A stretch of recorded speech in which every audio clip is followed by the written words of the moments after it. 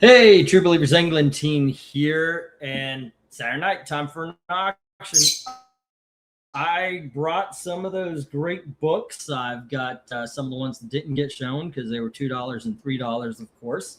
I know, and I saw Eric and Boyd's message. I know I'm going to disappoint somebody because I didn't put every Silver Age book into this auction. I am spreading it out.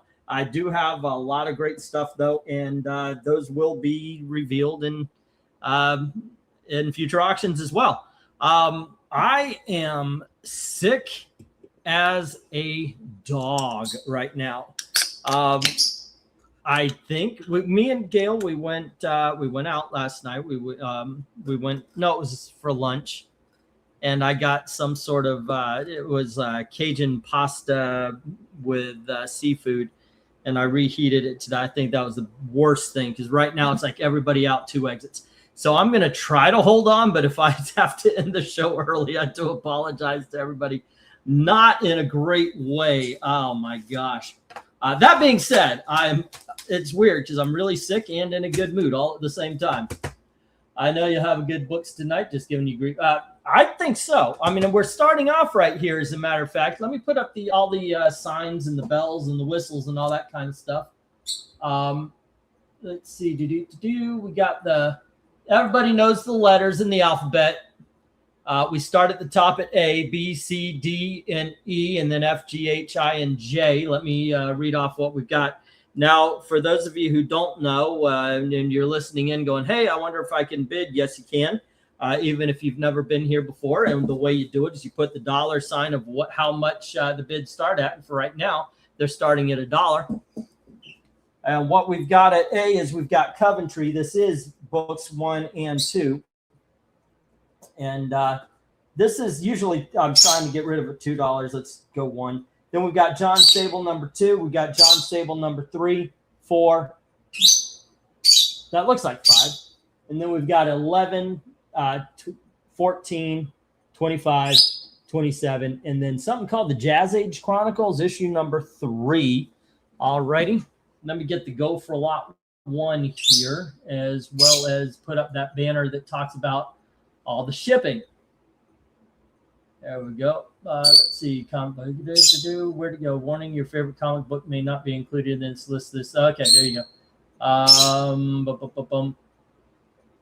Dang, I can't find my own shipping banner here. I've got so freaking many going on now. There you go. PayPal address is MediaMadman1@gmail.com. Shipping's pretty simple. 1 through 18 is at $11 for a Friday padded envelope.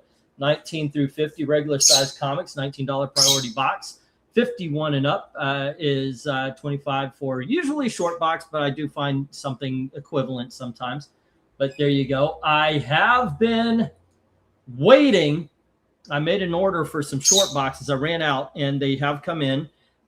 So I will have Mill and Krenez going out, as well as another one for you, Jim. I just sent Jim and Black Spiders.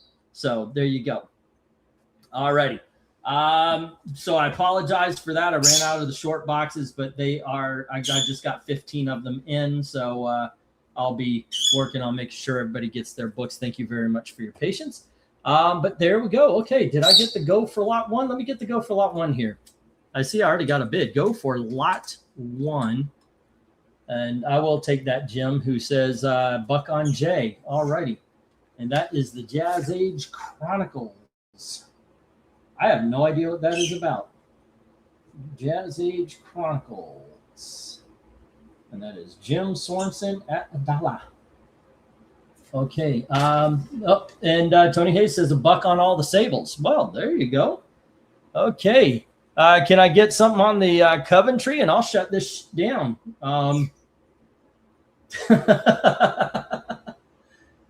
Actually, with that, I'll put in a 1-minute warning. There we go. I think what's his name? Tinian. I think he's the guy who does the Coventry books. Alrighty, and then let's see. I think this is also the only. I think you've just bought the last of my John Sables there, Tony Hayes. I did buy a bunch of them last time I was at the show. I think you just put a bid on the rest of them. Hello to Tony Hayes. I remember reading Jazz Age at some point, but don't ask me anything about it. You know, when you're around for a long time and you read a lot of comics, you kind of remember the feeling of how oh, wow, yeah, I remember reading that. That was awesome. What's it about? Couldn't tell you. Could not tell you, because sometimes it's just like that. Okay. Little man's in his birdhouse over there, and he is going crazy. At some point, I might let him out. Let's see. We got 1, 2, 3, 4, 5, 6, 7, 8 on the John Sables. All right. And we need a Tony page, and we need a Jim page. And anybody want two? That's 2 books on that Coventry, by the way, for $1. Anybody wants to give Coventry a try? Ought to give Coventry a try. All right, we need a Tony Hayes page who has the John Sable app. And then a Jim page.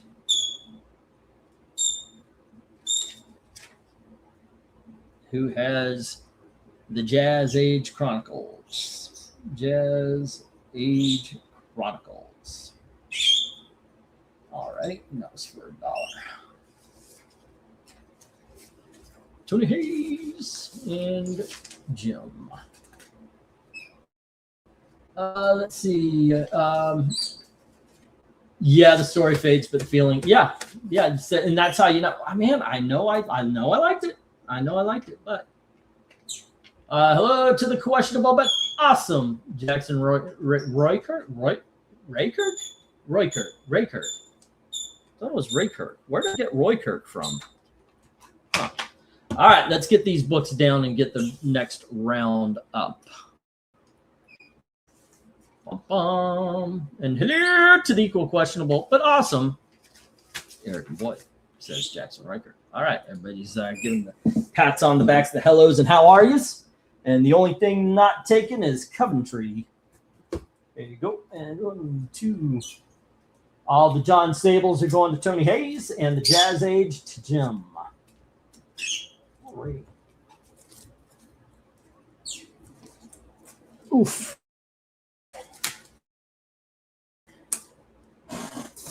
Alrighty, 1, 2, 4, 5, 6, 7, 8, 9, and 10. Okay, kids, next up from, I got to take my glasses off. Not getting bifocals was a bad idea.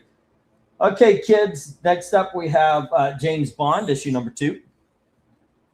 And we have James Bond by Greg Pak, issue number 12. Alrighty, I guess this is a variant cover of issue number 12. There we go. And then we have James Bond Hammerhead, issue number 1 by Diggle and Casalegoidia. I know, I said that wrong. Ellis and Masters in Ian Fleming's James Bond, issue number 1. And then we have James Robinson's James Bond, issue number 1. And then we have Jeremiah Harm by Keith Giffen and Alan Grant. And that's issue number 3. Next up, we have Johnny Nemo Magazine, and that's issue number 2. And here is issue number 3. And we're going to close this round out with Jupiter's Legacy, issue number 3. There we go. Don't get that. That's Vita Ayala.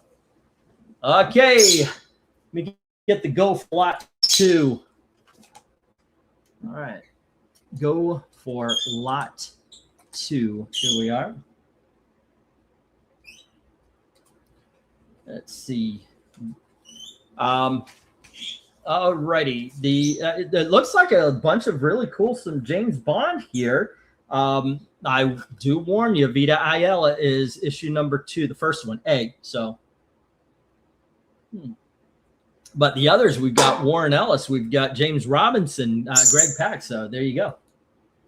I just ate so many French fries I can't type. Summoner, I have some bad seafood today. Yeah, I get it. Alrighty. Let me drop the letters. We all know the alphabet. Woo, doggy. And there we go. Hey, maybe Lucius will come in. There you go. Usually, at least Steve Black Cat jumps in. I'm going to send a Dom message as well.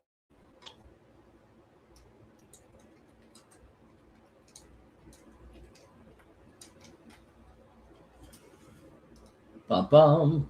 I got some sort of booster today for the signal and everything. It's in the computer. I don't know if I did it right, but hopefully that'll help out when we've got some people on here. Tony Hayes says a buck on the bonds. Dang right, he had seafood, he saw food, and he ate it. And yeah, then we have $1 on F and G, which is the well, the F actually would have a would have $1 on it from Tony already, but I got you down for G there, Jim. Already. Hello, Mill. What's up? Let's see. Can never go wrong with too many fries. Depends on where they are from. I mean, I don't know what is that? Steak and Shake, great burgers, shitty fries. You know, it depends on.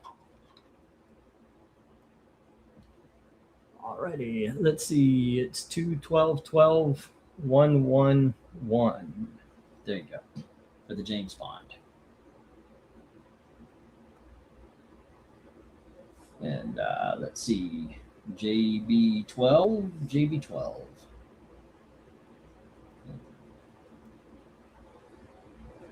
Alrighty. Okay, who has the best fries? Five Guys. I think Five Guys has, especially if you get the Cajun ones. But yeah, I think Five Guys has the best fries.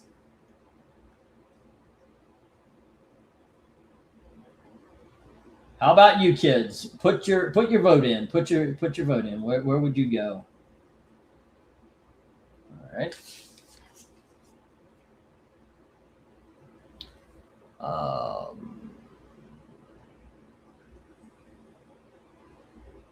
Okay, writing these down here for Tony, and there we go. And then we have Jeremiah Harm with Jim.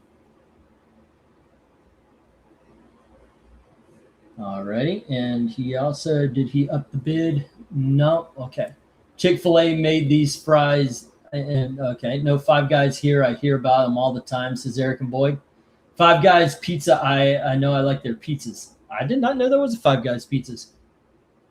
Brahms has great crinkle cut fries. I have to drive to Missouri to get them. And In-N-Out seems to be the favorite, but never been to one, says M2K. Oh, Mill, not in. Sorry. Okay, there we go. Let me see. Rally, says Eric, but they are pretty good ones. Eric, come on in. Come on in. Help me out. You can watch your game at the same time. You're a grown up. You can do more than two things at once. And I today is something I could really use. All righty. Let me get the 1 minute warning here. All righty. Fudge. What happened? Okay, there we go. 1 minute warning. Which Five Guys once the burger was mediocre? They gave you tons of fries, but they didn't taste that good. Didn't care for them, huh, Ken? Well, you know, that's what makes horse racing. Just go to McD's if they're fresh. They're really good, says Mel. That's a big old lift around here.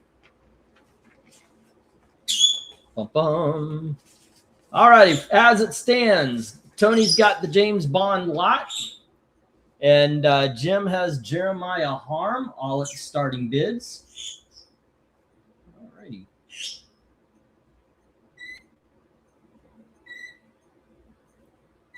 And that's 1, 2, 3, 4, 5, 6.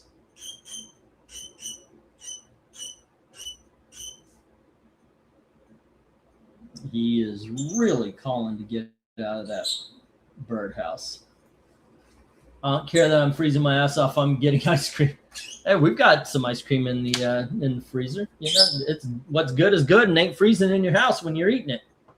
Best fries are at Arby's, curly fries. Yeah, okay, those are pretty good. I remember those. Those are pretty good. Yeah. Alrighty, I'm gonna get the stop here. Hey, RDB, come on in. There we go. And James Bond to Tony, and Jeremiah Harm is with Jim, Johnny Nemo, and Jupiter's Legacy. Hit the reject box.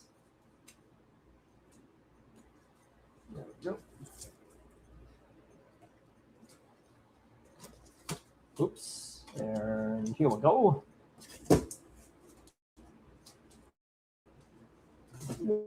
Oof.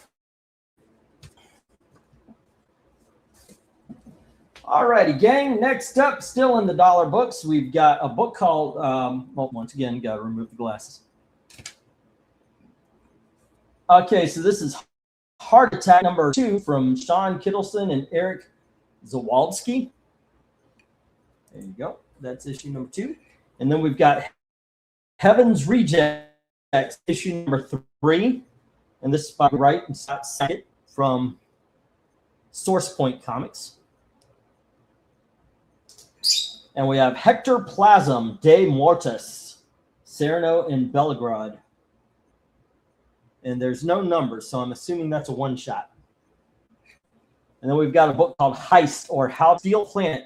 It's by Toden and Sesame, issue number 1.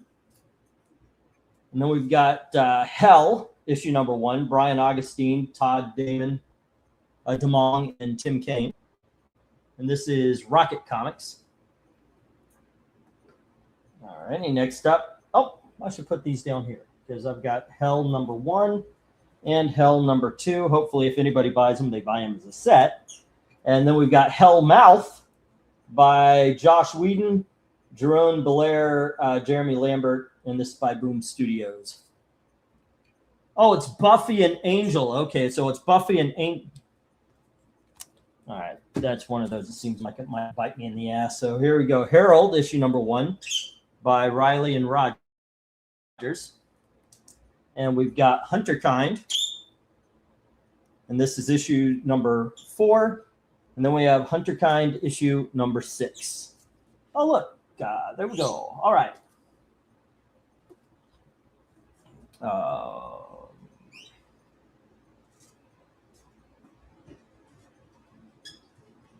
we are.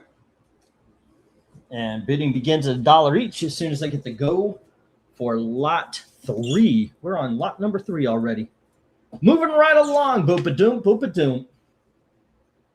Okay, go for lot 3. The shed has been saved. It was very good because we were able to pay off the shed, and when I got to the show, I was able to sell the comic, and part of the sale was a whole shit ton of Silver Age books, some of which are in the show tonight. And we were able to get a little cushion as well. So we're actually in a good place right now. So good, I was actually debating whether or not to do the show tonight because I'm sick. I am really just I ate some bad seafood today, and it is knocking me the F out. Alrighty, let's see, what is this? Hellmouth number 1.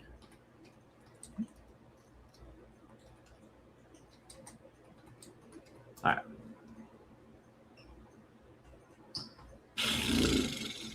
All right, let's see where we are. Praise be, the shed is, yeah, well, the shed had a lot of our stuff in it, including my Wonder Woman statue. I know some of you guys saw it from the other house. I got it at a warehouse sale. It stands like 2 feet tall. It's this huge. I never in my entire life did I ever think I would own a statue that been awesome. And I managed to get it for $100 about 4 or 5 years ago. I don't want to lose that kind of stuff. England team going alphabetical. You know what? I actually did. I just went into the dollar. I went to the my dollar sections, and I grabbed the 8, and I went, okay, let's just grab a whole bunch. I've got them all alphabetized, so I just grabbed 10. That is exactly what happened. I don't know who it was, but somebody, I use this now. Somebody, when I did this, went, they know it went, brought to you by the letter H. And now sometimes I will do that when I realize I just grabbed a whole bunch of books from the same section. Okay, so let's see.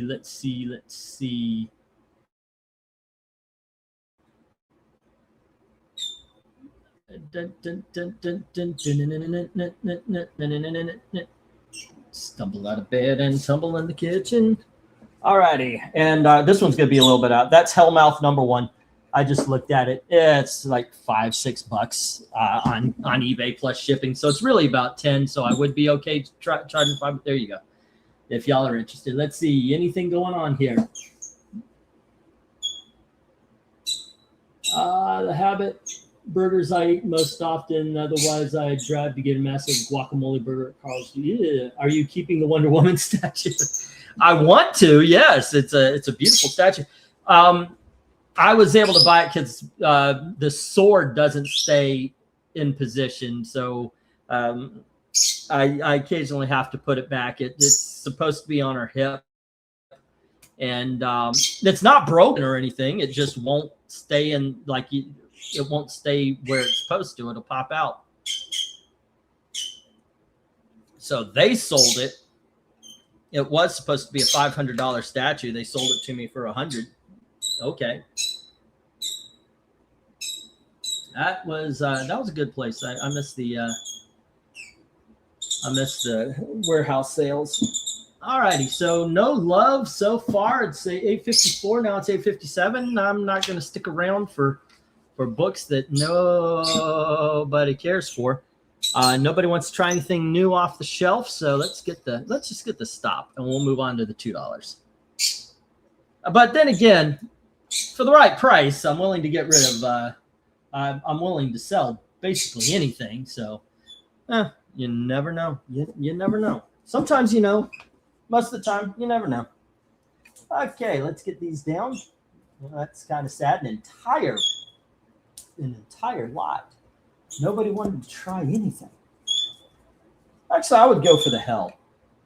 I mean, it's 2 issues. You get a good feeling for the story. It's Dark Horse. It's Brian Augustine. I'd go for that. Also, the Hectoplasm and the Hellmouth. Hinterkind looks okay, but I think of all of them, that's where I would have tried. All right. Okay, let me get that $2. Oof, bad seafood get hit hard. But I feel like I'm about to throw up, and yeah, that's another thing. I really need to drink a lot. Oh, you bid on F and G. Did I take these down in order? A, B, C, D. Oh, those are the Hell books. Okay. All righty. Milsa. The weird thing is, and this is what this weirds me out. I took a shower. I used all the, I've got daughters, and I am the only guy in here. So that means everything I wash my body with is some sort of perfumed something. And I got sick, and now I smell like I need to take a shower. I am disgusting here. I do not appreciate when, I have been told by my wife that I overshare a lot, and that might actually be happening here. But yeah, that's the weirdest thing when you get this kind of sick. It's just like,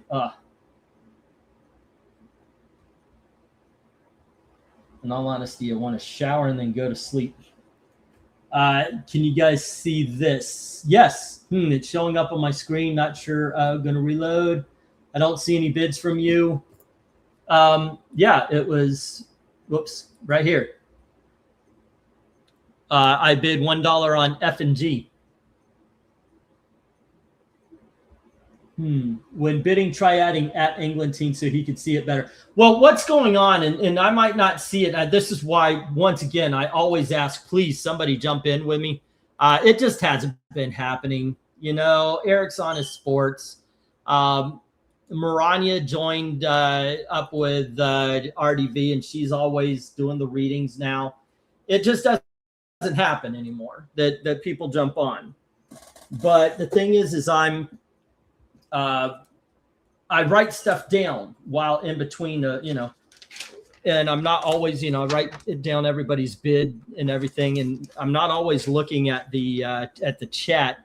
I try to back up, and that's why I would say, please, if you do bid, make sure the number is first, because that's what I notice first. So I do apologize if I missed something there.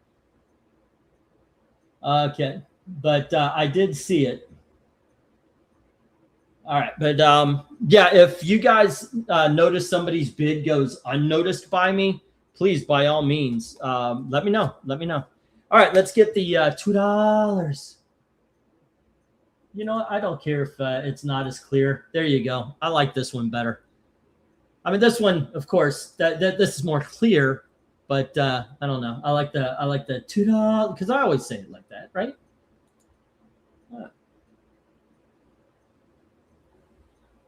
Tony, I wish that was all it was, because it's going out the other way too. I'm vomiting up, and it's just not fun.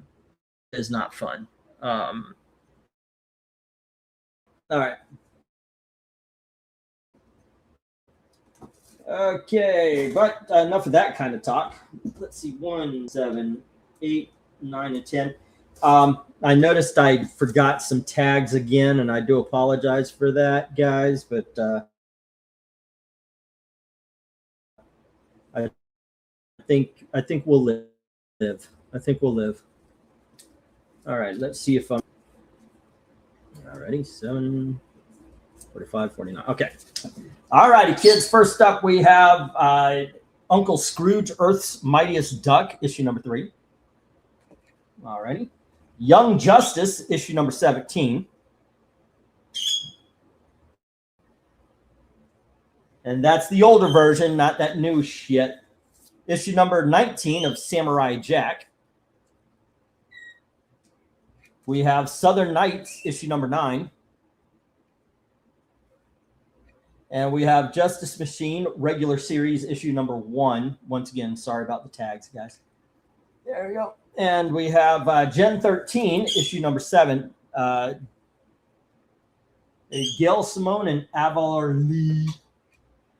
Super cool 45th issue by Lobdell. And then issue number 49, same run. And then we have Mandrake the Magician, issue number 4. And issue number 5. And I'm assuming those are Golden Age reprints from the way it looks. All righty. Let me get the go for lot 4, right? This is lot number 4 because the other one was dollar lot was 3. Okay. Go for lot 4. There we go. All right. And now I need a mill page. All right. Oops.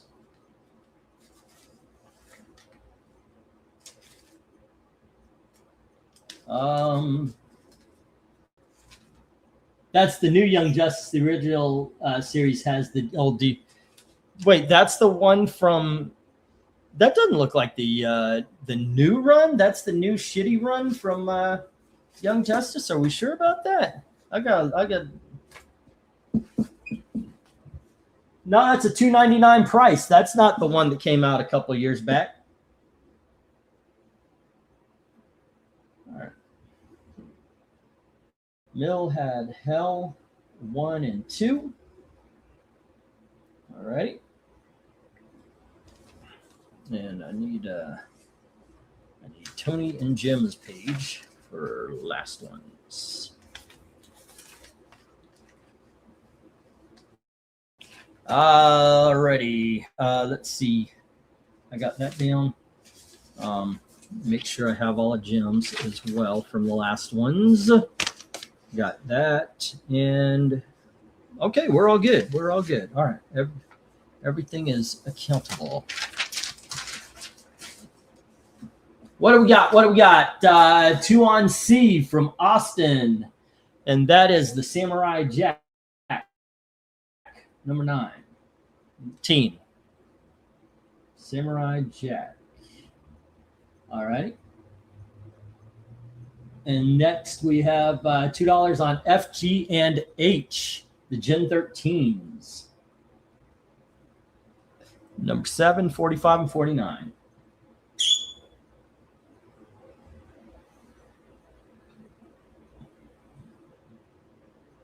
All righty.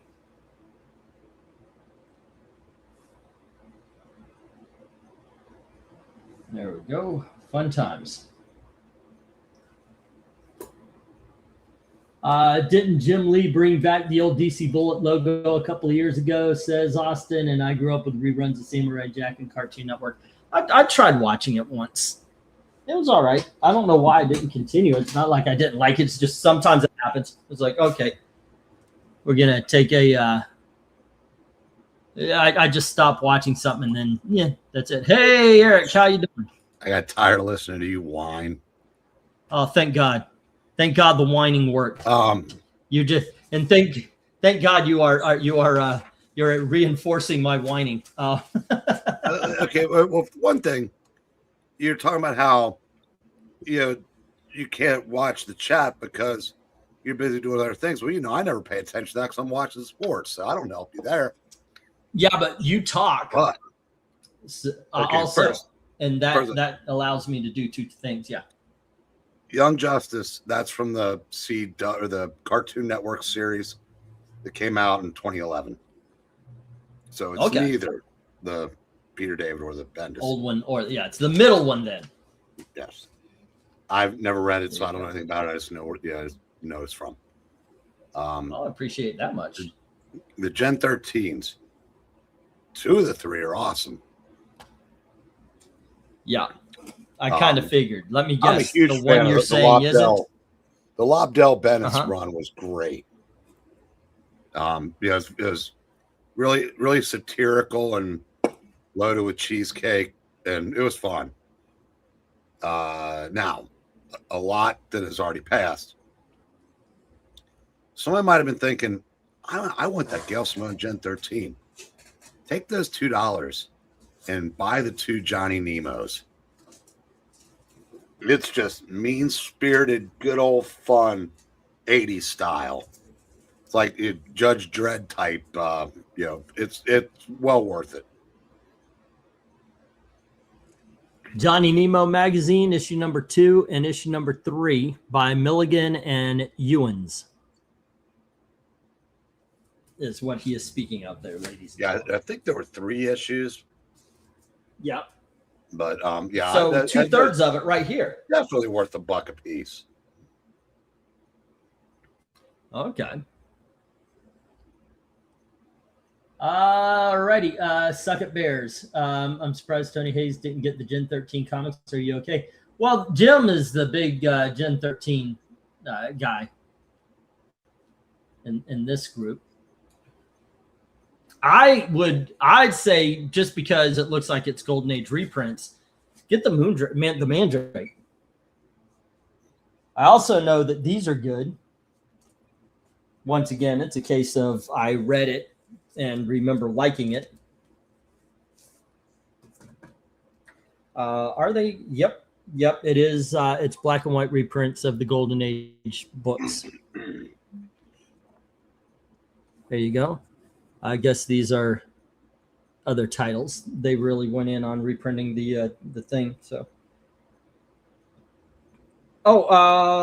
let's see. Yeah, that's what it is. That's where I would go. Get the mandrakes.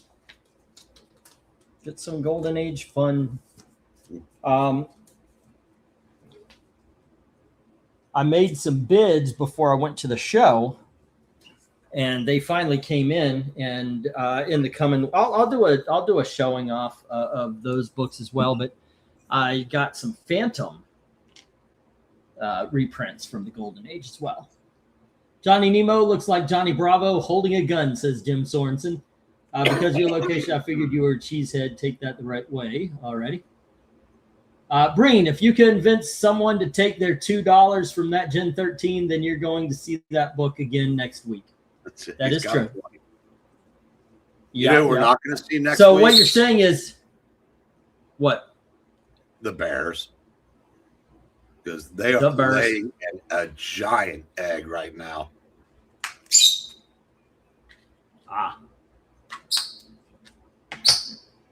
Well, maybe I'll pay attention this week. I lost interest in the NFL last week. Not true, but yeah, I'm looking. I don't know who I guess I've got another Florida team left, right? The Jaguars are in. Yeah. There you go. There's one more Florida team. First game today was fantastic. Yeah, the Panthers, they were double-digit underdogs at home. And the Rams scored the go-ahead touchdown to win with 30 seconds to go in the game. So Carolina gave them all they could eat and then some. And I don't think Tampa Bay would have given the Rams any kind of game. They would for the first half, and then the second half they'd give up. And the defense would have crumbled. That's how it went.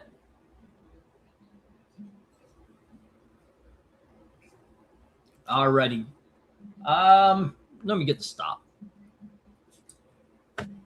There we go. And it looks like Austin has the Samurai Jack, and Jim has the Gen 13. Everything else into the rejects. All right. See where Jim just took the Johnny Nemos too. The what? The Johnny Nemos. Okie doke.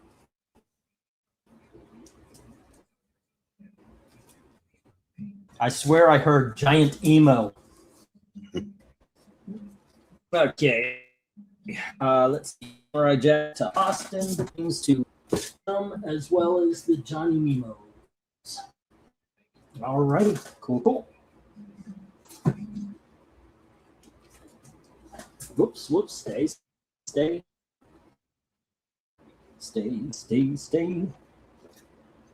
Eric, you must be new here. I can't sell nickel beer in a room full of drunks.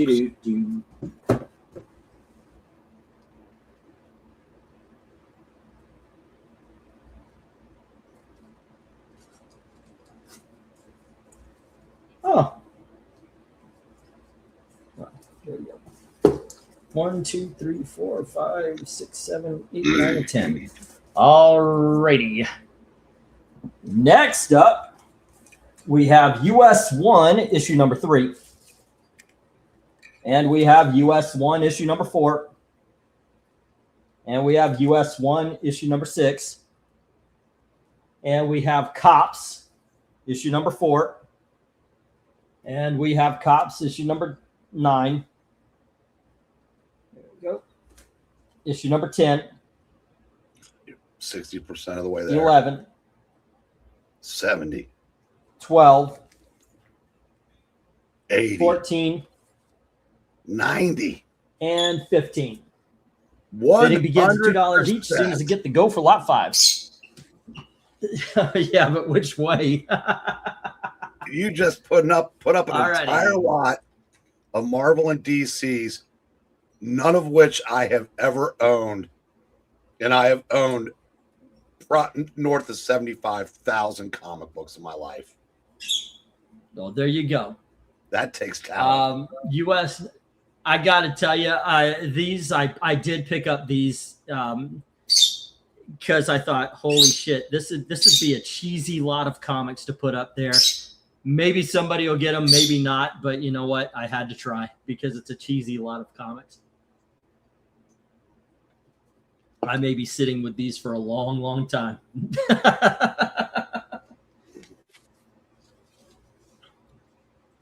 But yeah, this would be the trouble with my own making. But I'm sure somebody's like, hey, I heard a US one. It's kind of cheesy and fun. And Cops was a cartoon back in the 80s. So sometimes those go. It's not an incredibly big leap that somebody might pick them up. All righty. I had a US one #1 a long time ago. Not a great title. I don't know. I had fun with it.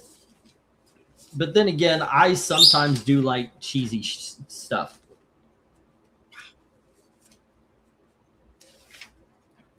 To me, sometimes it can be fun. Yeah, this game might already be over. Oh, yeah?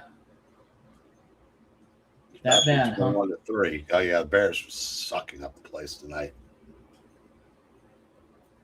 All righty.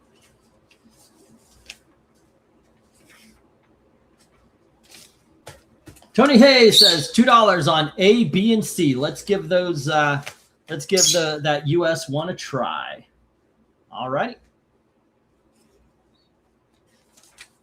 See, US one, and it was issues number 2, 4, and 6, right? I'm looking over there without my one of my glasses. Let's see. Yep. Oh, 3, 4, and 6. All right. 3, US 1, 4, US 1, 6. Tony Hayes. Okie dokies. Artichokes. 75,000, bro. That's insane. Says Henry, talking about your comic book collection. And we got 2 on H from Austin. Oh, because it's a wedding issue. Austin likes the wedding issues. All righty. That is Cops number 12. There we go. All righty. And let's see. What was it? 9:15. We're at 9:17. It's 2 minutes. You know what? I will get the 1-minute warning.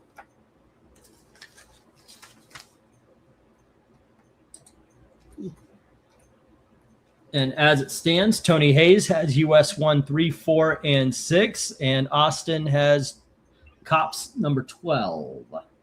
Anybody else want to take a chance on some Cops magazines?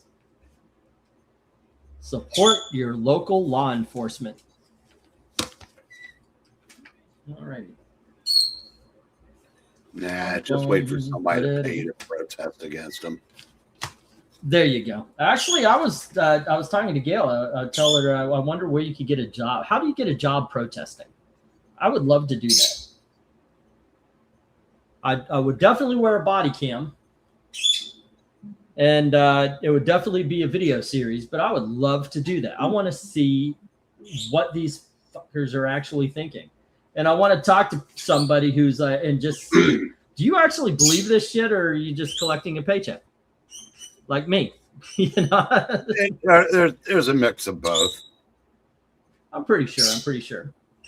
Because there have been people that have gone to protests and asked the protesters if they even knew what they were protesting. A lot of times they couldn't answer.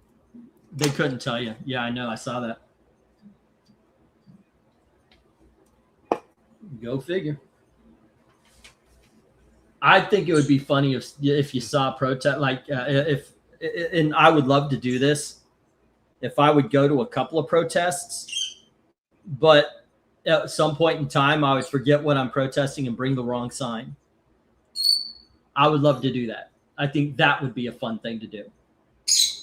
My question would also be, who is paying the George Soros? Everybody knows. I mean, there's no mystery on that one. All right, let me get the stop, and we'll bring these down, get the next round up. All right. Okay, and US 1 is with Tony Hayes. There we go. And issue number 12 of Cops is with Austin. Jay, get in here. I need to catch up. I got to talk sports with somebody. Jay, come on in and talk sports, man.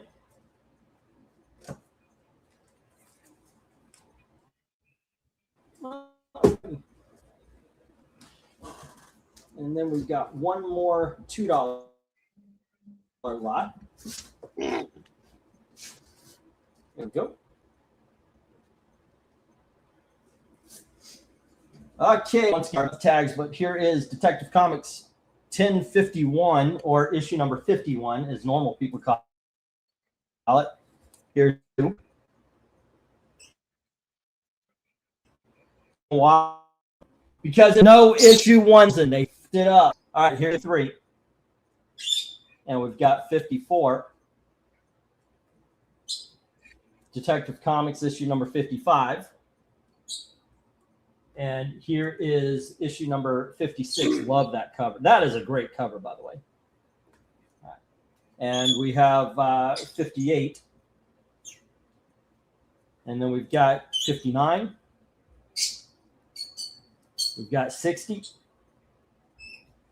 And issue number 61. There we go. Bidding begins $2 each. Let me get the go for lot 6. Okay.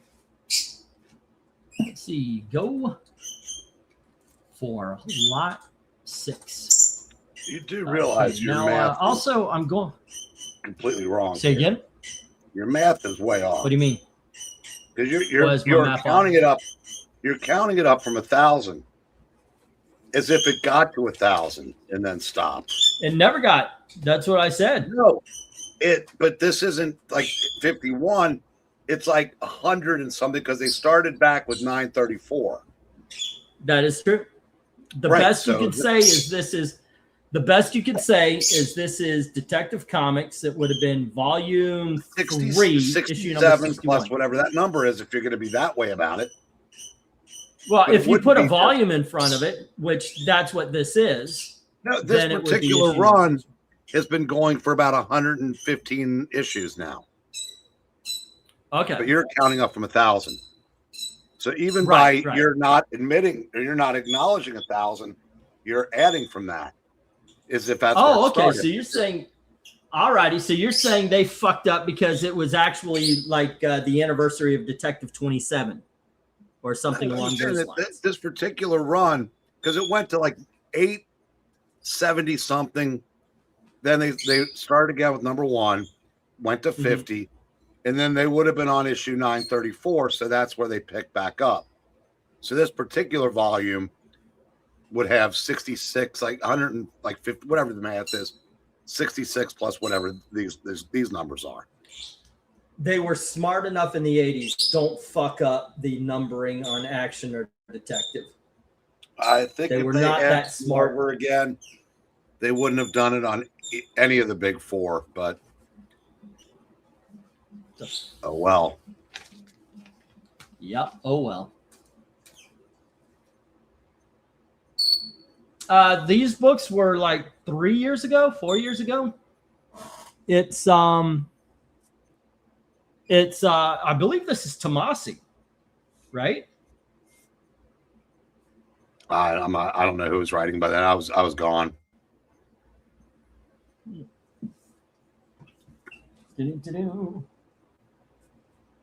Oh, I'm sorry, Tamaki. Yeah, I ain't selling these. All right, let's get these down, and we'll get the next round up. There you go. Okay, let me get the stop. I actually, I did not dislike her run on it, but I'm not selling. I thought it said Tomasi. That's Tamaki. There's no way I'm selling Mariko Tamaki run or anything. Yeah, it's a typo. That was supposed to be Peter J. Tomasi. Instead, it's Tamaki, My Bad Eyes. There we go. Okay, these are going into the flea market. Yeah, just in case anybody's wondering why he's a ghost machine now. Hey, you just sold D. Oh, I did? Yep. Okay. Any idea what D was? Yeah, Detective Comics. Okay. Oh wait, they were in numerical order, so I can find 3, 55, 54. Okay, so A, B, C, 1055. Got it. All righty.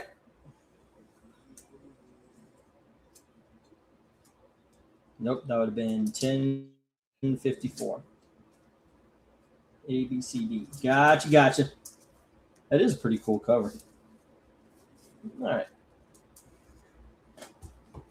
And from here on in, ladies and gentlemen, welcome to Sports Ball and Comics, where we're selling comics, but we're talking about sports ball with Jay Lucian and Eric Breen. Hey, Jay, what's up? Hey, what's going on, guys? Okay, now, hopefully selling some comics today. Did you sell any good ones? Alrighty, so how is your sports ball days? My sports ball days are over right now. He's $2. All right. Oh, go ahead, dude. Now, I was saying my sports ball ended a few weeks ago when Miami beat A&M in the first round.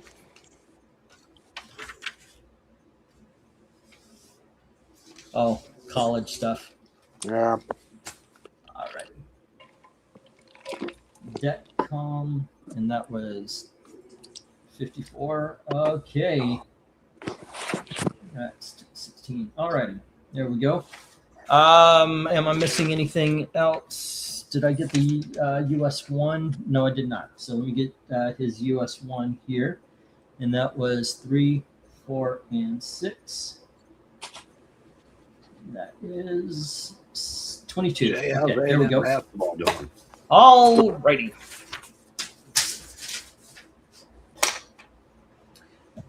And then we're going to plop this up to the $3 books. 1, 2, 3, 4, 5, 7, 8, 9, and 10. Excuse me, guys. We have Action Comics 470 something. There we go. Next up, we have Action Comics 309. Okay, it's going to be. I didn't put these in order. Next up is 515 Action Comics. That's 509. Yeah. If it were 3, it'd be 12 cents. Yeah. I took my glasses off. Okay, there we go. 509. I want to put them back on. Let's see what. 47. No. I need. The glasses don't work short range. So there we go. 509, 515. There we go. We've got 531. Here is Action Comics 578. There we are. Superman 308. We have Marvel Team Up issue number 64 with the Daughters of the Dragon. And we have Iron Fist issue number 11. And we have, there we go. Action Comics issue number, never mind. I didn't notice it. This has got waves in it right there. So let's put this one, we'll put this one at $1. Action Comics 572. Alrighty, and Marvel Team Up issue number 80 with Doctor Strange and Clea. There we go. Alrighty, bidding begins at $3 each, except for the water damaged Action Comics at G. And alrighty, let's go for lot 6. Go for lot. Oh, wait a second. 1, 2, 3, 4, 5, 6, 7. Go for lot number 7. There we are. Alrighty. And please, by all means, talk sports among yourselves and so forth and so on, and read comments and all that. Comments. Can Miami's defense shut down? You think Miami's defense can shut down Indiana's offense? Not a chance. Ooh, I don't know. Slow it down, maybe, but not enough. Yeah, Indiana this is a special team, and it's just one of those years. They really are. I mean, you think about what they've done in those 2 games. You know, 3 games. Really, they beat Ohio State to get that giant ass monkey off their back, and then once they did that, they realized, damn, we can beat anybody. And they annihilated Alabama and just, you know, they beat Oregon once, but they didn't beat them yesterday. They embarrassed them. Yeah, they killed them. And I just don't see, you know, Miami. Look, you see this a lot of times when teams that aren't that there's a debate whether or not they belong. They always overachieve, but at some point, yeah. Now, granted, they were number 2 at one point, Right. so they're good, but Indiana is, like I said, this is just, you know, once in a lifetime good. Miami's defense is the real deal. It's their offense that you just don't know what you're going to get with their offense, you know. That defense, there's not a college defense that can stop Indiana right now. Yeah. But I mean, you know, James Madison did put up 35 points on Oregon, so you know, scoring on Oregon's not a big but deal. they did 28 of them in garbage time. I mean, that game had more garbage time than actual time. Okay, kids. The Marvel Team Up 64 and Iron Fist are both Claremont Byrne stories. Ooh. Team Up 64 actually is the conclusion of the Iron Fist series that got canceled, so they finished the story in Team Up 63 and 4.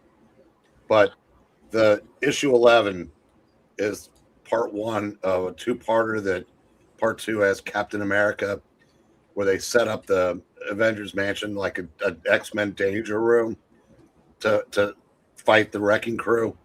Back when the Wrecking Crew wasn't a joke. Great issues. Can't recommend them high enough.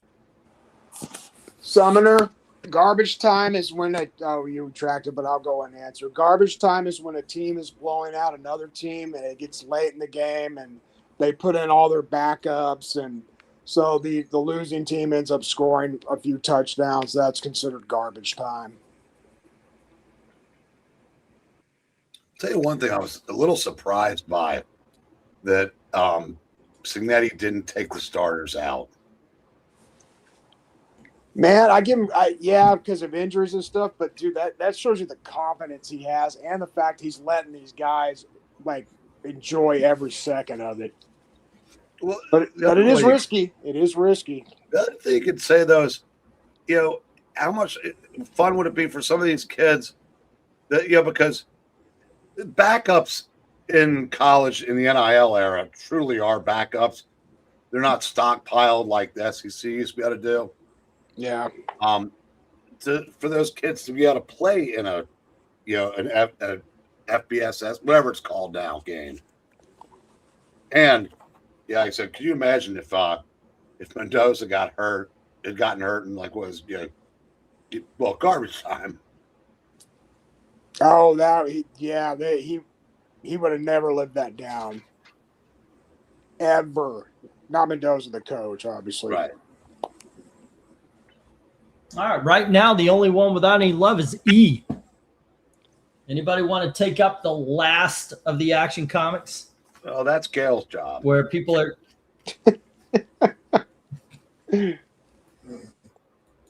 Okay.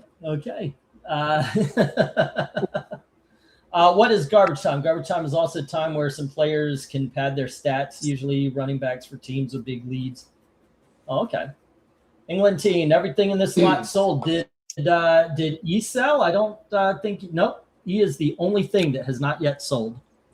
And by the way, tonight's auction is being sponsored by Domino's Pizza, where you can get a medium specialty pizza for $9.99. Only Domino's Pizza. How much fucking money are you getting from Domino's Pizza? Because not me, it's you. It's you. Look at the right side of your screen. Oh, okay. I did not even notice that. There we are. Yeah, we're watching Million Ways to Die in the West, and I hit pause, and there you go. Yeah, I've been running a Domino's commercial for the last hour. Yep. That's funny. No wonder, some of these books didn't sell. People are like, you know what? I need pizza now. Yeah, but I gotta order it online. I just feel like Buy ordering two pizza online now. Buy a lot, get a free pizza tonight, guys, from England team and Domino's. Nope. Like somebody had a Jason mask appeared in that window above the. Oh my gosh, yeah, that would freak me out. That would really freak me out. Wait. Because we're on the second floor. Oh, this is a new place. Yeah. You moved. Okay, cool. We got out of the slum. So you like this one better then? Oh fuck yes. Good. This is so much better. Yeah. It's cheaper. Even though somebody smokes pot and occasionally have to deal with that, the neighbors are actually pretty good. It's so much better. And even looking out the window, I've got trees instead of a carport. So I get to watch nature. And there's a family of squirrels out one window, and there's a flock of birds that go into the trees on the other. And yes, that is something I actually sometimes will do, is just watch the animals. I actually like birds. You guys might not know that about me. No, I was going to actually ask you, does your parrot ever look out the window at other birds? Does he care? He does not. He's actually below the window. I'm looking to get him a standing cage. But there was one time when he was out, he was on my knee, and a hawk hit the window. I was like, what the fuck? So my guess is the hawk actually saw him and decided that he was going to make his move, and he bashed his body up against the window and gave me a little entertainment. Yeah, I bet you did enjoy that a little bit. Yeah, there was a little schadenfreude on that. A little, I know it wasn't you, but yeah, hawks. Yeah. Could have been his cousin. It could have been his cousin. So yeah. Yeah. It's not the same, but I was watching a cat video, and mine jumped up on the computer table to get a closer look. So you still got the cat, huh? Yeah. Cool. I ended up being able to live with the breathing leveled off, and now I honestly can't imagine what it would be like not to have her around. Awesome. All righty, let me get these down. We'll get the next round up. Still, nobody did put a bid on E, so it hits the rejects. Okay. And Jim has the action in the Superman. Good choices. There we go. And I do believe it was Austin with number 64. And it was Tony Hayes, right? With the others? Tony Hayes had the Iron Man, and Austin had the Marvel Team-Ups. Or Iron Fist, not Iron Man. All right. There we go.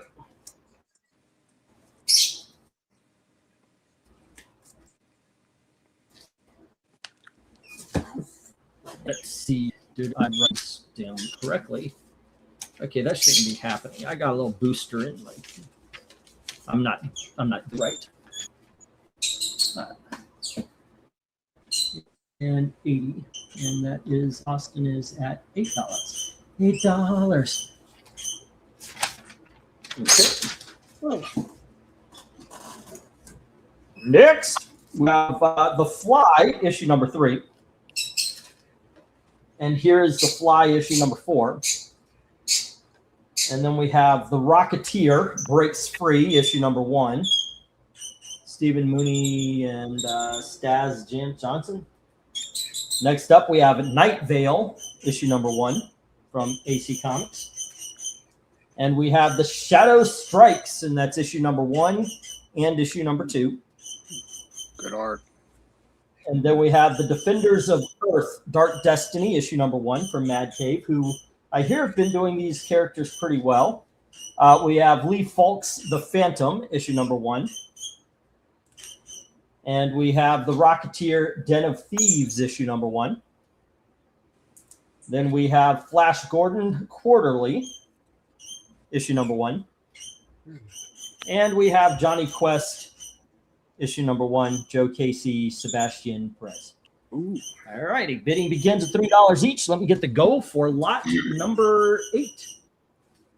That Flash Gordon Quarterly has multiple stories in it. The first story is fantastic. The other one's not so much, but it's still pretty cool. But the first story is really good. All righty. Pistachio will not be ignored. And he's trying to make sure he isn't. What is that version of the Fly? Who did? Is that Charlton? Red Circle. Red Circle. Never heard of them. Yeah. Archie imprint. Oh, okay. Oh, yes. So that's the late 80s, early 90s, or is this the one? No, that was Impact. This was early 80s. Okay. Rich Buckler kind of got some comic expats, and they revived a handful of titles. The art looks really good on those covers. Rudy Nebrez. Cool. All righty. I don't know. Let's see. I should have said there's a fox instead of. Oh, I have a fox. Yeah. All righty. Where would you go on these, Eric? I know you read some of them. The Rocketeer. I know the top one was good. If you remind me who did the bottom one, Johnny Stephen Quest. Mooney. Uh-huh. Oh, Mooney did both of them? Uh-huh. Okay, then either one's safe. The Shadow Strikes was good. I forgot who wrote it, but I think Eduardo Barreto did a lot of the art. Really, the only thing up there I can't recommend because I never read was The Phantom. Okay. I don't see a creative team on that. It is a double-sized issue. I'd get, my goodness, Rocketeer would be my first interest. Then The Phantom and the Defenders of the Earth, The Shadow Strikes. I know Night Vale is a lot of fun. There's not a bad book on this thing, I think. Let's see. Do we get any bids here? 3 on A and B, says Eric and Boyd. Alrighty, A and B, The Flies. Another note on that Flash Gordon Quarterly. I believe that's a $6.99 issue. It's pretty up there for just a newer book. But so you're getting a great deal if you get that tonight. Jay, you know what sucks? What's that? January playoff game in Chicago, and there's no weather. Oh, what's the score on that? Oh, 21-3. Packers are giving them nuggies. Chicago's gone for it twice on 4th down in their own territory and didn't get it. Wow. Eric and Boyd has The Fly 3 and 4 at $3 each. We had Tony Hayes come in right behind them, but it's got to be $3.50 or higher. Krenez comes in with $3 on the Shadow Strikes 1 and 2. And remember, Shadow Strikes is issue number 1 and 2. And hello to Krenez. Yo, Krenez. All right. The nervous. Okay, Dang Sunday sucked when I was a kid. Josie and the Pussycats, Johnny Quest were the only cartoons on in the morning. Johnny Quest was cool, though. I do agree with that. Yeah. Okay, kids, let's take a chance. Let's take a. Jay is really trying to sell you on that Flash Gordon Quarterly. The one thing I remember Eric saying is the Mad Cave have been doing our people some good. The Johnny Quest was done well. Yeah, they have been. All their stuff has been pretty solid that I was reading, which was, I think, pretty much everything Breen was reading too. So, yeah, it was good stuff. All righty. Let me get the 1 minute warning. It's been a couple of minutes, 2 minutes since Krenez's bid. Up, we got 3 on I taking the Flash Gordon Quarterly. It says Krenez. Good choice, Krenez. Gordon Court. Number 1. All righty. Krenez saying I'll give it a go. Well, hopefully you like it as much as they did. Also, just out of curiosity, I'm going to put up the question because we do this. What is your favorite cover? What really stands out here? Because these are some really good books. These are some really good covers as well. I got to say, my least is probably the Flash Gordon Quarterly because it's the most confusing. But that Rocketeer is amazing. That's a great shadow. The Defenders of the Earth looks great. Phantom is probably, I don't know, maybe the Phantom. I think the Phantom is my favorite. I'm really drawn to both Fly covers, but I really like that first one. But I really love Bronze and Dark. So yeah, that's what I'd pick. How about you, Eric? Where do you go on this board? I think I'm going to go Shadow Strikes. That's a great one. Yeah, that's a really good cover. That's really good stuff. All the covers are pretty dang good. I mean, Night Vale's good, but compared to the rest, it's probably the weakest in my opinion, but it's still really good. Alrighty. Let's see. I've got an Austin, I got a Mill, I got a Jim, I got a Tony. Now I need an E and B. And he was the Fly. 3 and 4. And I also need a Krenez page. And he was the Shadow and the Flash Gordon Quarterly. Okay, come on. There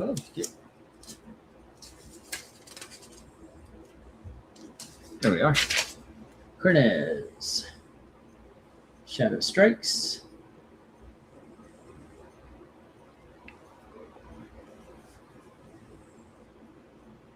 And that was issues 1 and 2, and then it was Flash Gordon Quarterly, right? Yep. Flash Gordon Quarterly number 1. Alrighty. The Fly 4's Ditko cover inked by Nebrez. Fly 3 is just Nebrez. Had to look it up, says Mill. Or Henry. Henry, hey, what's up, man? All right, let me get the stop. Go on ahead, Jay. Have you guys seen the prices for the Absolute Batmans and the Ultimate Spider-Man, the new Ultimate Spider-Man? It's crazy how much value those books have gone up on. Yeah, I think some people are going to be in some sad shape when those crash. Yeah, they're going to have. All righty. Insane. There's just too many out there. Fly 3 and 4 to Eric and Boyd. Krenez has Shadow Strike and Flash Gordon Quarterly, and everything else hits the reject box. All right. My goodness gracious, this is a good night. Last week, if you guys haven't seen it, I did a boxing of all the books I got in the show. This will not happen again, probably. I just happened to luck out on a really good book that I sold at a comic book convention and ended up being able to not only get a lot of good stuff myself, but one of the things that was in the deal was a long box of Bronze Age and Silver. Some you already have seen in the auction. I got to tell you, great deal, a lot of fun, and it is. I'm not worried about shit, and I just said 1, 2, 3, 9 and 10. And apparently the ginger ale I've been drinking has been helping me be sick. For annual number 8, I'll take it and I'll bid on it. You'll never guess what happened in it.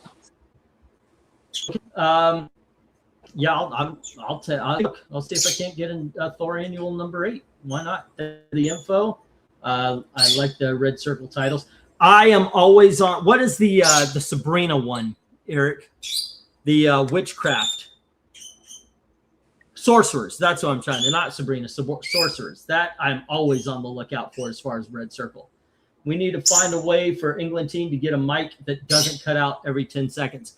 Okay, so tomorrow or the next, I don't know. I'm going to be able to buy, well, with what we make tonight, I'm going to be able to buy a booster I've got one. I thought I put it in. I guess I didn't do it correctly, but I have something in my computer right now that's supposed to enhance the signal, and I'm going to get one for the wall to help out. So hopefully it doesn't cut out. And yes, I am also going to be buying a new microphone and hopefully a new green screen.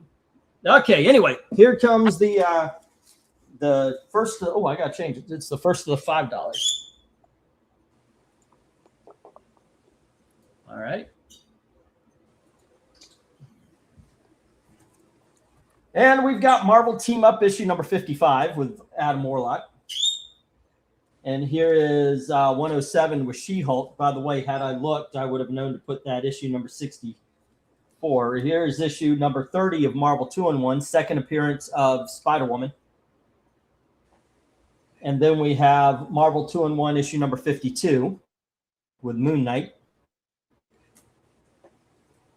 And here's Marvel 2-in-1 issue number 54 with Deathlock. And here is Supervillain Team Up issue number 9, first battle between Iron Man and Dr. Doom. And then we have Marvel 2-in-1 Annual number 3 with The Thing and Nova. There we go. And then we have Annual number 5, The Thing and the Hulk. And then we have Marvel 2-in-1 Annual number 11. And finally, we have Giant Size Defenders issue number 2. Oh, and it's got a little cut right there. All right. There we are. Okay. Once again, bidding begins at 5 as soon as I get the go for lot 9. All right, Eric, where do you go on this one?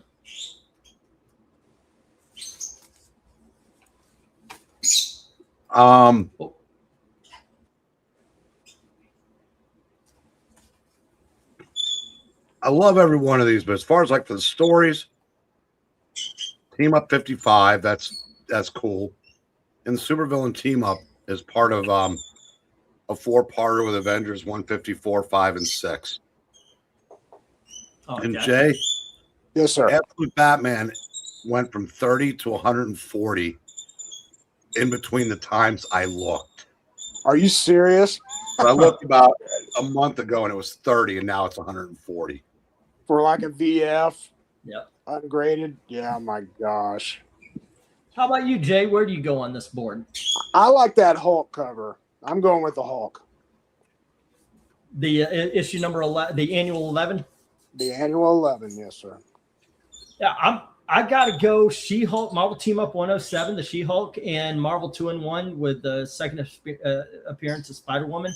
But I gotta tell you, that whole annual number 11 has always been one of my favorite covers. It is such a great cover. Yeah. All right, let's see where the chat has gone to as well. And and I do have to write down the bids from last time. So let's see. Got the Eric and Boyd. Where's Krenez? Here he is. And Krenez had the Flash Gordon. Okay, I got him. Okay. Cool. Let's see. Tony Hayes comes out with 5 on C, getting that Marvel 2-in-1 number 30.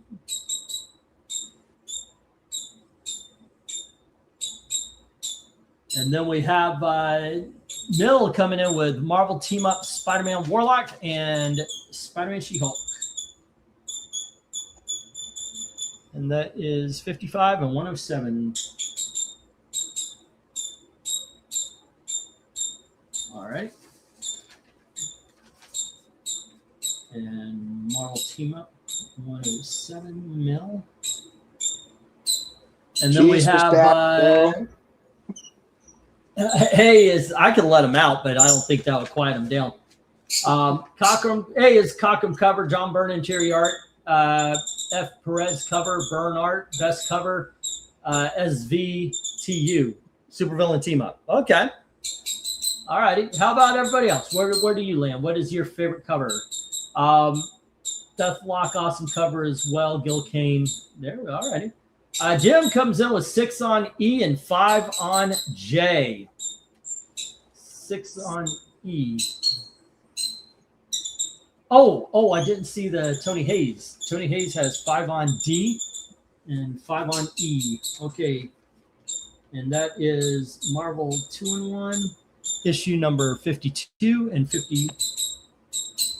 All right, 52, Marvel 2-in-1, 54, and that was Tony Hayes. Tony Hayes. And Jim comes in with 654. Alrighty. Let's see. Agreed. I was contemplating the Deathlock, says Mill. Alrighty. I am going to let Lil Man out. I'll be right back. That's my bird, by the way, not a euphemism for other things. Okay.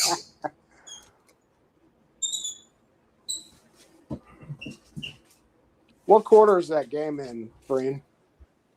Third. Oh, yeah, it's definitely. It's still 21-3. Yeah. All right, kiddo. Come here. There you go. Let me get you some Fruit Loops and some milk. So I thought Ultimate Spider-Man is plateaued. Oh, has it? Yeah, it's 70. Wow, because it was about a month ago when I checked it, and it was a lot higher than that. Where were you looking? eBay and my comic shop. Because I went to eBay for Absolute Batman, and it's pretty consistent with what Comic Book Realm is listed. Comic Book Realm, I need to check them out. England, and his euphemisms. Tony Hayes folds on E. Oh, wait, we get an $8 on E from Mill. All right.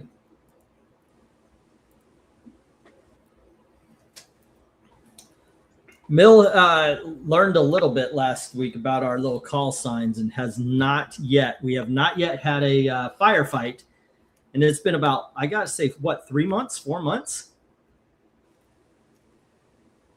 It's been a while. I think the last time we had a firefight, we actually had 3 or 4 in one night, though.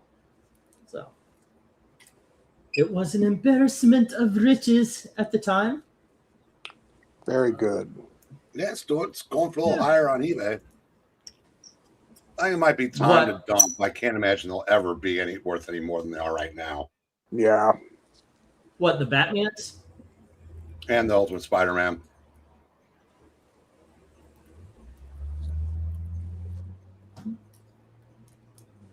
Maybe. All righty, let's see. 1 minute warning. I can't believe people are paying that much for a new book with all the copies there are out there. So. And the trades and all that. So, yeah.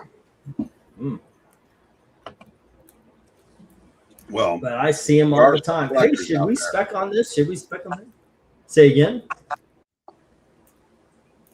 Well, okay. It's a little different than some of the other things that get spec'd on because the Absolute Universe is a monster hit, has been for over a year. Absolute Batman 2 through 5 have all shot up to varying degrees also. Yep. Yeah, you're right. This is natural. A lot. Well, I wouldn't say it's shooting up in price is natural, but I would say there is a legitimate excitement for the book. Well, I think there's a legitimate excitement for the concept of Absolute right now. That's getting the FOMO because everything. I don't know if the books are worth more, but everything that the DC puts Absolute on is selling. Yeah, it's like a top 10 book. In fact, remember how they used to call them, like the Batman Long Halloween Absolute Edition? Yeah, they're now calling it Absolute Batman Long Halloween. That's not. All righty, kids. Let's see. We have Marvel 2-in-1 number 30 with Tony Hayes at 5, and Mill has issue number 55. And then we have Marvel Team Up 107 with Mill. Tony Hayes has issue number 52 of Marvel 2-in-1. And Marvel 2-in-1 number 54 is with Mill at 8. I didn't notice, but nothing on the bottom row got bid on. Oh, go figure. All righty, let me get these down. We'll get the next roundup. Even Absolute Not even a Superman. supervillain team up. Even Absolute Superman's gaining value, not nearly to the same degree. At least the first issue is. How much? I think. Let me see, because I bought the B variant, and that's the one that I think that's up to. What was it, 15 or 20? I'd have to double check. Let me see.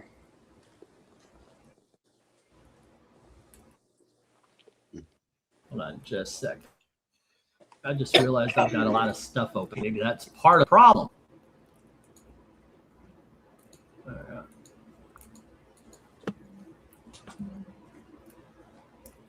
There we go. Yeah, $23.99, $19.99, $19.99. So yeah, well, one country I was trying to get it for $36.99. That's the Rafa Sandoval cover.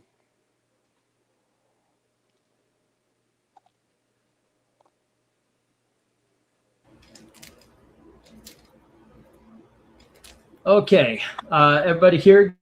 Am I here again, I guess? Are any of us really here? There you go. All righty. Okay, next up we have Horror Monsters. This is a PS Art book presents Horror Monsters. It is very much a magazine with articles and so forth and so on. And then we have Conan, issue number 198 with the 25th anniversary border. And then we have GI Combat, issue number 225.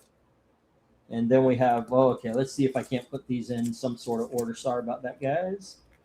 This isn't got a number. 244. 3. All right.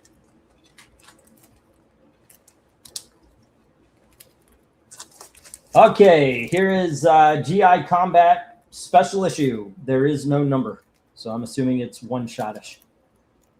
And then we have GI Combat issue number 222. And we have GI Combat issue number 224. There you go. And we have GI Combat issue number 227. And here is issue number 224. Well,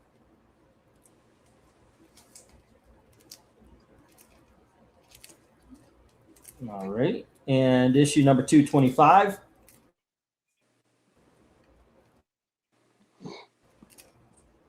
Number 244 and 253, $5 each as soon as I get the go for lot number 10.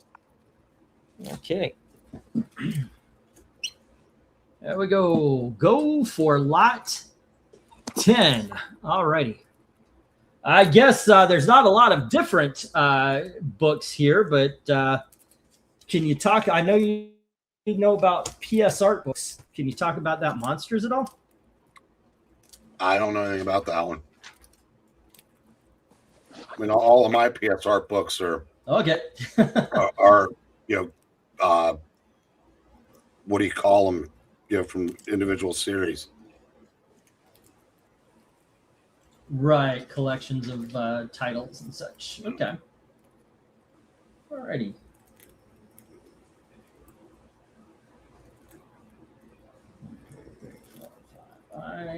Yeah, that's cool.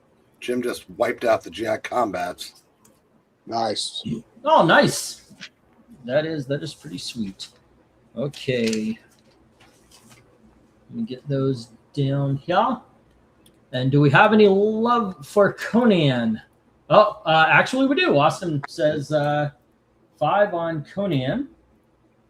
There we go. And it is 168. Jim also bid on the Defenders giant size from the last lot. Alrighty. And let me get that. Jim has Defenders giant size. Gotcha. Wow, TK Carter, the guy who played the teacher on Punky Brewster, died. Yeah. Mr. Mike. Call me Mike because I'm your friend. I'll never forget that. That's creepy. It was the 80s. Was it? Was it a very special episode where they No, learned how he to? was a regular cast member like in the second season, but they wanted to do the cool teacher, so he had them all call him by his first name. It was that whole thing. Gotcha. Right. Okay. 5 on C through J. Push back. We have 6 on C. Woo! Alrighty. We're a fifth what were they away. again? We're a fifth away to a firefight. Because that's as close as I've been able to get in 2 months. We have been so close a couple of times. Like the last time it fizzled at nine bids. It was like, oh, so close. But what you gonna do? And then we had one go to a Donnybrook, and we had one go to 8. Rebecca from Donnybrook Farm. So, see our old pal Richard C's up to these days? Oh no, what? He's going after the ICE agent. Oh my! He's gosh. he's a dumbass with a gun. Are you shitting me? No, he made a video about it and everything today. He's so far gone now that. Well, it's one thing. It's one thing to okay. Well, this thing about comics, I'm going to say something stupid, but there is legitimate footage. There is body cam fucking footage that was released yesterday. So to make maybe he made it yesterday and he released it today, but to make a damn video about it today and lie your ass off, that's all you're doing is lying your ass off. You're not dealing with facts. You're looking at it going, yeah, well, and you're continuing because you're so far up your own fucking ass in your freaking bubble. It's ridiculous. It is fucking ridiculous with these people. The people that he, curries favor with now will go to their graves believing that woman was some angel that was brutally and senselessly murdered by an ICE agent. You can't change their mind. I said, yeah. And then when, go on ahead. Sorry. No, so all the facts in the world don't matter to someone who's like ideologues and zealots that I said their narrative is what they want it to be. If anything doesn't match up with it, it's not real. And Richard is not. I think he's that far gone now. She is legitimately staring that guy down.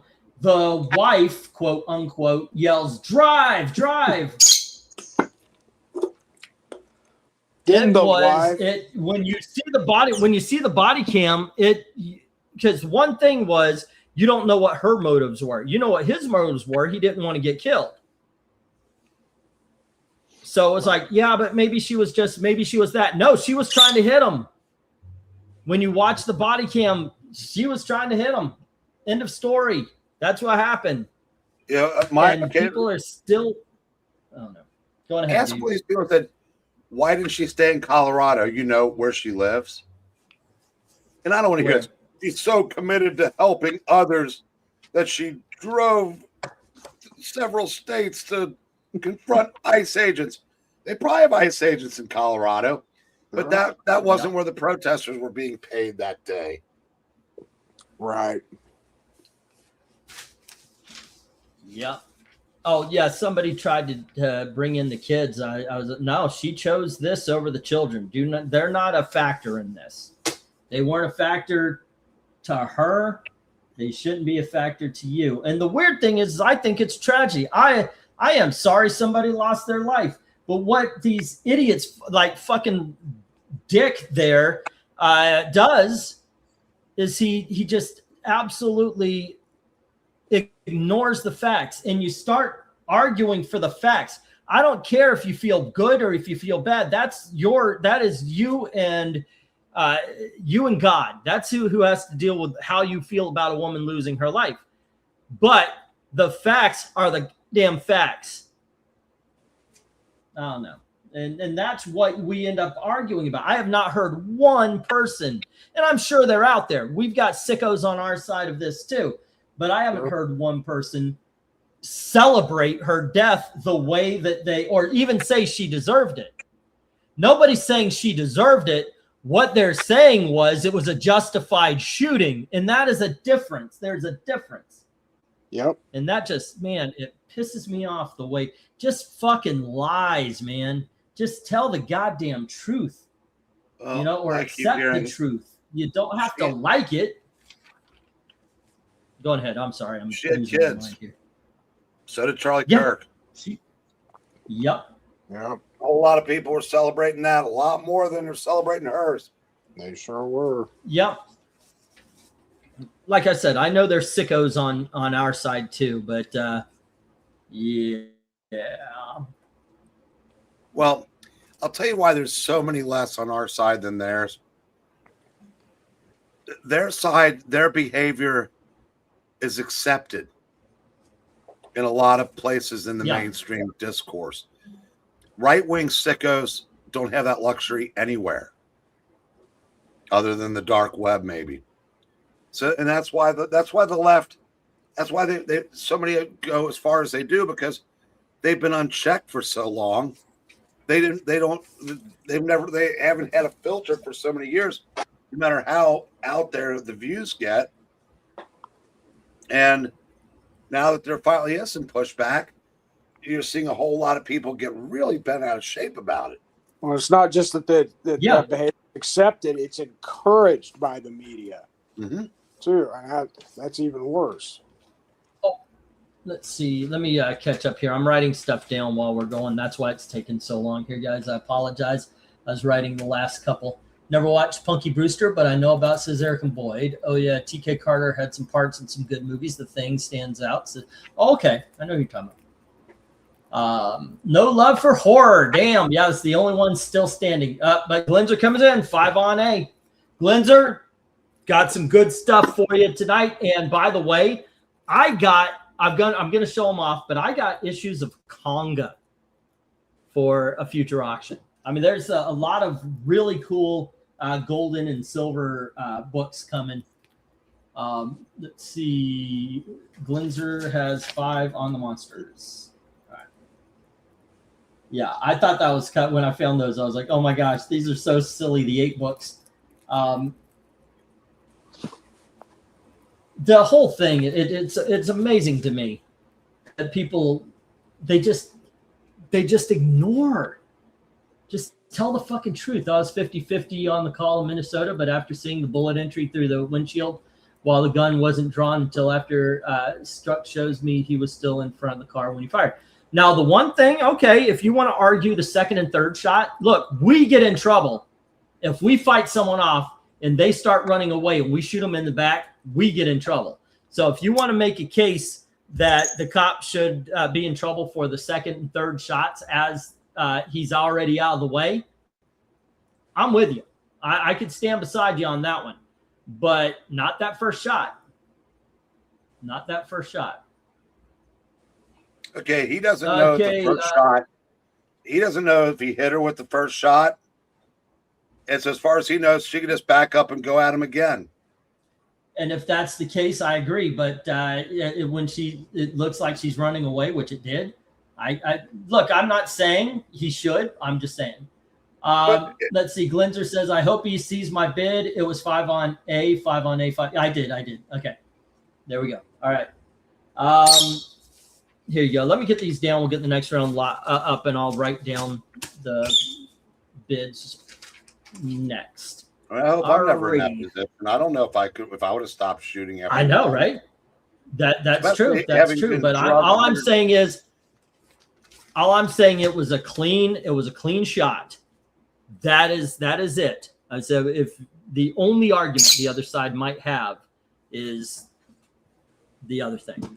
Okay, so we've got the horror monsters with Glenzer, Conan with Austin, GI Combat with Mill. Is it on this? Oh goodness, I gotta check. It was Mill, right? Who has the 6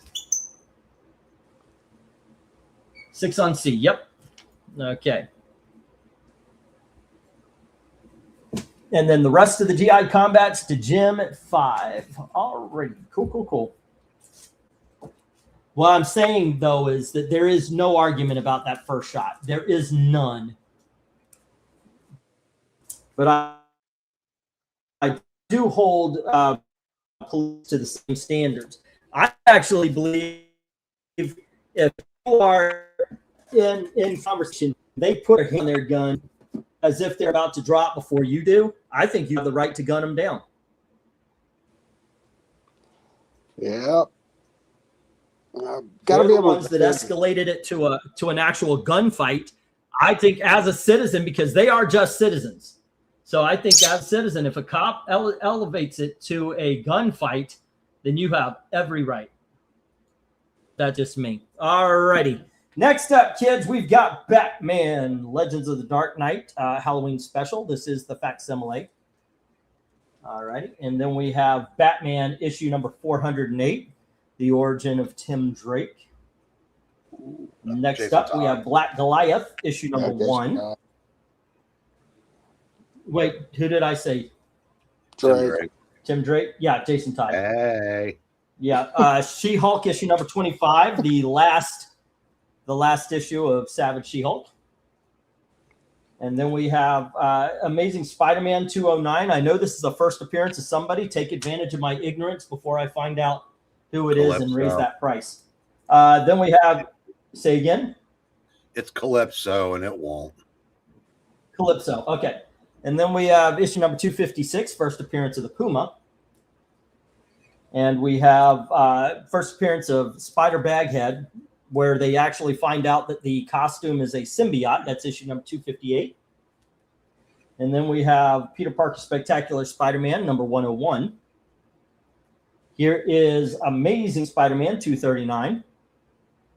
And we have Amazing Spider-Man. Oh, it should be over here.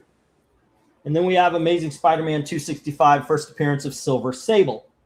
Bidding begins as soon as I get the go, as priced, as soon as I get the go for lot 11. All right. Go for lot. Jay, did you see the unboxing I posted the other day? I haven't got a chance to watch. I saw the very beginning of it, but man, it looked impressive what I did see. Yeah.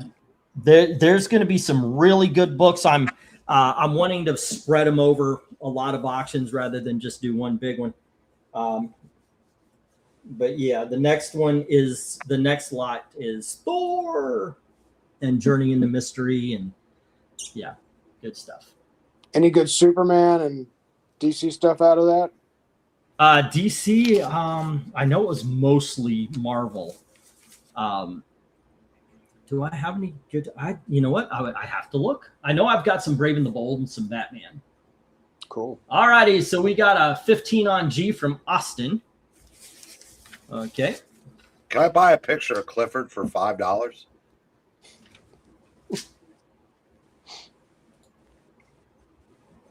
Clifford the big dog. There you go. Oh, Billy. Okay, so we've got thank you very much. Got to bring out the Clifford. 15 on G, which is the Spider-Man issue number 258. All right. Where do you go on this board, Eric?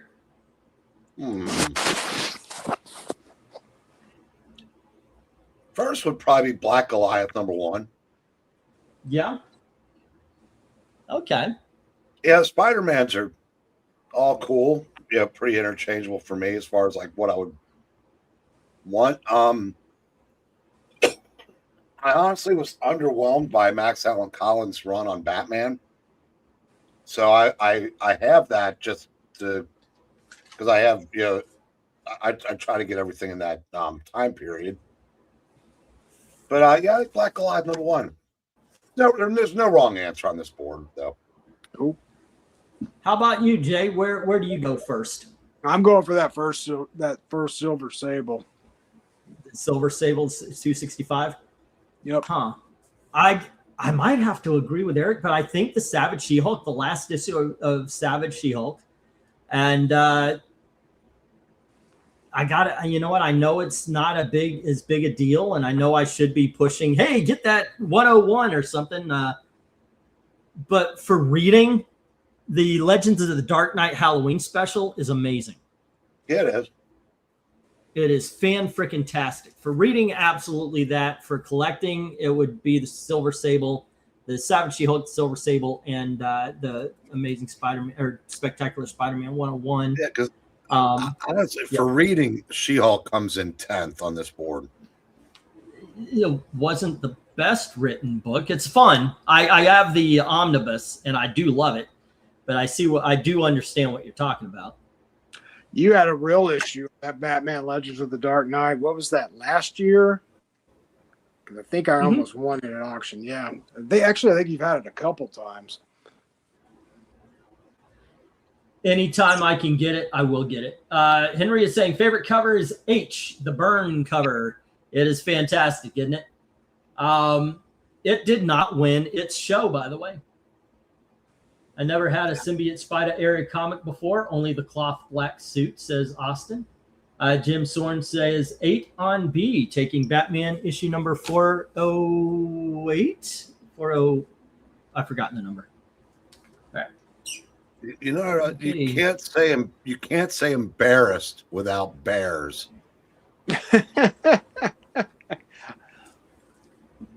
Poor Bears. Green Bay just fumbled, kicked the ball about 10 yards up, and a bear tried to dive on it, and it basically scored it out from underneath him. Now, the Bears didn't get that gain, but the Packers didn't get those yards, but they kept the possession.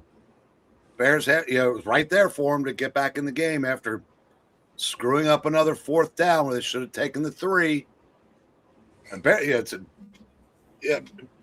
all the good things I was saying about Ben Johnson and Caleb Williams, they're undoing them all tonight. He's been terrible. His coaching's been dreadful. Glenzer says Black Goliath number 1, giving Zach an apology. Not sure why Spec Spider-Man is in this lot. Honestly, maybe it's a 9/8 condition. What Spec Spidey are you not wondering the Spectacular about? Spider-Man. That's gone up in value because of the cover. Yeah, it's just a fantastic cover. People love and collect it. All those Spider-Man books are good, but I'm not really collecting anything early web for the most part, says Jim. Bad News Bears? Oh, okay, I get it, because the thing, yeah. All I know is that the original symbiote Spider-Man, says Austin, stories don't have the symbiote be as intentionally bad as the later adaptations would make it, since Venom wasn't thought of until way later. And Mill says 20 on I unless otherwise bid. Nope, nobody has taken the first appearance of Silver Sable yet. I will put you down for it. Alrighty. What's crazy about first appearances? Spider-Man 238 is over $500, and you can get the second appearance for $15. Oh, the Hobgoblin. Yeah. Oh. So that's the second appearance of the Hobgoblin, basically, 239. Yeah, sir. All right. Well, that's a sell point. All righty. Mill says 20 on the first appearance of Silver Sable. Okay. Well, all right, guys, I'm going to go ahead and turn in for the night, but I had a good time, and it was good talking to you guys again. Turn into Welcome what? back, Jay. Do what? Yeah. Welcome back. Welcome back. Wow, yeah. All right, guys, see you later. All right. See you later. See ya. I'm going to let this sit for a touch while I write down the last couple of lots. Let's see. I need Jim Sorensen for the GI Combat. Good stuff. Let's see. Cocaine Bear is better than Chicago Bears. Oh, okay. It was a fun thing. And that was, let's see if I get these numbers right. 222, 244, 226,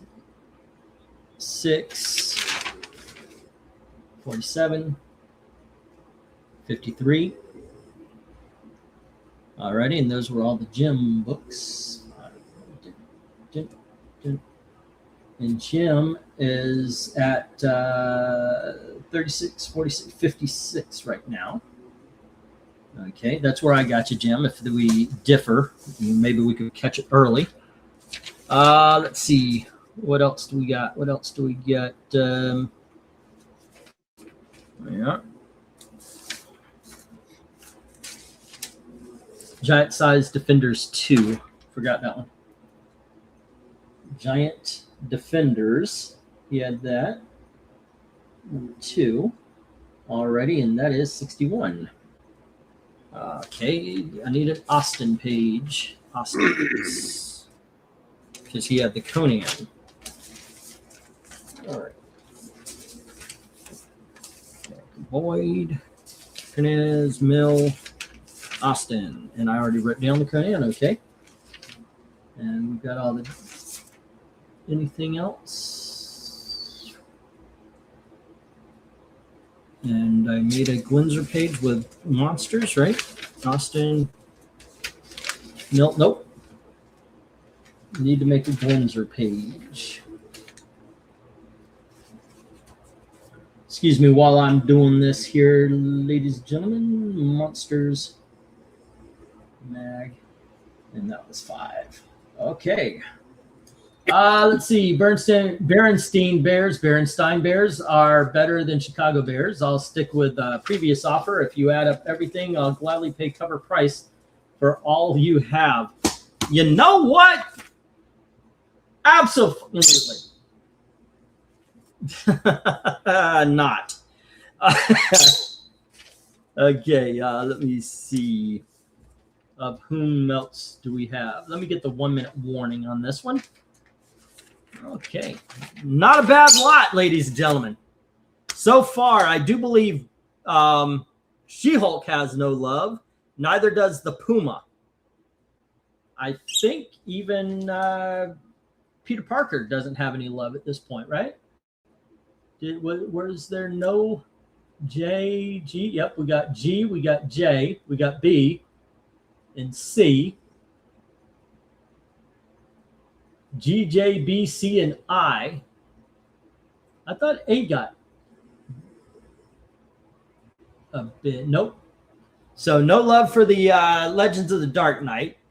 There's no love for the She-Hulk.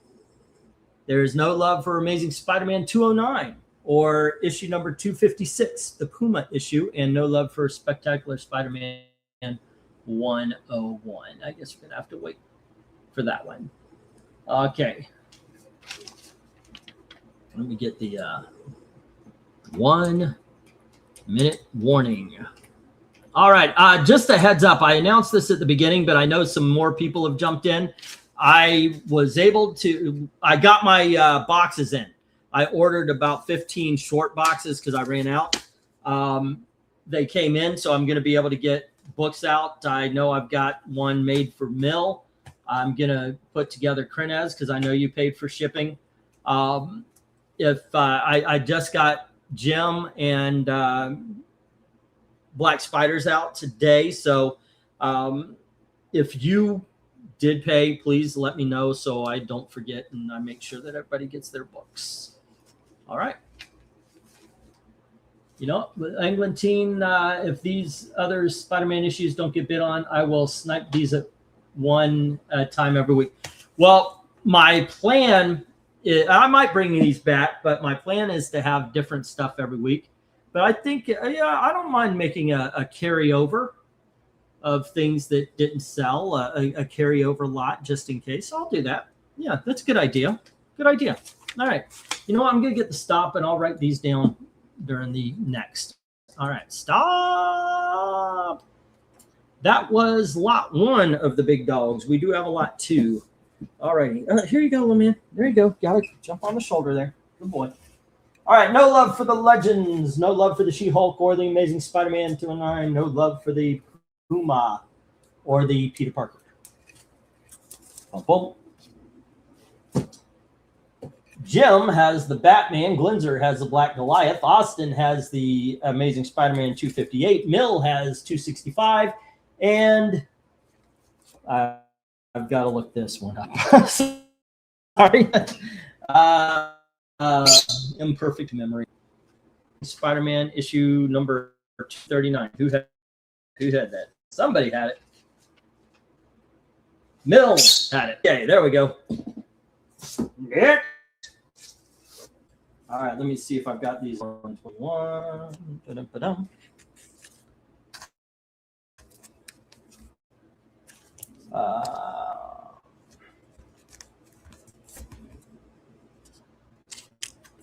Okay, put that one there. Put this one here. Gotta make sure these are in order. Sorry, guys.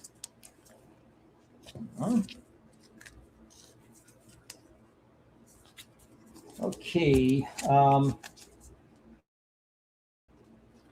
see what we got here. Issue 122, 121, and 119. Alrighty. 1, 2, 3, 4. Why don't we put this one? Yeah. Alrighty, kids. Next up, we have Journey into Mystery.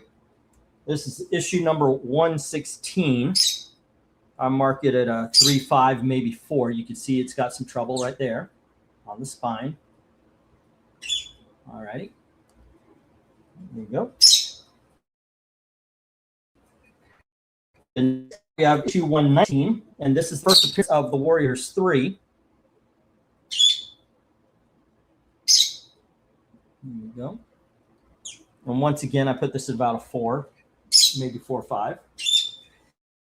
And then we've got Thor, or Journey into Mystery 121.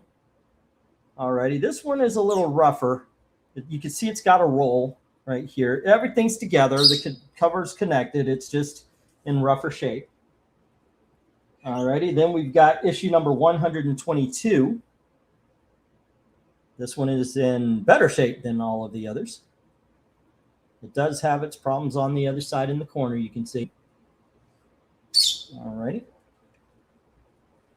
And then we have Thor special number 2, fighting the Destroyer. And of course, you also have the Executioner and the Enchantress. Alrighty. And then we have Thor issue 146.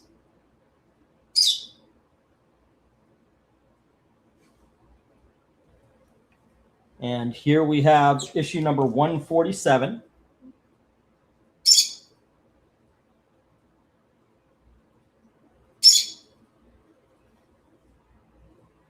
There we go. I'm trying to go a little bit slower to give a clearer shot at what the books look like. And next up, we have issue number 149, second appearance of the Wrecker.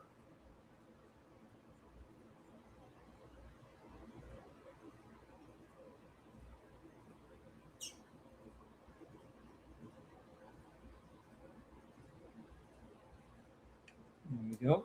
And we have issue number 160, and now Galactus.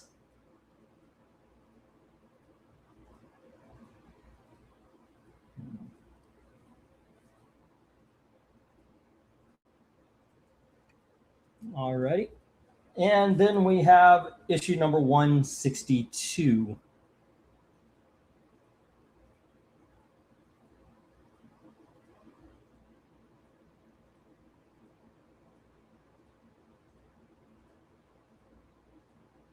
There we go. Bidding begins. Price is marked.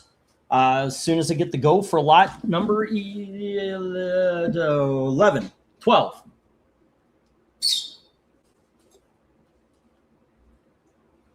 All righty. Go for book or lot 12. Sorry, not book 12, lot 12. I'll go 7 on E if interested. 7 on E. That was no, sir. The first appearance of Calypso. I'm going to wait on that one. This is the first time it was shown. So, yeah, I'm going to wait on that one. Mill says $7 on E, Spider-Man versus Craven. If, yeah. All righty, great covers. Thor versus Galactus is the best. Thor versus Absorbing Man, Thor versus Loki, Thor versus Wrecker are all great. And we got 8 on C from Austin. Eric, where do you go on this one? Yes. You knew okay, I have a question. I do. I have a question because this is a concern. I very rarely go above the 15 mark. Do you think these are fair? Because I think I looked up eBay and then I looked up the comic book realm. I was just because I always worry but I'm always somebody who has undervalued myself and my stuff. Do you think these are fair price? Yeah. I'm just not sure what the market is at that price these days. It's funny. I said it's weird. The Thor 160. That's the second time I've seen that in a video today. Yeah. Jamie picked one up. Really? For a couple bucks. Now I don't know what kind of condition it was in, but the fact that you can get a Thor 160 this is in good condition. Yeah, for under $10 that didn't decompose in your hand. I said, so weird. Yeah, the question is definitely fair. But is there a market for it at this fair value? Well, I don't know. To ask Jim. Jim's. All righty. Yeah, I wonder about that because, like I said, I do undervalue my stuff a lot. I realized I did that when I went to a pin show, and it's a trading show at the Contemporary Hotel at Disney. And I had a lot of the same pins, but since some people got there early and were able to sit down and have a table, for some reason it seemed like they had authority. And I was like, yeah, their stuff is this, but and I undervalued. Like I had no confidence in my stuff. This is good stuff. I went through this. I went through. Say again. I love the annual. Me too, right? And it's in great condition. I went through all of these books. And I looked and I made sure what is wrong, what is right. As you can see by C, I priced them what I thought they were valued. I looked on eBay and then I looked on Comic Book Realm because Comic Book Realm, what it is it starts at perfect at a 10.0 and then it'll tell you where it is. And a lot of these, it would be like, I would give a lot of these maybe a 4 tops. I give some 7, like the Thor annual number 2. But whatever it said on Comic Book Realm, I still went down $10. And then, by the way, I was like, the Thor 119, based on what I was being told, I actually had it at 40. I went, nah, I'm going to put it at 30. A lot of these are $5, maybe $10 less than what Comic Book Realm told me, minus $10. So I tried. All right. Let's see what we got. Austin says 8 on C. Oh, go ahead. I'm sorry. Those are good prices for this auction. And they're good prices for if you saw them in a comic shop.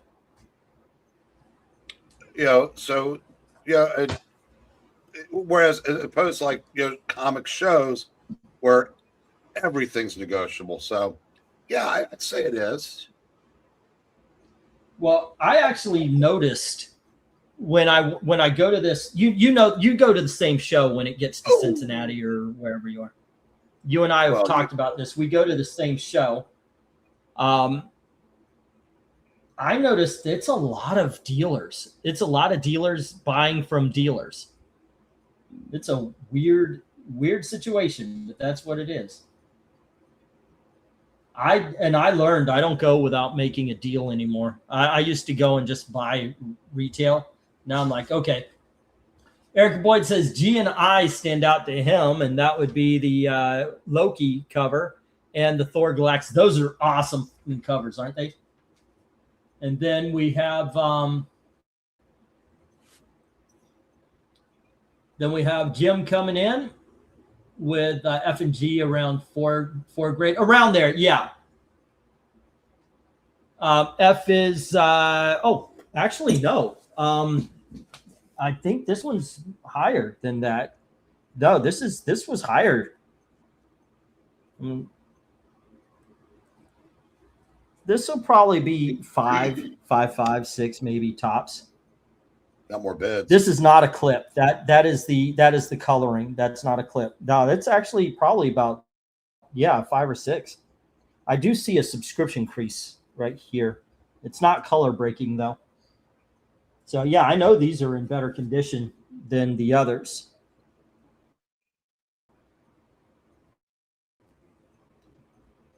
Yeah. The lower grade, the first appearance of the Warriors 3, this one because you got this on the side. The first 3 here are the lower grades. These are higher. These 2 are higher grade. So are these 2. I think these are more mid-grade, and that is a higher grade as well. Alrighty. Okay, and let's see. Jim.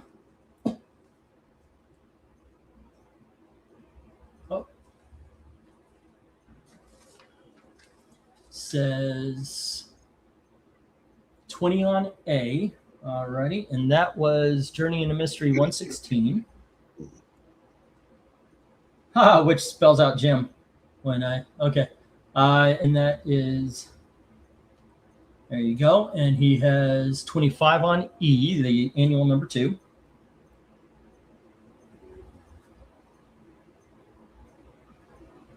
Alrighty.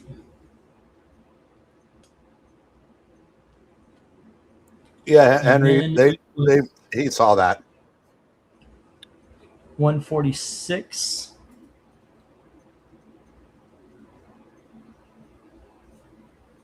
Okay. And then let's see. H is 20. The second appearance, that's 149. Thor, 149. And then scroll down.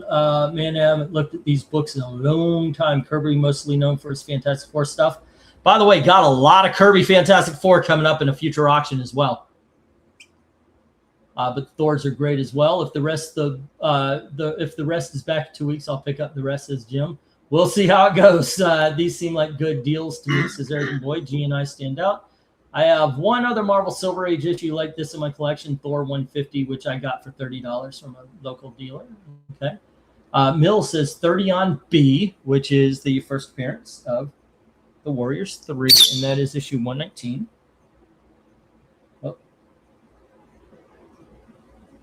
What was 149 again? 149 was 20. Okay.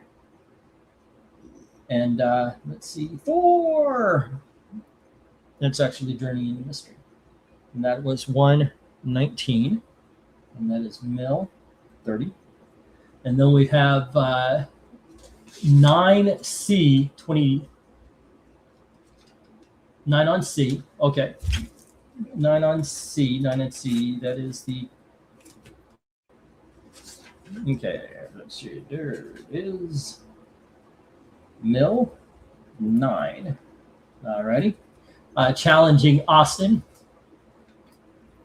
and then he says 20 on D, alrighty, and that is Journey into Mystery. What was that issue? That was 122. Okay. Journey into Mystery 122 to Mill, and that was 20. All Kidokis. And then let's see, 20 on I. That page is filled. And that is 4, 160. Mill has whoops, where'd it go? 20 on I and 25 on J. Okie doke. And then 1, 2, 3, 4, 5 B. And that is Thor 162. Mill 25. Okay, let's see. Scratch that. It was Thor 151. Got looks like you're sweeping the house with this lot. It does so. King Kirk says 16 on F. That is 146. Alrighty, this is There you go. And we've got Ken K challenging Jim on F with 16. All right, Englandine E, did you see that Mill offered you $7 on? Yeah, I did. That was what you were answering earlier, I guess. 10 on C, says Austin. All right. And let's see, 17 on F, says Jim. Alrighty. 18 on F from Ken K. We have our first fisticuffs. And then Grand Admiral, hi all, he says, before he puts down a $30 bid on Jay. All righty. Then we get a 20 on F from Jim. All righty. We are on our way to a Donnybrook, hopefully. There we go. Let this ride for a little bit. Chicago just scored. What's up? The Bears just scored. Woo! This is actually become a great game. And they showed a guy in the stands, and he's got a Green Bay on the sweatshirt, and he's cheering. I'm like, what the hell? Then I looked lower and saw socks. All righty.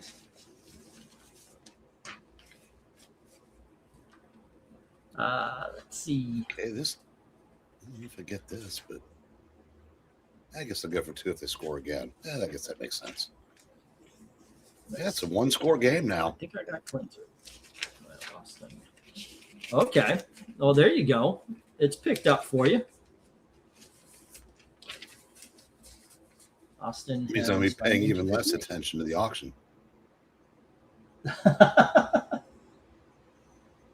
Well, I appreciate you're here for conversation when it does arise, and intermediate game announcements. It works.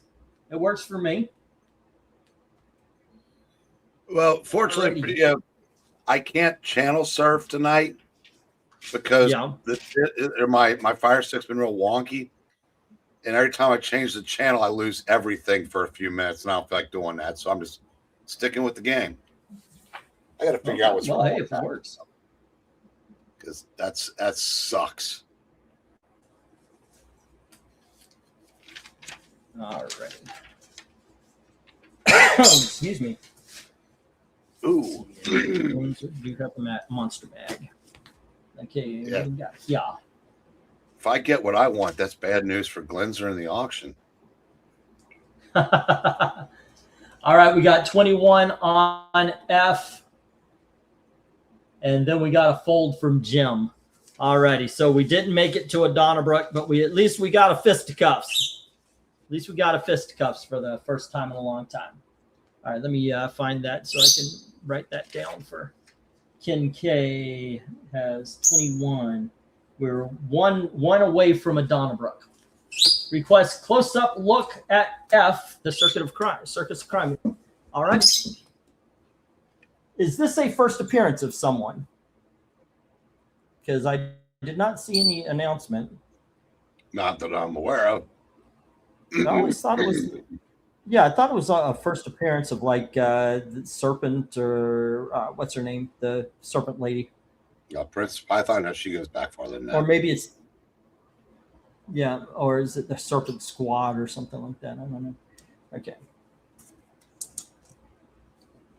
Bum bum ba da da da da da. Pack wins by 1. Push. Pack wins by 2. I get 100. So E becomes a cheesehead tonight. F yeah. I love cheese. I love all sorts of cheese. Jim says 25 on E.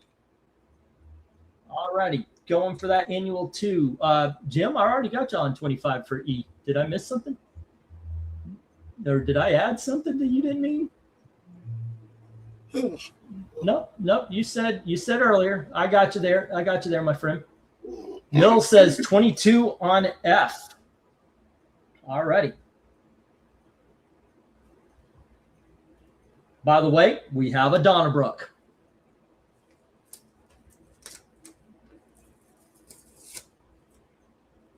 All right. Okay, as I said, this isn't a 3 or 4. as you can see, the back is actually, I mean, it's tan. Does have a scribble right there. And you can see a couple of presses. All right. No tears. Looking at the front cover, you can see like it's been thumbed right there. And we have a tick right here and here. And you see a little indent by the staples. You do not get that, but you see the staple right here. There's an indent and there's one right in the corner here. All righty. Open up. You can see the staples are actually in there clean, and the pages have that what should be normal coloring. All righty. It's actually very well put together. Yeah, like I said, this is probably 5/6. I'm trying to find the centerfold. Okay, it's either on the other side or this side. There we go. And you can see the centerfold. Awesome. Great lineup of cartoons, and the staples are in there nice and tight. Yeah, I would definitely put 5/6 maybe. There you go. Okay.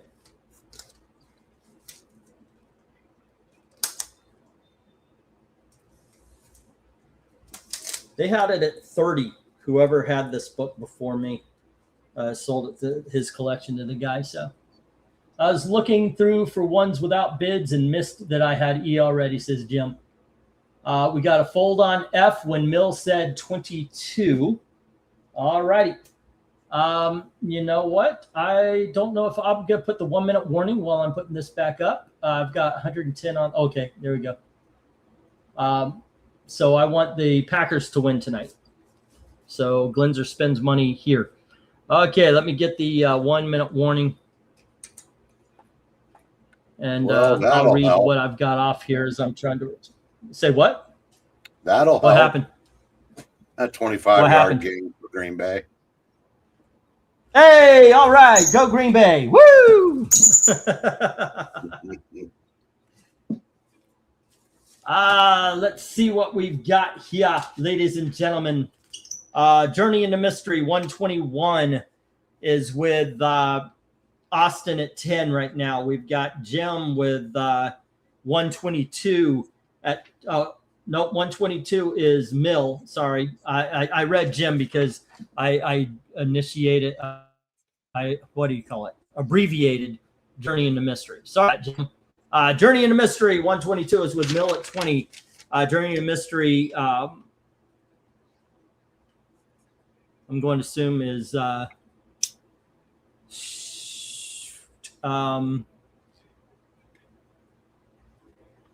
damn it. Thor annual number 2 is with I have Journey in the Mystery, Jim, $20. I don't have the number. Let's see. Annual number 2 is with Jim at 25.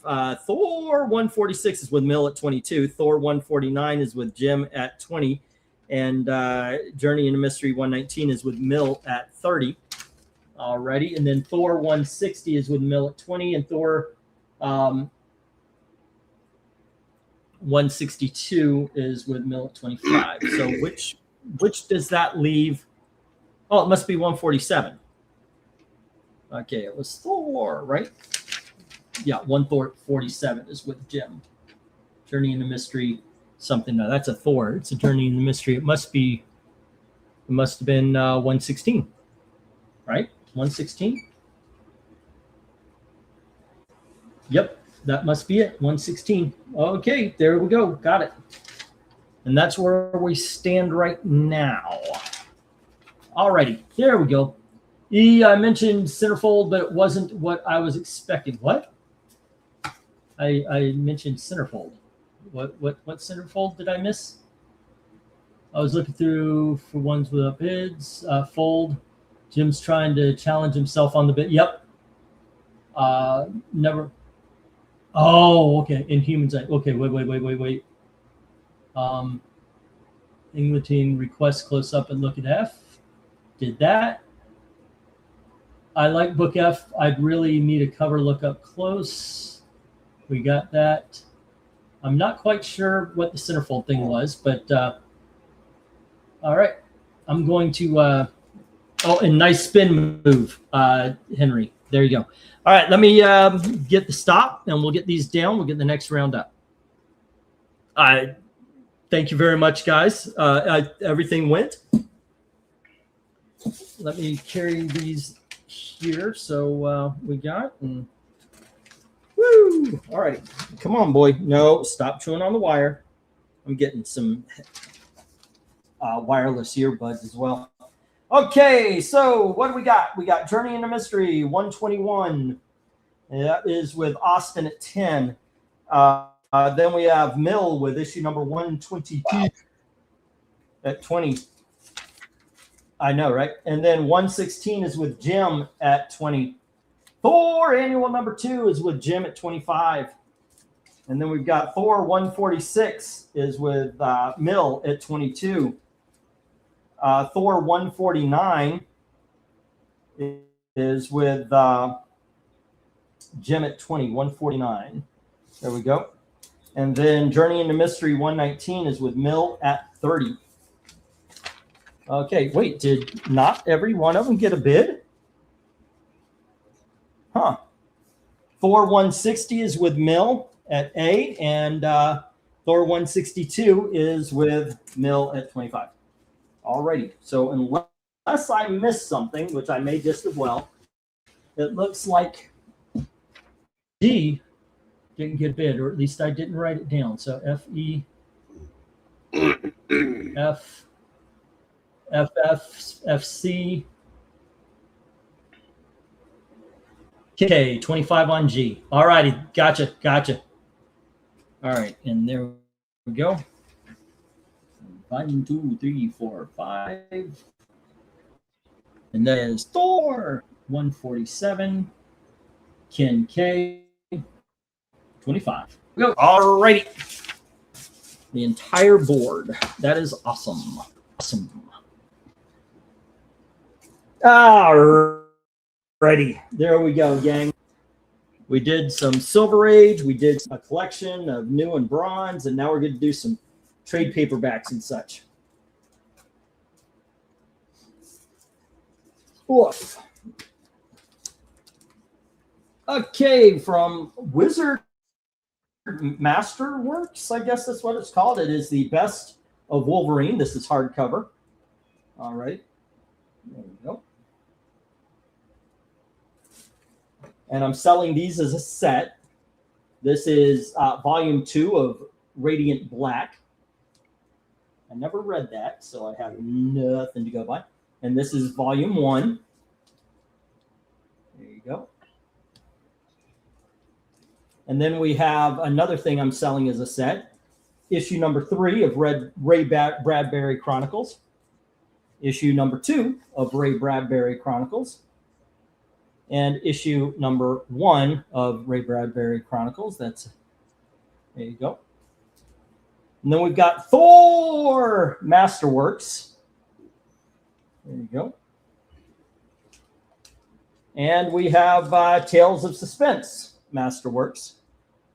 Now, this is 80 right there, and from what I looked on the back, 80 the cover is usually the last issue, so count backwards, and there you go. Then we have the Avengers Masterworks and Fantastic Four. This is where I learned that, by the way. So this is 21 through 29. And then we have the Strange Tales. Oh, wait, let me do this. Then we have the Strange Tales. There you go. And this one. So both of them. And then finally, we've got Indiana Jones and the Tomb of the Gods. There you go. Bidding begins as priced as soon as I get the go for lot 12. Alrighty. Oh, whoa. Don't attack my hand. Do not bite the hand that feeds you. All right. Any you would be interested here? What would you recommend to people, since a lot of these are collections of old comics? I recommend the collections of old comics. Any one of them. Okay.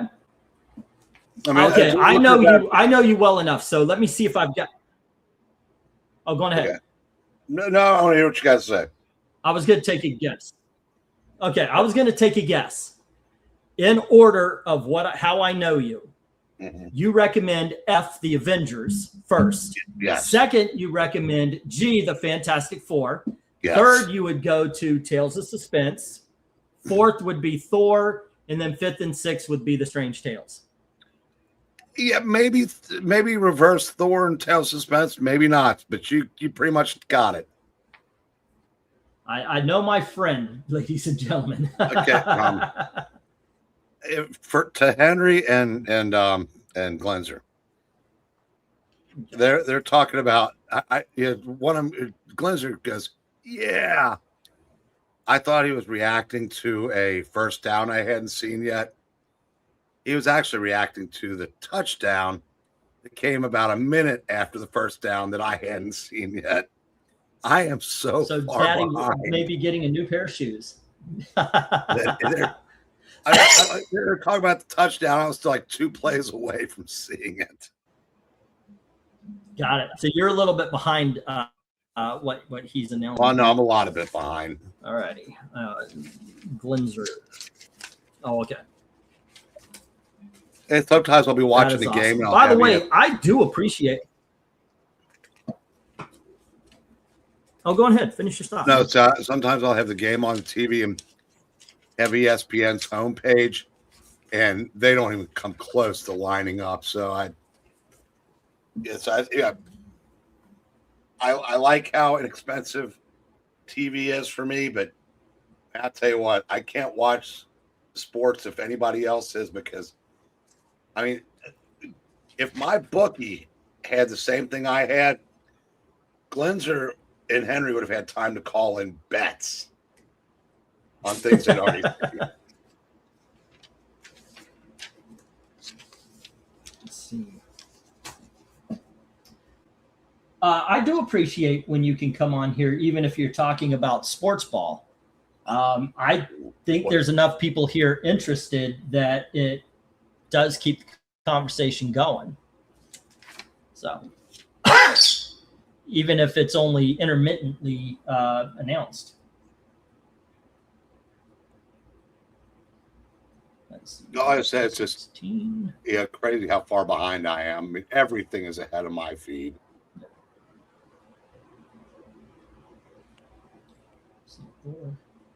Annual number 2. And then let's see, Thor 149. And then is that on that page? Yes. Tony Hayes didn't have anything on the last lot. Okay. Eric and Boyd didn't have anything on the last lot. Prenez didn't have anything on the last lot. Austin, however, had Journey Industry 1.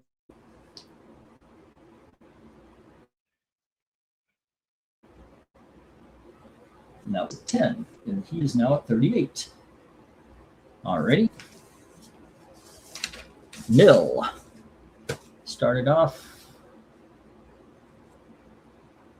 Let's see, Amazing Spider-Man 265. And then Journey in the Mystery 122.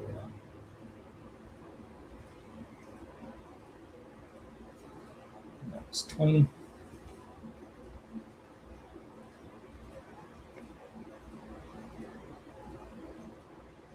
Okay. And let's see. Excuse me while I am writing stuff down here. I haven't yet got the new bids. Alrighty. 146. So who's winning right now? Green Bay's up 11. Hell, game might be over for all I know. Oh, cool. Yeah, if you want to know, ask Glenzer or Henry. They're half a quarter ahead of me. 22 is 84, and that's 114 for Mill. All right, which would be 64. Okie doke. And, oh, nope. 160 and 162. Forgot about those. 160, 162. And that is 20 and 25. 20 and 25. And that is 84, 100 and 400. All right.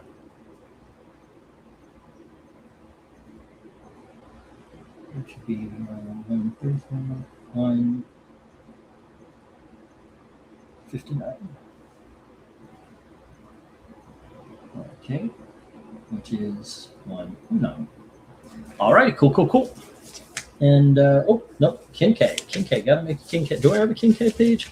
Have to write a King K page, I think. King K got a couple of them. All righty, and it was King K who had he fought for 146, did not get it. And it was Thor 147. Thor 147, and that was at 25. All right, cool. And let's see, of whom else? Mill, Glinzer. I got Glinzer. I think I am done. All righty, cool. All right, I'm done with the last one. Sorry about the time it took there, guys. Want to try to be as accurate as possible. I know sometimes I'll fail, but sometimes. Hey, what? Any new people tonight? No, not tonight. But looks like our regulars are reaping some benefits. Come on in, man. Mill says 8 on E, getting the Tales of Suspense. 1, 2, 3, 4, 5 E, and that is Tales of Suspense. Masterworks. Ooh.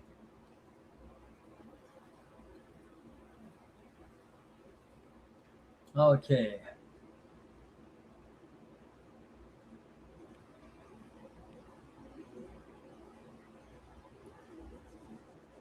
And then we have 20 on C, which is the Ray Bradbury. Ray Brad, and that is by 1 through 3, and that is Glinzer at 20. Okie dokes. Then we have 8 on G from Mill. Okay. And G is Fantastic Four. Fant 4 Masterworks. That's Mill. 8. Let's see. No big deal. Could be worse. Excuse me while I whip this out. By the way, Ray Bradbury Chronicles, the short story collection, is excellent, especially Mars is Heaven, says Glinzer. Pistachio, quite quiet lately. He is on top of my head, and he is picking the hair out of my head right now. I don't have a lot, but he's trying. Let's see. No worries, bro. Onside kick the ball. The pack from getting the first down. They're hitting more and more because the odds are in favor as compared to the Pats a few years ago. Nothing but old folks here, says Rhaegar. Hey, Rhaegar. Oh, shit. The Bears might pull this off. I'm looking for my walker right now, says Mel. Stop asking me to come in. You should come over here. I've got work to do. Join the party. Join the party. We got Insured and Werther's Originals. Hey, Werther's aren't bad, but I can't eat them because of my teeth, old. That Bradbury's a solid read, says Mill. The old timers are funny, says Jackson. Maybe if you tell Venkman you have cookies, he may come over. Actually, we do. We have snickerdoodles, don't we? Yeah. We went to a local bakery. They make snickerdoodles for $6 a pack. He is doing well running my channel. Venkman Loves Comics. All righty. And let's get the 1 minute warning. Not a lot of love here, but a little bit. It's okay. All righty. And Gail just woke up, and she's going to attempt to get out of the bed on the first try. And she just shot me the bird, but she used the wrong finger. What is that Indiana Jones issue? It's actually a trade paperback. of a story called Tomb of the Gods. Indiana Jones, Tomb of the Gods. All right, let's see what it is. Tomb of the Gods is a comic series from Dark Horse Comics that began in July 2008. Let me see. Indiana Jones took on the quest of archaeologic Hilbert to keep pieces of a mysterious artifact from falling in. Artifact was found in Siberia in 1931. They bought it in the third. Okay, that's basically it. I think that's a summary. I could read the whole thing, but there you go. If you're an indie fan, it's a must-add, says Mill, and Tony says, I shall add it. 1, 2, 3, 4, 5. There we go.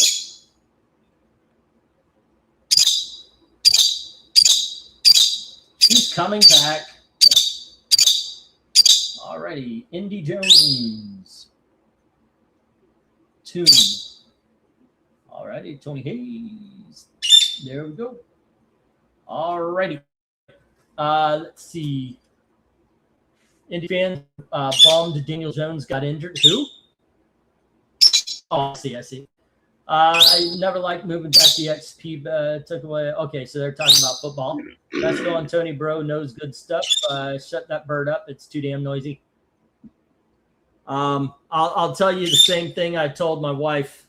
You're gonna leave before the bird leaves. Right. She laughed at that.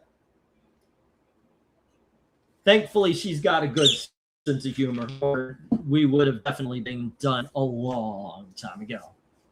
All righty, I'm going to need a Glenzer, and I'm going to need a Mill. All right, Mill. Going to need the Glenzer page, going to need the Mill page. Here's the Glenzer. Going to need the Tony Hayes page. All right. You okay there, Eric? Yeah, I'm just watching the game. You missed the joke there. I was the one who said he was so. Oh, okay. For whom are you rooting anyway?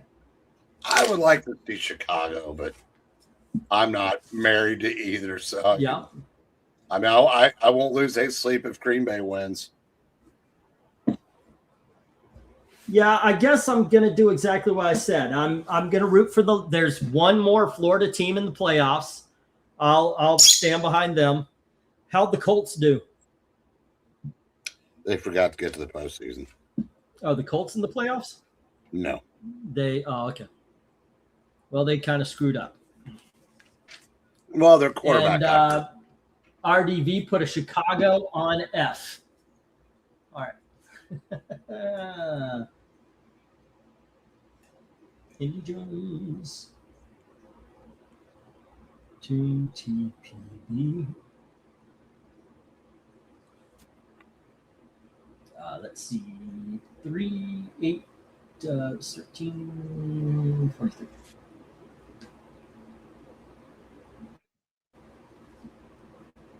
And I thought, did Tony Hayes not have anything in the mystery? Did he not participate in the big Thor thing? I thought he. Mill. Jim. Nope. Okay. Excuse me. Let's see. And on the other side, I do believe Tony Hayes. Nope. All right. Glenzer and Mill. Glenzer has the Ray Bradbury. Ray Brad Chronicles. And that is. Which puts him at 35. There we go. And let's see, Mill. That Tales of Suspense.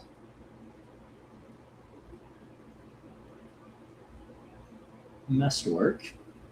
And that is at 8. And also, I believe there was one more. It's rigged. Everybody knows Raiders will win the Super Bowl this year. Does everybody know that?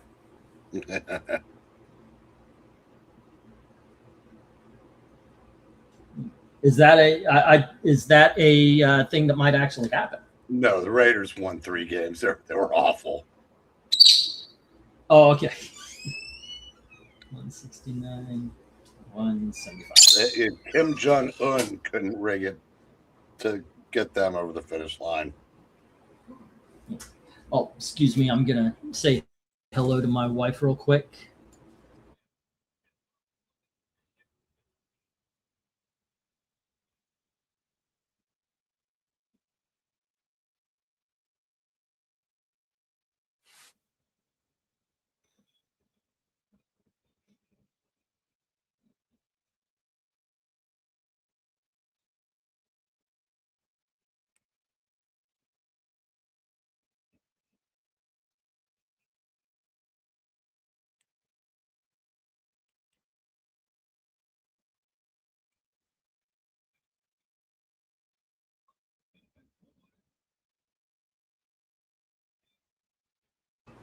Okay, sorry about that. Let me get the stop here, and we'll move on to the next. We'll get back to the $5.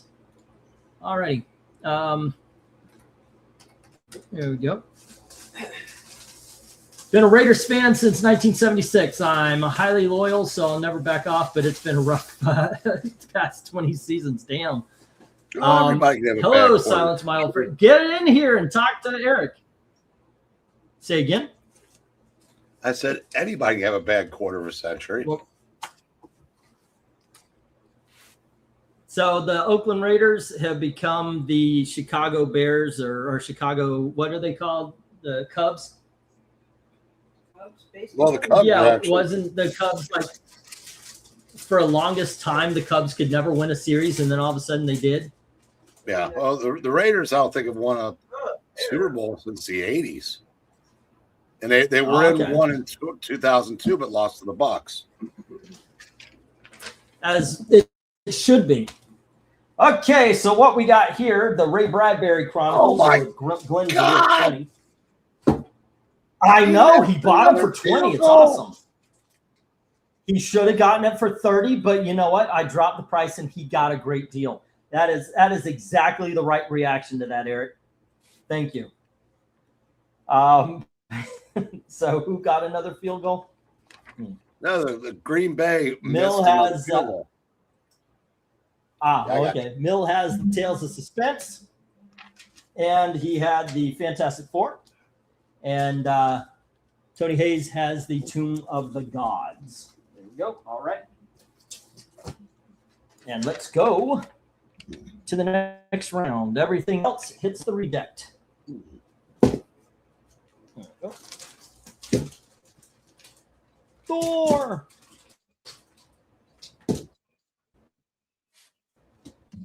I'll be right back.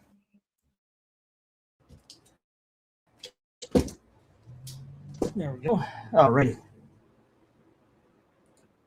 Okay. Gail, I'm going to have you come over here and host for a little bit while I go to the restroom. Just all you got to do is go, yeah, all these books, sure, I'll start the bidding at 50 cents. And everybody love you. You know what? You slept through it, but You'd be better off having pistachio. We had an entire lot of Thor. We could have used you just once. Thor! I mean, people they were buying books for $15, $20, $25. They deserve a Thor from you. Come on, Gail. Come on, Gail. 5, 6, 7, 8, 9, and 10. By the way, for those of you who don't know, for a while, Gail worked with a guy who apparently had the long hair like Thor. He had a ponytail and everything. And so he walked into the Red Lobster. Everybody that worked with her would go, Thor! So for a while I was doing the auctions, anytime we had a Thor book, in the background, you'd hear Gail go, Thor! And everybody loved it. But since Gail found out everybody loved it, like a true Democrat, she says, then I'm not giving it to you.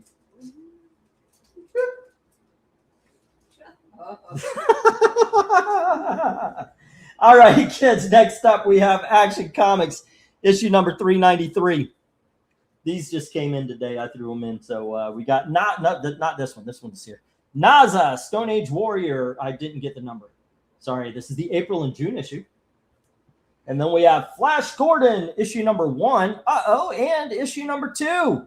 And both RDV and Eric have been saying this is a great series. And this is how you start it off right there, ladies and gentlemen. Then we have the Batman Ghosts.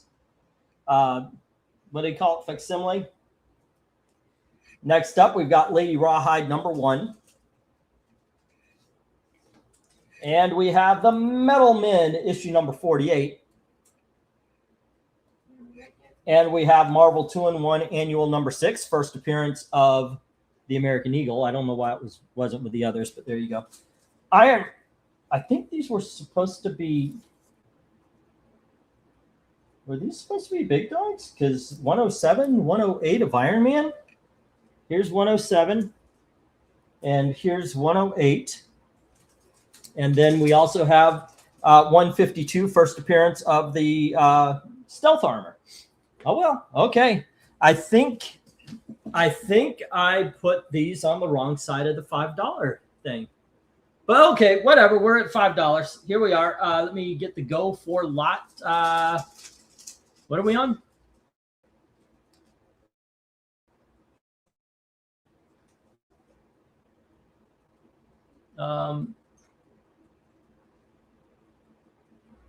This is only lot number 13. Okay, it's lot number 13. All righty. Go for lot 13. Here we go. See if there's any love for these books. Hopefully. What do we got? We got, we like Gail better. Gail would sell everything. Okay. Let's see. Yeah, they won Super Bowl 18 against my Redskins. Still think that game was rigged. The Redskins players came out of the tunnel like they were going to a funeral. Is that Radiant Black a trade? Yeah, actually, Krenez, it was volume 1 and volume 2 of Radiant Black for $12. Would you like me to put you down for it? Never kick, always look for better options, especially since NFL made things so difficult for the defense. Yeah. It wasn't rigged. It was rigging. First time I've heard Gail's voice, I feel quite honored, says Mill. Me too, every time. Every time I hear her voice. If Gail's a Democrat, then that makes you her beta. Right. Actually, she did start off more left than what she is actually now. I managed to convert her. That was way back in 1986.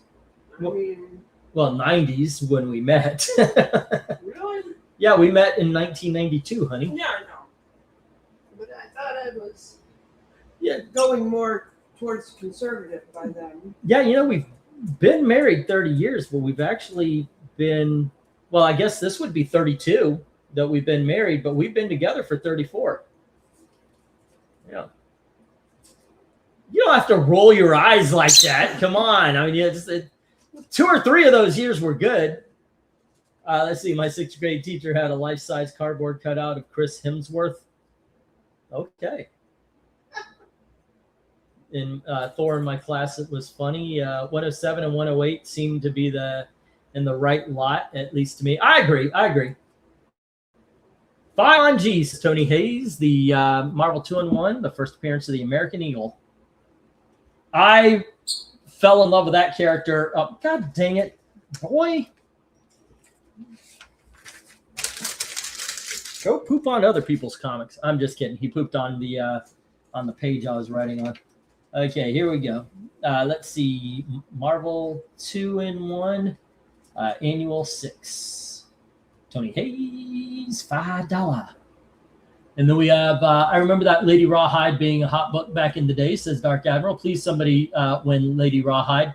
I got news for you. That is a different copy of Lady Rawhide. It came in the collection. Let's see. 5 on A, H, and I, says Jim.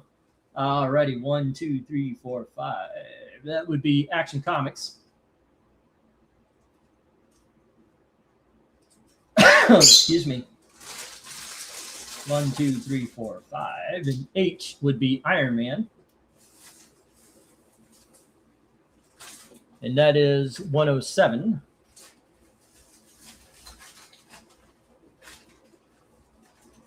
And 1, 2, 3, 4, 5.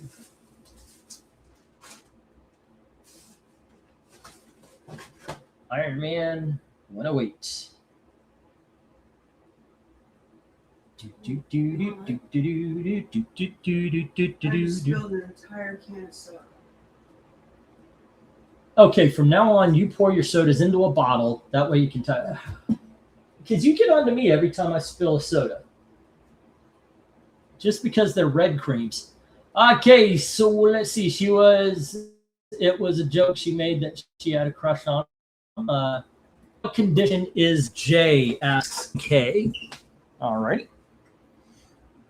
Let me see. Nice Iron Man stuff, says Henry. H and J are Keith Pollard art. J is JR Jr. Bob Layton art. Put me down for Radiant Black. Thanks. Alrighty. 1, 2, 3, 4, 5. E. Radiant Black. Volume 1. Volume 2. $12. Kren. All right. Thankfully, not a lot of E's on Invincible Iron Man. Okay, let's see what we get. Oh. Okay. This is a $2 book. When I held it in the light, I saw something. So yeah, I did not see before. So this is a $2 book. You see it right there? I'm trying to hold it in the light. When it was like this, I couldn't see it so much, but you see it? So yeah, it's a $2 book. It is, I'm going to have to say 3, 4-ish. I mean, everything's put together. Centerfold is fine. You can see, I mean, but it's got something on it right here. So I'm going to put $2 on this one, King K, if you like. Yeah, but I'm not $5ing this one. Alrighty. And Krina says 5 on C, the Flash Gordon.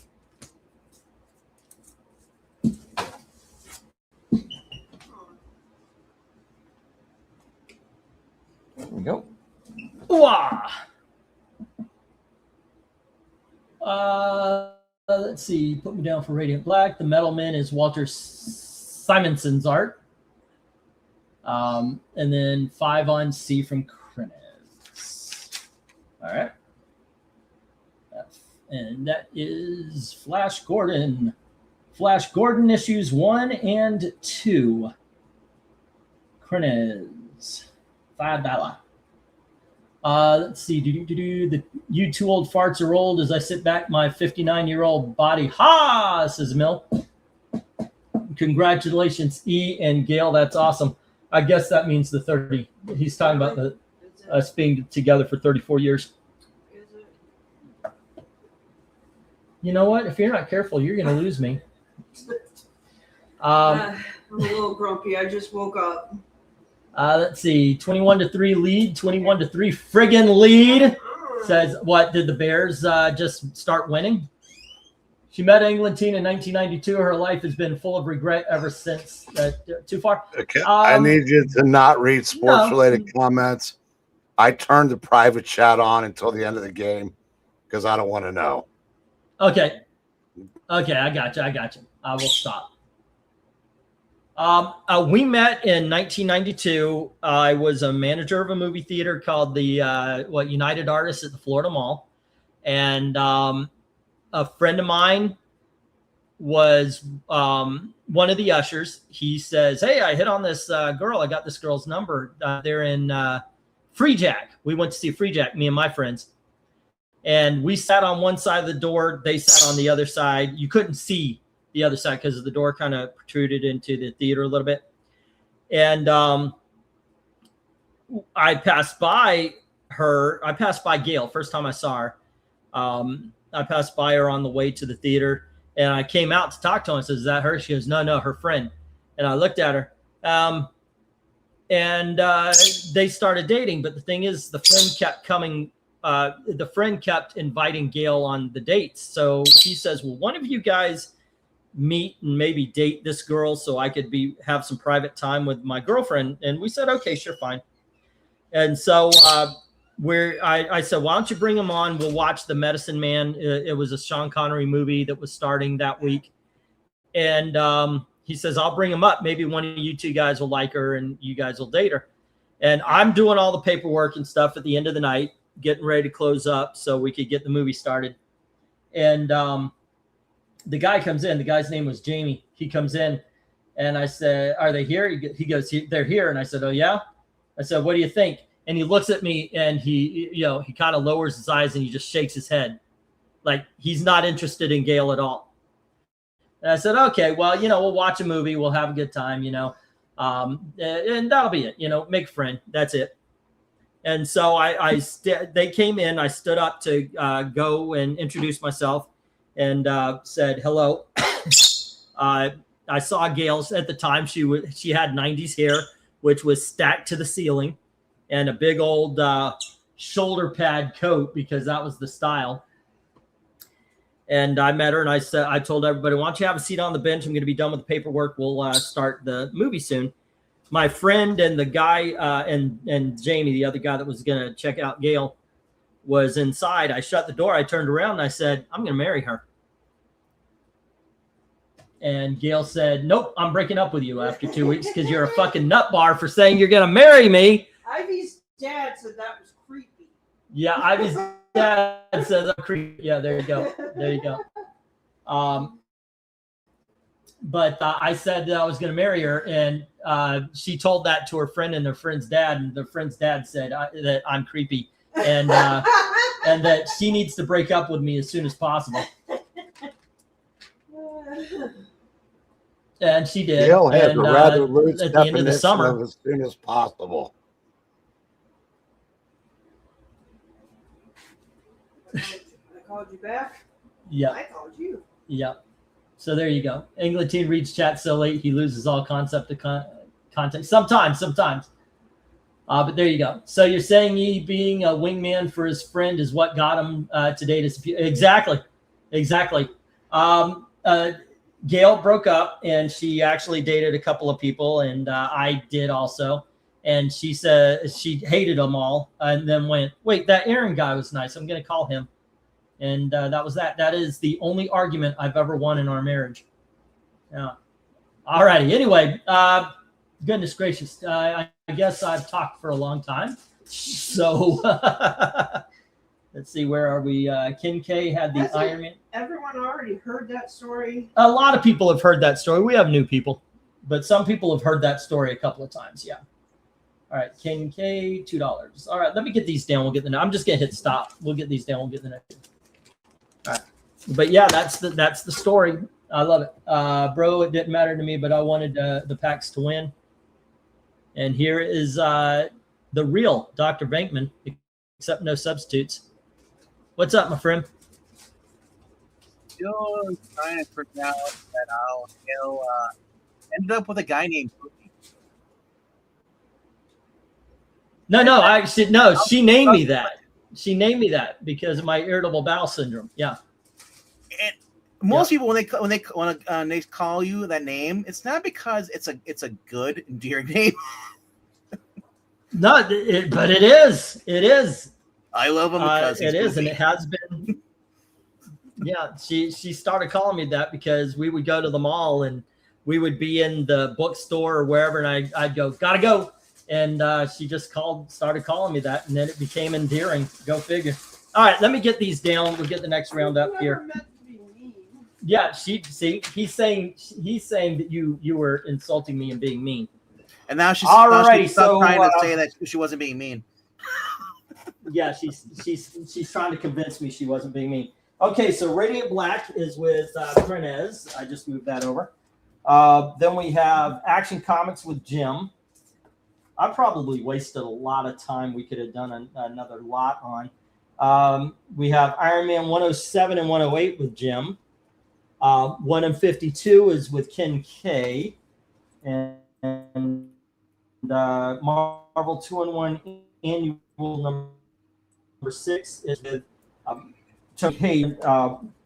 I picked up for Ken K was at $2. Krenez has the Flash Gordon. Everything else is in the reject pile. So we will see that Lady Rawhide again in the future. All right. That being said, there's a lot of new books, so you won't see it immediately in the future. There we go. Okay, 1, 2, 3, 4, 5, 6, 7, 8, 9, and 10. Still on the $5, kids. Batman. Batman and Santa Claus Silent Night Returns, issue number 1. This is the obviously the gift wrap. Hey, cool, Mystery book. And we sorry, Raphael. I was about to say Grandpa. Batman Gargoyles of Gotham, issue number 1. We have Spider-Man, issue number 26. And it's shiny. Let me see if I can't catch the hologram. It does work. I did get it going. Maybe if I turn this on. There, turn on. Maybe I can get it work. And nope, it just causes a ring. There we go. All right. And then we have Spectacular Spider-Man 189. Also has the hologram, and it works. And then we have Web of Spider-Man number 90. There you go. And then we have King Kong, issue number 1, the official adaptation of the Peter Jackson movie. Superman Space Age by Russell and Mike Allred. That's issue number 1. And then we have Uncle Scrooge and the Infinity Dime, issue number 1. We have Rook, W.B. DeBay's Rook, Desperate Times. This is trade paperback size. It says volume 2. Alrighty. And then we have The Illustrated Adventures of Robin Hood, adapted by Martin Powell and Stan Timmons. Bidding begins at $5 each. As soon as I get the go for lot number 14. Wow, we are so far behind. I talked too much. My ears perked up because I thought you said Disney's Robin Hood, the animated comic book series. I was like, ah. I did have that in a while back. Did y'all guys read it? We read all the issues online. Dominic is in the backstage waiting to be muted. Okay, I'll let him in. Yeah. He's surviving the riots Dominic. right now in Seattle. Oh, that's right. He's in a bad place for leftist politics. So, how you doing? Good evening, everyone. And no, I don't live in Seattle, but I can tell you I don't live in Portland. So, are you going to visit this Chaz town they're reconstructing? Heck no. I hear there's free food. The one in Minneapolis, I couldn't believe how much food they had in Minneapolis. I was like, damn. Look, I will say this briefly. Done with Trump. Give me that hot dog. Look, I'll say this briefly. Like when I heard what's going down in Minneapolis, my rush was, you dumb mother effers. Yeah. Well, I just got back from Wolf's live stream where it was just a hangout stream. While on top of him going over what myself, him, and the others are doing this year for 2026 in his channel. Yeah. Well, we're waiting.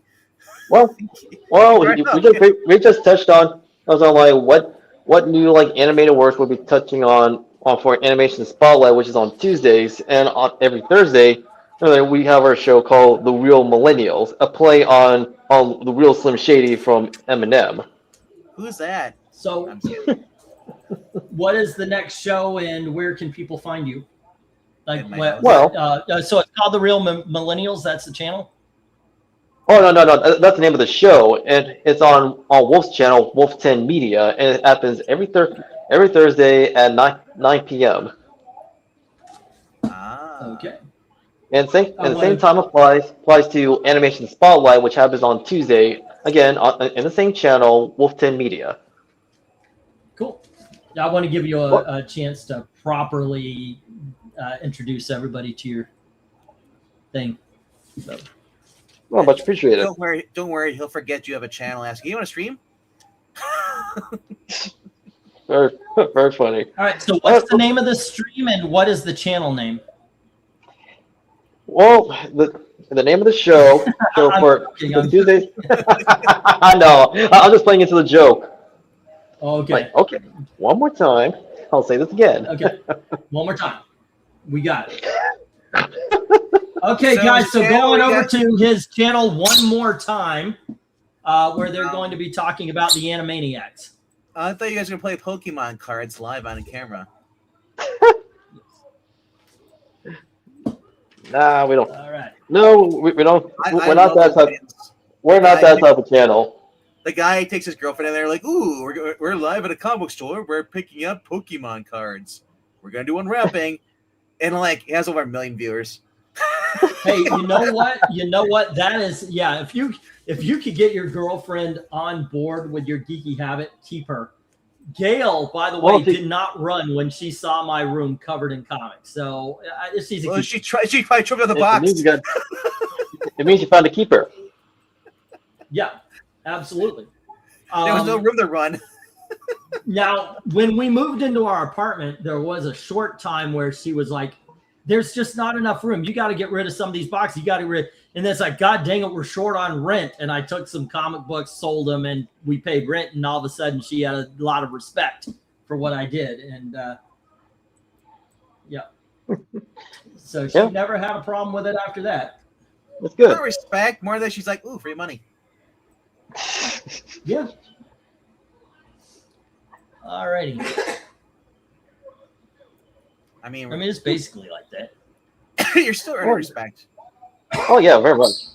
Well, yeah, like for anyone who's interested in checking out Wolf 10 Media's channel, like go to his channel Wolf 10 Media, and if you're interested in animation, there's Animation Spotlight on Tuesdays at 9 p.m. and Thursdays if you're curious of us like who are part of the millennial Gen Y generation, just give our perspective like of how things are turned out and also what our hopes for the future.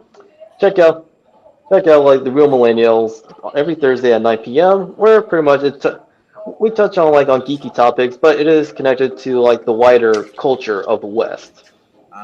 Did you say wider or whiter? Because no, I said whiter. I said whiter. Okay, whiter. All right. I said whiter. You know, Henry, there's no way we can physically turn on his volume because he is he's on a phone. Yeah. So if he's talking right to his microphone, Krenez, let me read these off. I was writing stuff down. I'm done now. We have 1, 2, 3. I could try lowering it. Krenez has. Oh, hold up. Thank you very much for the super chat from Glinzer. Here's some scratch for the Green Bay Packers medical team to master the Heimlich maneuver. He meant governor of the Heimlich maneuver. You know, Glinzer. It's great and all you want to give someone $5, and you mentioned the Green Bay Packers, but it's not even the guy who actually lives in the state with the Green Bay Packers. Here's some scratch for the Green Bay Packers medical team to governor the Heimlich maneuver. Thank you very much for the $5 super chat. Glenzer, come to the Geeky Puppet Show and bitch about the Packers all you want. $5, $10, I don't care. By the way, the Geeky Puppet Show is just a myth. All right, so Krenez says 5 on Jay, the Robin Hood. You didn't see what I wrote about you earlier. I said that you're an AI. That's why you died like 4 years ago. You want to hear my impression of the Green Bay Packers?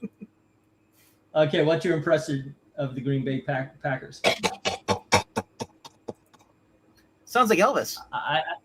I think that's choking. Yes. All righty, and Tony Hayes says 5 on C, D, and E. As I said before, I'm not a Packer fan. I'm a Brett Favre fan. Bart Starr, original. Apparently, Brett Favre has Parkinson's really bad. Yeah. Oh my gosh, that's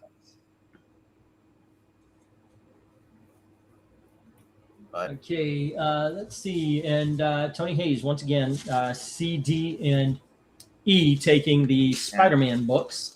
All those idiots that burned his jersey in memorabilia, I was like, yes, more. Do it more. As I held on my jersey. like idiots. Yeah, let's burn things. Make they what? Well, we hate this comic book. Okay, burn the rest of them. And then mine goes with value because it's the only there's fewer. Yeah, I think that was the 7th time the Bears have come back in the 4th quarter. They are hard to kill.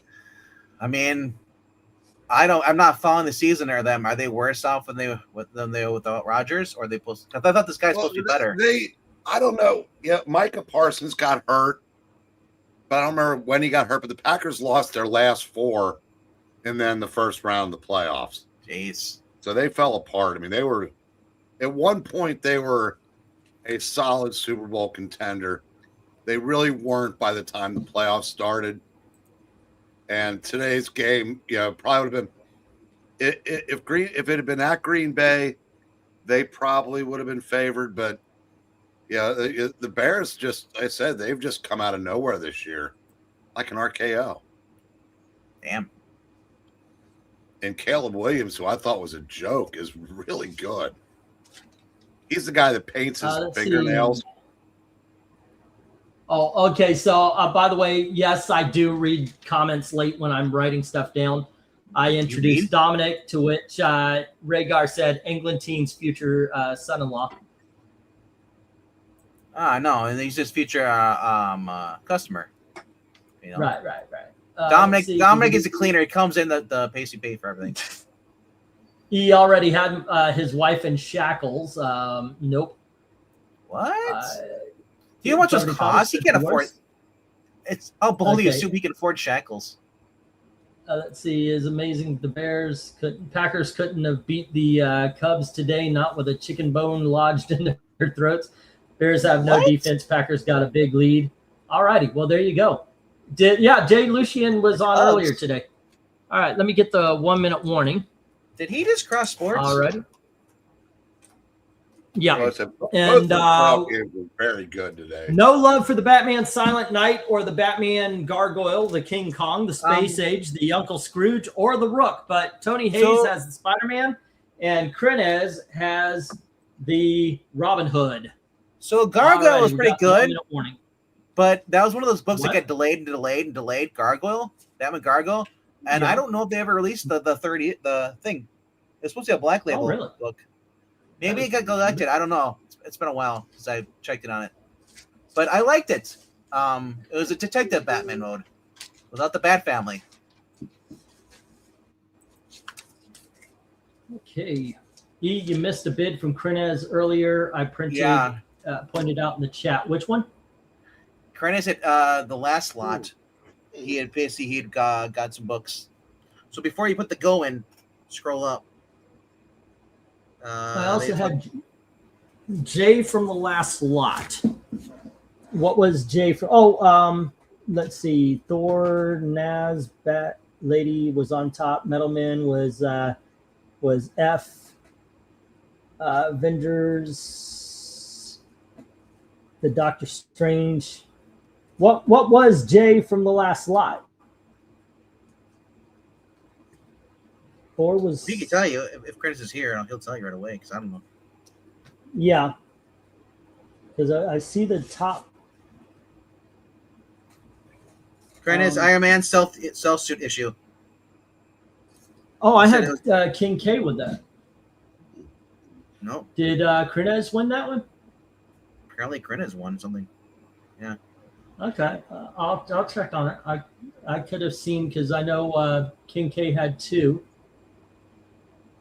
Yeah, I bid on C and J. Okay. Let me see. Let me.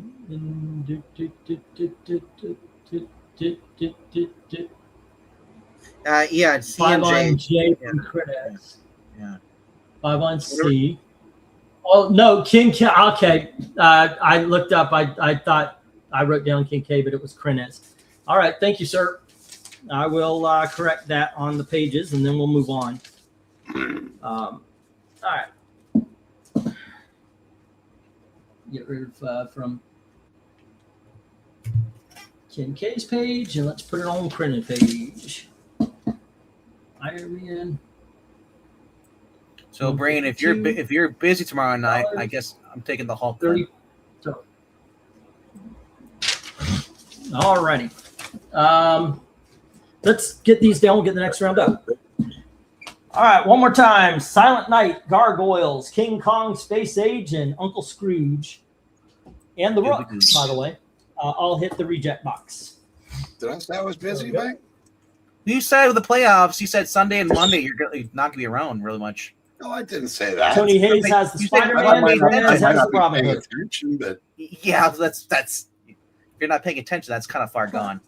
Because you said this is more important than the other games. It's your mini playoffs, so. If you don't want me to read with you, just say so. I never want you to read with me, but you always show up though. I don't want it. Like Jackson. You're free. Pop in. 1, 2, 3, 4, 5, 6, 7, 8, 9, and 10. All righty, gang. We got some $3 books, and we're going to start off with Star Wars: Age of Rebellion, Darth Vader. That's a one-shot. And then we've got Star Trek issue number 75. And then we have Harlan Ellison's Dream Corridor. This is, I guess it's a one-shot, but it is a prestige format, double-sized issue. Harlan. Then we've got the Doom Patrol Suicide Squad special. Once again, sorry for the tag. And then we've got Secret Origins Suicide Squad. That's Secret Origins number 14. Next up, we have Web of Spider-Man Annual number 5, part of the Atlantis attacks. And we have the Mickey Spillane Mike Danger, and there's 2 comics in this pack. This is one of those sealed comic book packs. It's still sealed, but there you go. That's Mike Danger, Mickey Spillane's Mike Danger issue number 1. And then we have Giant Size Silver Surfer, issue number 1. Yes, that's the 50th anniversary. And then we have enormous 25th issue of Moon Knight. And this is McKay and Capaccio. And then we have Spider-Man and Daredevil Special Edition. That's issue number 1, which I'm going to guess is reprinting the Spectacular Spider-Man storyline. Oh, wait. Yeah, it was Spectacular Spider-Man. Okay, anyway. Bidding begins at $3 each as soon as I get the go for lot number 15-ish, I guess. Go for lot 15. All righty, here we go. If you're not reading the Jen McCabe, Iron Summer, $2. Oh, go ahead. Actually, if you don't mind, if you could read these off and talk about where you guys would go. Yeah, whatever. I was just gonna say the Moon Knights have actually been pretty good. Not as good as the Doug Mensch, but the closest you're gonna get to that, I'd say again. Obviously, I was not a fan of the Chuck Dixon, but I still acknowledge that the Chuck Dixon was good than what most comic books are today. Because a lot of people just shit on the 90s for no reason. But yeah, Jen McKay's actually been one of the actually better Moon Knights writers. I'd hated Bendis, and I forgot who the guys were who wrote after Chuck Dixon took over the volumes. So those have been fun, consistently great.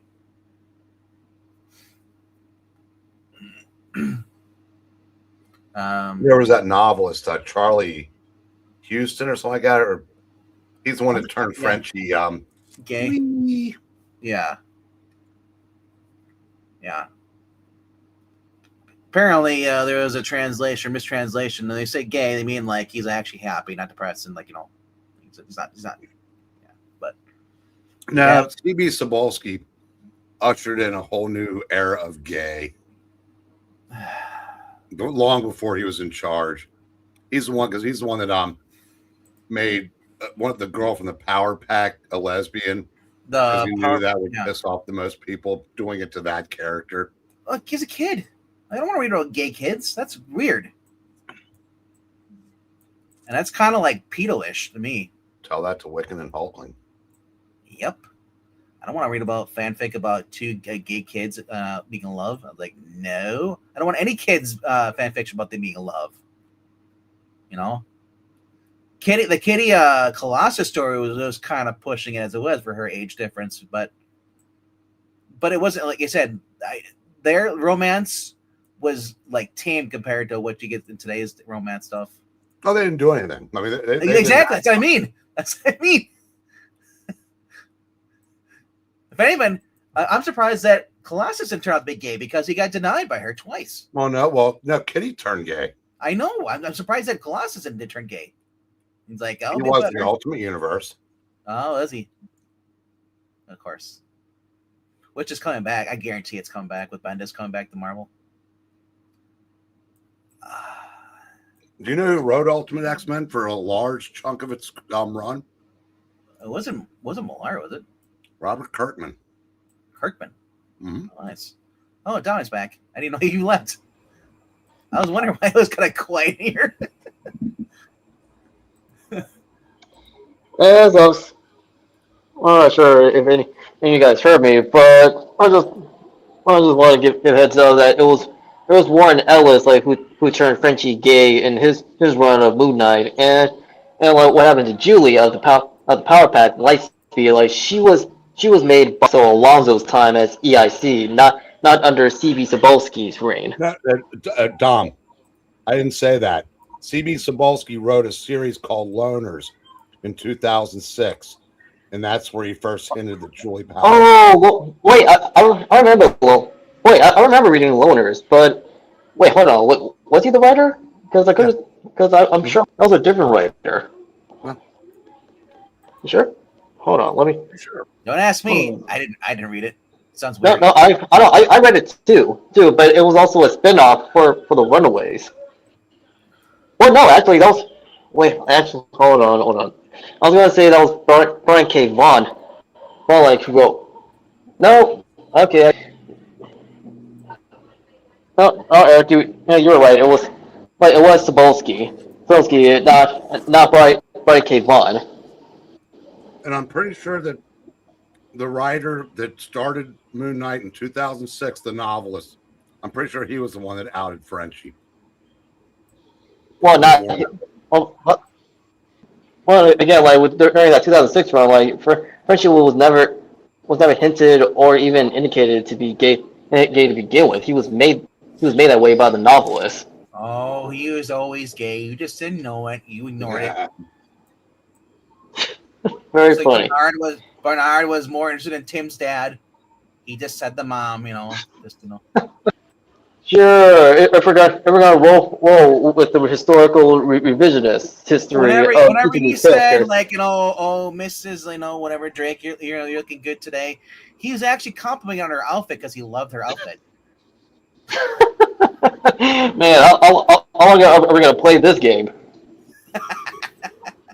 That's how they play it. Well, okay, but yes.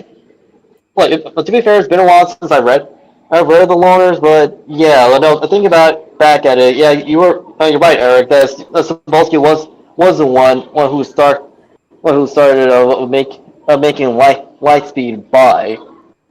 And then Chris Gage, I think, turned her all the way gay in Avengers Academy. Yeah. Let's see. Well, it's crazy. Crazy like that. This trend of turning like established straight characters gay like happened before the 2010s. No, it reared its ugly head in the 2000s. I'm more disturbed that they keep turning children gay in these books. It's like, yeah. Could you be more clear that you're targeting the children? Yeah. Let's see. Yeah. Oh, okay. It was Charlie Huston. Charlie Huston. You know what the great thing about this though? They can change all these kids, make them gay in the comic books, but guess what? There's no kids reading comic books; they're reading manga. Very much. So I don't give shits about what you do there. It's like, okay, that's great, And Eric, the novelist you mentioned earlier, it's Charlie Huston, who made Frenchie gay. I don't know why for a while like I thought that was Ellis, but no, it was actually Charlie Huston. Okay, because I knew his first name was Charlie. I couldn't remember if it was Houston, House, Hudson, whatever. And the sad thing, Bagman. It's John Huston, right? You know who the artist was on that series? David Finch. Yep. So it was very pretty. Well, no Yeah, wonder. it was- So that was on the Loner series. Moon Knight. Well, the Loner series they were created by like Brian K. Vaughan and Adriano Alfonso. Oh no, sorry, not Adriana, Adrian Alfona. The miniseries that was done by Stevie Zabowski with Carl Mullen. Say it again. It was Carl Moline, or how you pronounce that name? Oh, Carl Moline. Yeah, that's right.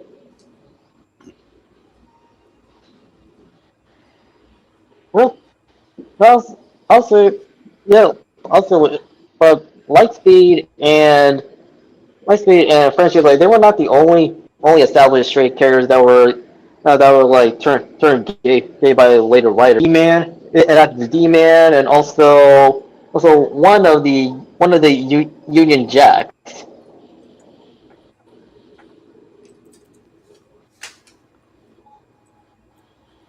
Okay, Yeah, let me read but this off real quick. Real quick though, we don't care about British Let me people. read these They're all- off they're all real gay. quick. Go on ahead. You say that real quick, and then I'll. Okay. Yeah, British people are all gay, so we don't care. We're used to that. Okay. Crenez put 3 on C and I, and Tony Hayes 3 on A, B, and F. Mill comes in with 3 on D and E. Jim comes in with 3 on D, but then changes to 4. Mill says 5. That is the last we have so far. We got the 1-minute warning. My ears are bleeding. Please turn down the mic just Do you a guys bit. not have volume I guess controls? If we're that loud, I mean, obviously, And, if you're on a phone or a headset, or is it because like Alrighty. a few of us are louder than others? Because there's not much we can do about that. Yeah, he's on a phone. Yeah, you can adjust the mic volume like We through can't StreamYard. control the volume on that. You control over that. Bankman, everyone else, mic is fine. One of you is loud. Well, you don't know our voices? Say who it is, Rhaegar. Yeah, Dom is the one that people are saying. Dominic is 25% louder than E, Breen, and RDV. That's what's going on. Okay, while I was playing around before with Let's get the StreamYard, stop, and I'm going to bring these down and get the next round up. Yeah, he's on the phone though, and there's not really much I can do. I can try to manually in StreamYard Okay. lower his volume. Is that better? Okay, so let me get this. Let's see. Star Did Trek anybody else just get a glitch? 2075 is with Tony Hayes. Yeah, he glitched. Yeah. Web of Spider-Man is with Tony Hayes. I do believe Star Wars is as well. Harlan Ellison goes to Crenez. And let's see. Suicide Squad and The Secret Origins is with Mill. Secret Origins is with Mill at $5. Crenez has Moon Knight. Everything else hits the reject box. It's like I got a recording error and I couldn't hear anybody anymore. Really? Yeah. Really? Yeah, so I had to go out and come back in. I did not have that. I didn't get that. All right. Next $3 is we have Archie, issue number 363. Okay. And then we have Mike Grell's Maggie the Cat. And this is issue number 1 and issue number 2. Next up, we have Detective Comics, issue number 599. And we have Batman Adventures, issue number 7.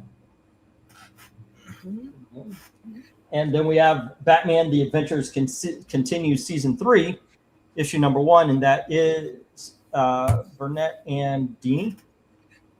All right. And then on the bottom, we've got Archie's Blue Ribbon series, issue number 14. And here is Rawhide Kid, issue number 142. No? Okay. Then we have, thank you. I was waiting for Eric. Daredevil Unleash Hell. This is issue number 4 it's in a bag of some sorts. And then we've got Werewolf by Night, issue number 9. The red band bags, yeah. It means there's and more then gore. We have Blood Hunt, issue number 4. Okay. So, there we go. All righty, bidding begins at $3 each. As soon as I get the go for lot 17. Yeah. So the red bands were the current modern Marvel, where they decided during Blood Hunt and they started doing, bringing back Punisher Max. Remember when he used to shoot people with like arms hanging there and gore and stuff? Yeah. Now they're putting it in bags, put a fancy thing on there, and honestly, it does catch your eye more. I do, but like here's the thing: if you're gonna put in a bag and you're gonna charge me extra more money, put a freaking card in there. Give me an incentive, because sometimes these stories aren't that great. But the Blood Hunt was a decent story. Just Jed McKay running it, bringing back a character that was used a long time ago. Once, and he just decided to bring it back, and for the most part, the main book was good. I liked the Jack of Trades was really good too, or whatever it was called, Union Jack. That was good. The Ghost Rider story was good too. No, not Jack Hearts. I meant the Union Jack story. It was the little miniseries they had. Like with Union Jack. Yeah, Union Jack. That 3-issue miniseries was actually really good. I mean, but yeah, that's all. That Blood Hunt is the vampire story with Blade supposedly being possessed by an evil vampire demon that Doctor Strange had fought a while back. And right, I remember that. The only thing that sucks about this whole Blood Hunt is the ending is where Marvel said, you know what, Doctor Strange is going to give up his title to Doctor Doom. That's what pissed a lot of people off. But for the most part, though, it's probably one of their best actual events they had in a long time. So, all right, are those sealed? Real books? Quickly here, Maggie the Cat. Hold on, real quickly here. Maggie the Cat 1 and 2 is with Krenez.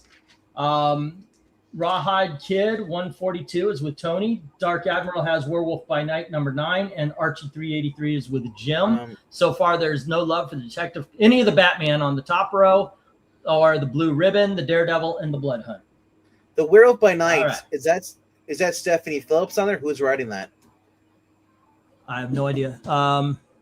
She's here on the front warning. Cover. It says Lou and what looks like Davila. Oh, okay. So is I think Jonathan Lau, or what his name is? Lau. Okay. Yeah. Okay. Or something. Yeah. Okay. Because I know that Stephanie Phillips did a Werewolf by Night. I want to make sure that we're not handing out Stephanie Phillips books here. Stephanie Phillips isn't bad. She doesn't end things well, but she's not bad. She's hit or miss. Is the bar really that way to describe her? I was gonna say, did you say you weren't feeling well earlier? How sick are you? He said he had. Go on ahead, Dom. What were you saying? Yeah. As I was saying, it was kicking my ass. What were you saying, Dom? Yeah, well, Stephanie feels like she doesn't have the best of records as a writer, and when word got out that she'll be the new writer for Daredevil, people have justifiable concerns with how she will handle Matt Murdock. So, I want to point out a lot of these the red bands are miniseries. Wow. None of them are ongoing current day Marvel stuff. This whole every comment's turned into a setup line for Glenzer tonight. Yeah, I know. Stephanie Phillips doesn't end things well, so she's like Matt LaFleur. I can tell you right now, Elektra's gone. Right. Elektra is not gone. Elektra became Daredevil, and then sometimes she pops up in random books dressed as herself, Elektra. So it's weird. I didn't read the Solomon Ahmed because recently they had Daredevil died, went to hell, and after the whole Punisher thing, for Jason Aaron crap, and then so Solomon Ahmed was writing it, and I don't know exactly what's going on, if he's back to Daredevil or whatever, but yeah, it was like, here's the thing. Sometimes you get really good covers, and that's what I hate all comic books. Not Marvel, DC, the indies do it too. You get a fantastic Dan Pinege cover. The inside is bullshit. I mean, completely. It makes Rossmo look like he's like a god. It's like, jeez. But the other thing I said, if you were a collector from back in the day, original stuff, let's say like even 10 to 15 years ago, you weren't buying the miniseries because they actually were ongoing titles. Now everything seems to be like miniseries now, and it's like frustrating. Austin, like 6 issues. Yeah, Austin. There is a bid at 3, so $350 or higher adds on to it. Glenzer, you're banned. And I'm thinking Elect Packers, Bullseye, Despairs, there did 181. There you go. Okay. All right, I'm gonna get the stop. Let's get these down. We'll get the next round up. The best we're books moving up on there, to the $2 again. The best books up there right now are your Detective, your Batman Adventures thing. Those are fantastic. It's the same writers coming back on the set because there's 2 different volumes there. And then you also the Archies those are fantastic too. The Blue Ribbon, never read. Don't know anything about it.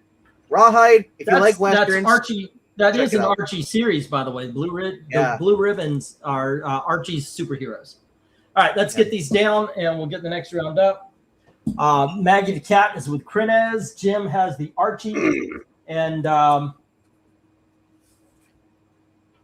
Dark Admiral has the Werewolf by Night, and Austin has the Rawhide Kid. I am wondering though, is Glinzer a nickname you just came up with, or like just what you had as a child? Is it your last name?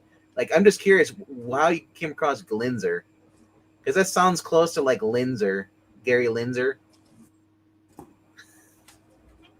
I don't know. I will say this, and this has me happy. There's a bigger. The bid on box is bigger than the reject box, and the reject box is not yet full, and the bid on box just got full. So it's a good night. All righty, let me get that $2. Eric and Blake just said $3 on F, if that's okay. $3 on F. F was what book again? I don't know. The Archie superheroes. The Archie superheroes. Yeah. All right. There you go. Twilight Zone. Yeah, I'll never get your name then because I'll never watch that. I'm not a fan of it. I'll ask Breen. I'll phone a friend. Blue Ribbon. 14. And who put the bid on the Blue Ribbon? Dear God. It was Eric and Boyd. You just read it off. I know. How do you forget? Well, I'm 55. What's your excuse? Okay, so anyway. How do you not like Twilight Zone? Because I was born in the 80s. And that don't make any no, that don't mean shit. Yeah, that don't mean shit. Okay, once again, sorry for the tags, but we've got Wolverine issue number. Well, let me get through this, man. Wolverine number 42, and here is Wolverine issue number 43, and we have issue number 44. Here is Wolverine issue number 45, Wolverine issue number 47, number 48, and here is Wolverine issue 49. And we have Wolverine issue number 52. And Wolverine issue number 53. And Wolverine issue number 54. Bidding begins at $2 each as soon as I get the go for lot number 17. All righty. The one I like is Boris Karloff. Go for it. There we go. I know some people are like Outer Limits or Twilight Zone. I was more of a Twilight Zone guy. I think that's a great freaking show. Yeah, I think those Chillers, Boris Karloff. It's been a while since I know there was the magazine. Did they actually have a Boris Karloff TV show? They did. It was, and you had Leslie Nielsen on it, or Liam Neeson. No, Leslie Nielsen was on it. Okay. First episode. Brina is the one that introduced me. Rhaegar says, "I want to like it. It's a good movie, but I wasn't born yet, so no." I'm glad you're listening to the reason. I bet you like Battlestar Galactica too, you nerd. Ugh. That Casablanca film sucked because it was 30 years before. It's not Bogart's best film. Sorry, it sucks. Jim says $2 on the lot. Okay. Maltese Falcon is a much better movie than Casablanca. No, it isn't. It is. No, it's one thing to not like. It's good, but don't embarrass yourself by saying that Casablanca sucks. No, I'm You're not the only myself. person on planet Earth that holds that opinion. No, you can argue that Maltese Falcon's a better movie, in your opinion. I put it right up there with it, but I'm certainly not going to tear down one to elevate the other. Well, that's you. I didn't like the movie, therefore. But that doesn't mean it sucks because you didn't like it. I said it sucks to me. You can say it sucks to me. Eric, you know what I was saying, and you're just playing on the words. No. Well, I think he knows that you are over exaggerating to make a point.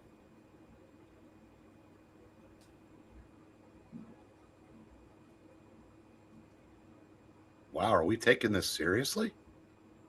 These are $3. I guess he went really quiet. I mean, that's... 144. No, I'm watching football. Sorry, what do you say? This is the line he draws. It's like every other argument doesn't mean anything, but the one about Casablanca sucking. That's the one that's going to take I've said over. Casablanca sucked for the past 5 years. Where have you guys been? Watching Casablanca. Watching Casablanca. All righty, Jim has this. I'm going to put up the Black Spiders. I did actually. I sent a message in the chat that says I did. It's going to be there on Thursday, dude. All righty. Let's see. Let's get this stopped. Henry Jeremick, upper left corner. It says $3. Oh no. He's right. I fucked up. Sorry. I forgot to change it. There we go. All righty. Let's get these down. We'll get the next round up. Jim Sorensen has the lot. Can we just raise the price to $3 so we don't have to look at your picture? I could put up the regular $2, the $2 thing, and just the two. But this was made by RDV. I'm showing respect to the man's creativity. 1, 2, 3, 4, 5, 6, 7, 8, 9, and 10. All right, guys. First up, we have Battle Force, issue number 1. Jackson, if I say I like Casablanca, and then we have Star Wars Bounty Hunters, issue number 2. And we have issue number 3. Here is issue number 4. Here's issue number 5. Issue number 6. Issue number 7. Issue number 8. Or I'm sorry, issue number 9. Issue number 10. And issue number 11. Bidding begins at $2 each. Let me get the go for lot 18. All righty. Hey, Dom, have you ever read Star Wars Bounty Hunters?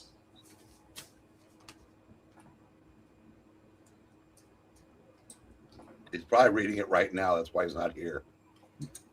Okay. He's not muted. He's just go for lot. Yeah. He might be away. Maybe he went to go find a copy of Casablanca. It's the greatest movie ever. Instead of keeping up with a lot of people think so. Hold on. Did Mill get it? Yep. Mill owns the lot, not Jim. Thank you very much for pointing that out, guys. All right, so let me take that down from Jim. All righty, and we put it up on Mill's page. Sorry about that, guys. God, there's nothing Glenser can't turn into a swipe at Matt LaFleur. All righty, and that was Wolverine lots.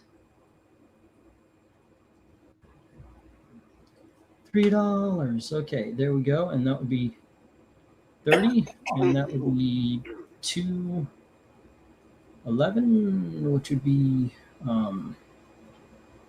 D would be 161. All right, now there we you're go. Dominic. You hear the whirring. And he's gone.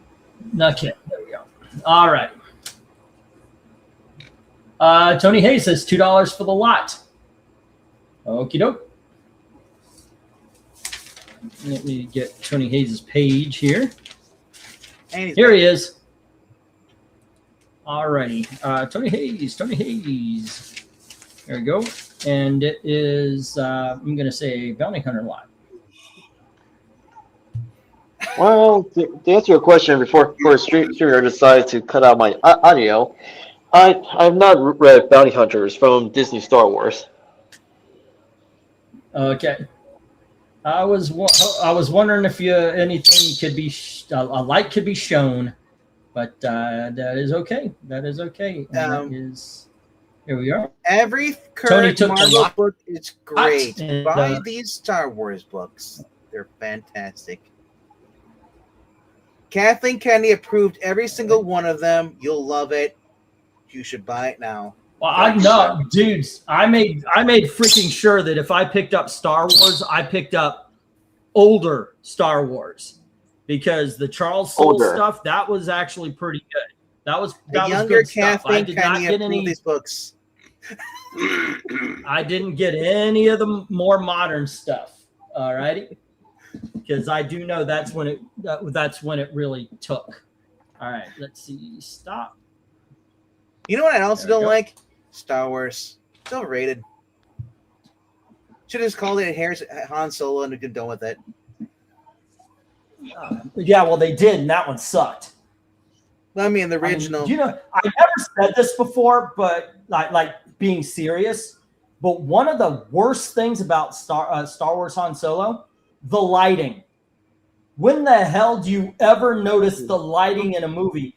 But Han Solo was so fucking dim. It's like they didn't want you to see the crap that was happening on the screen. It's funny you mentioned that. But that You watch the CW Superman show, Superman Lois. Whenever you see the Doomsday at first, he's in the dark. Fallout, this release had a creature on there, and you first see him, and he's in the dark because they're hiding the CG.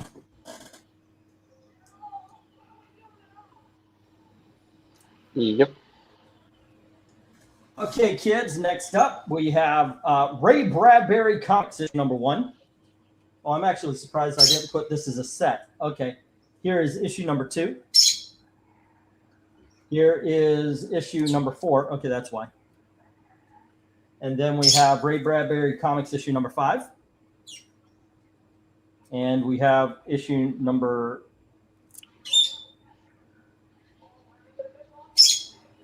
Oh, it's a Spaceman special, it says. Okay, so this is a one-shot. There we go. That ain't good. And then we have Ray Bradbury's Tales of Terror, issue number 1. And then we have Ray Bradbury's The Illustrated Man, issue number 1. And we have Wolverine, issue number 56. Wolverine, issue number 57. And Wolverine, issue number 61. I don't know if everybody's going to move for Glenser and Tony or Mill. I'm sorry, Mill had the last one, but here you go. Bidding begins as soon as I get the go for lot number 19. So did you say lot you say 19? The upper right corner when the orange? You said a Spaceman special? That's what it said in the corner there. Why? Check, it says Martian Chronicles. Ray Bradbury, Martian Chronicles. Okay. But yeah, it says, look, okay, this is why I read that. I was looking for the number. I wasn't really looking at the title. I was looking for the number. and right there in the corner it says Spaceman Special, and that's what I read off, not Marshall's. And that's why I said, check, please. Exactly. Okay, there we go. I'm not aiming Don't with that get me guy wrong, but he is real easily distracted and it gets messy. Mill, I'm writing your stuff down on your page when that happens. Sometimes I do miss things. I do apologize, but I'm not distracted. I'm doing my job. It's just that's one part of the job. I do miss some things. I try to get everything, but I do need to write everything on.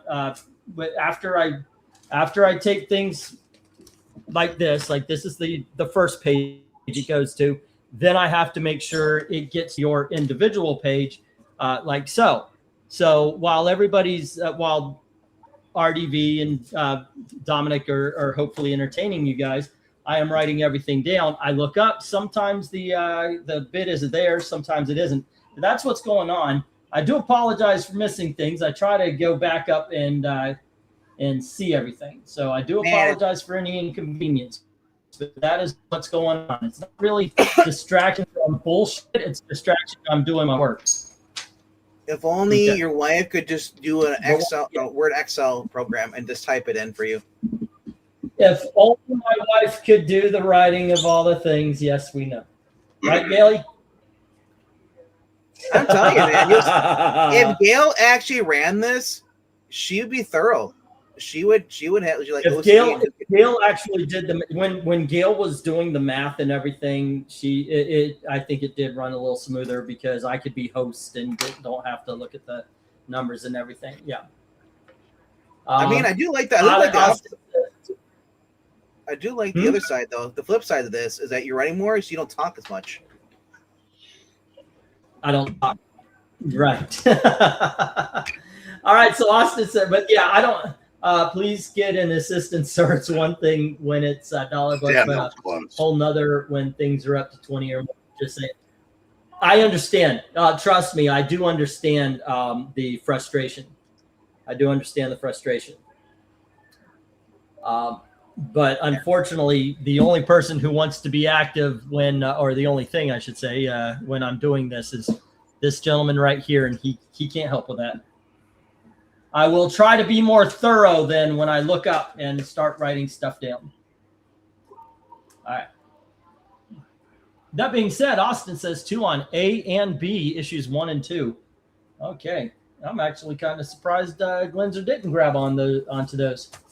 So were you surprised to learn that birds actually live in the winter up here? Yeah.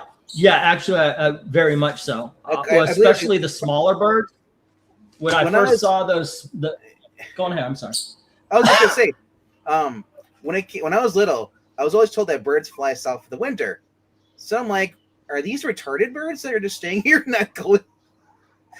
Yeah. So that was my experience growing up, though. But I imagine you lived south the whole entire life. You kind of like just figured, wow, what a bird to live up where it's snow. That's retarded. Yeah. I thought finches definitely didn't live up here, but I see them so much in the trees and such. Yep. So those fuckers puff themselves up, man. Yeah. What Milk is saying that he wants you to do is get one of those Optimus robots from Tesla, to do your bids. Okay.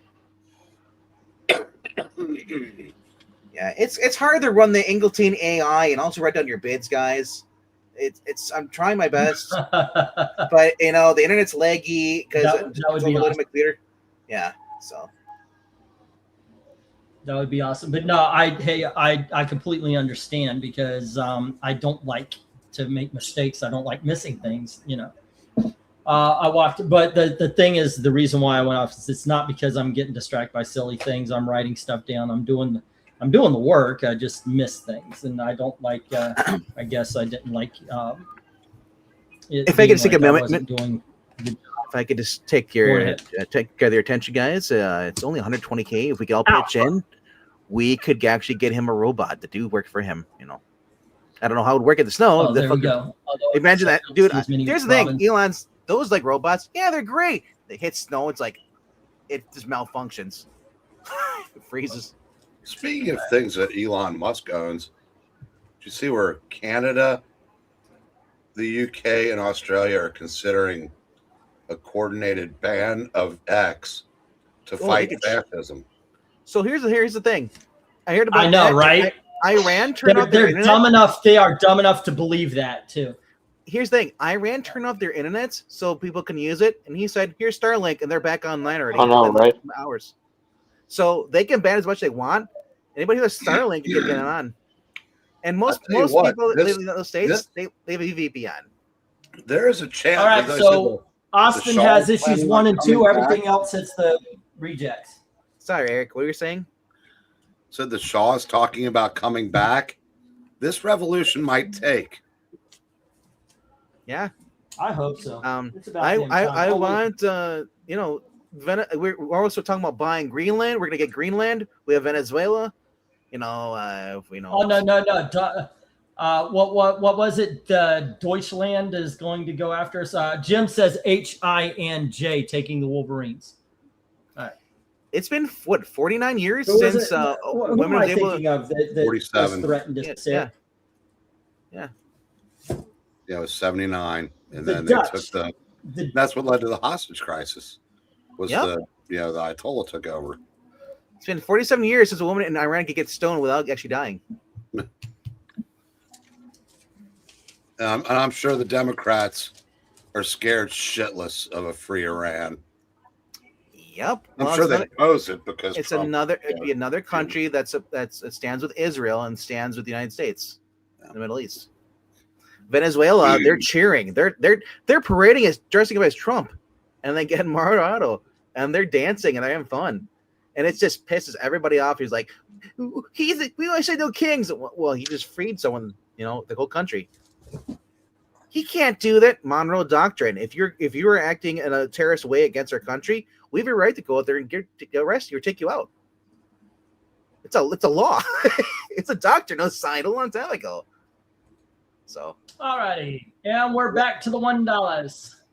We're back to the $1, ladies and gentlemen, and we have Night Zero, issue number 4, and we have The Nameless. Nothing is real. It's The Nameless. Grant Morrison and Chris Burnham, and that is issue. The hell? Was it 1? It looks like. Well, you glitched. I didn't see The Nameless. And then we've got Mystic, issue number 14. And we have Mystic, issue number 24.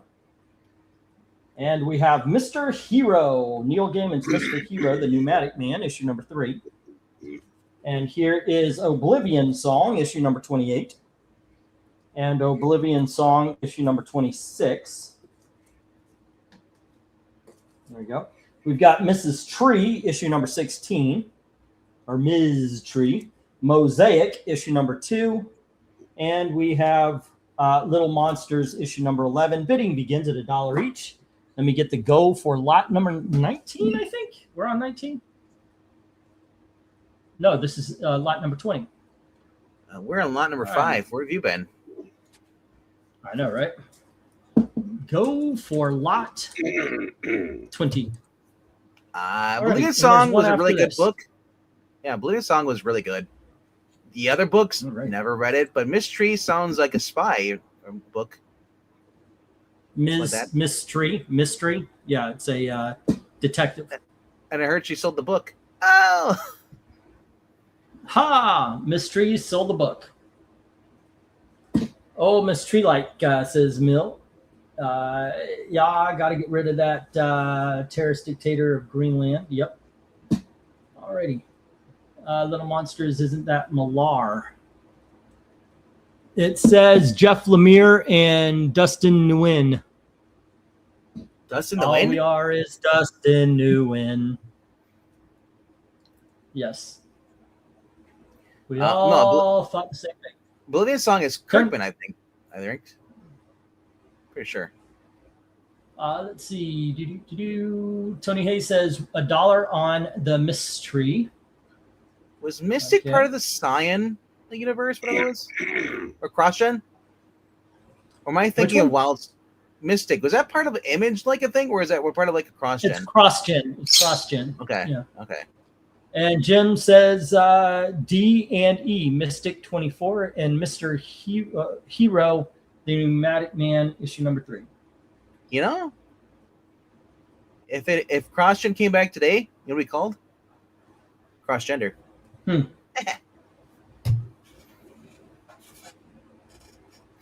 All right. I've heard Greenland has lots of ice, and Iceland has lots of green. Makes sense. Oh, yeah, I am not reading that anymore. You almost got me there, Glinzer. Yeah, Oblivion Song was great.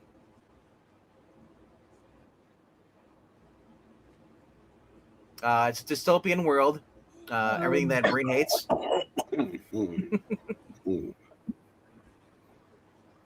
Lindsay, are you happy or are you sad with the loss? I just noticed that you're posting a lot because you realize I don't give two shits either way what happened.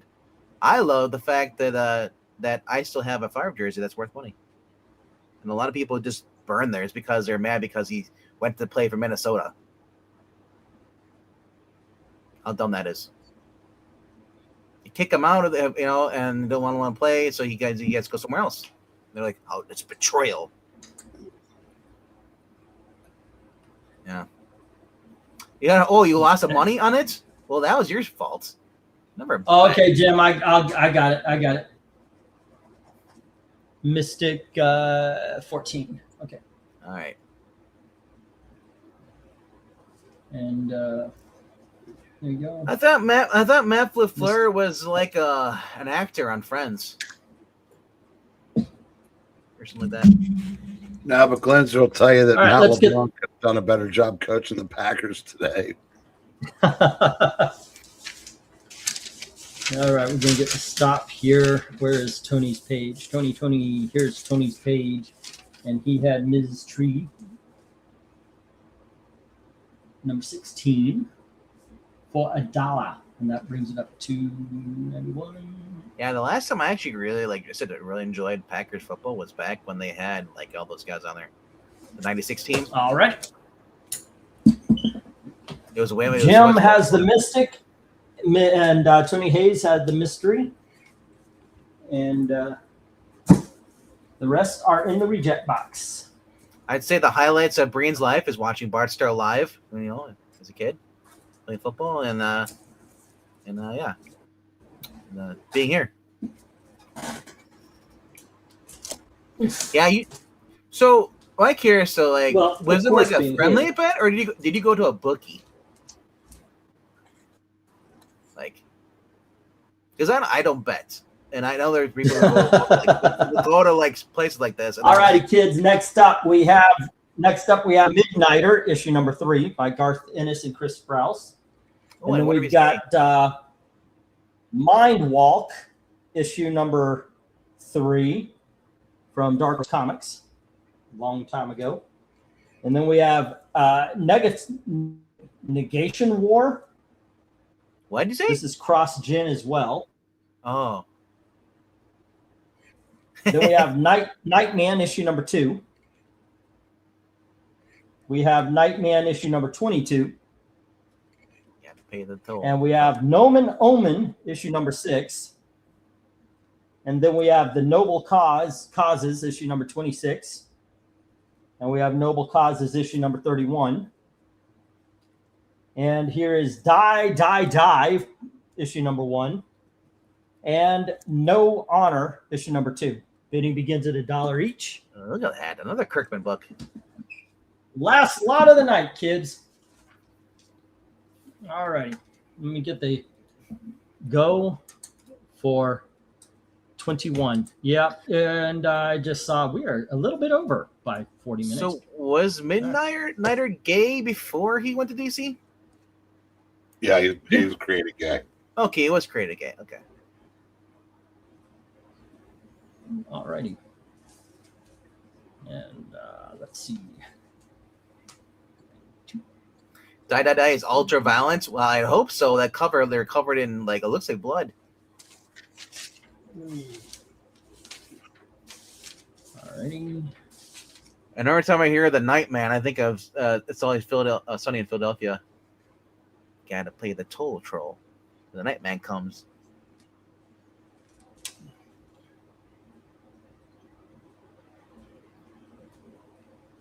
They call midnight because he's cruising. Ew.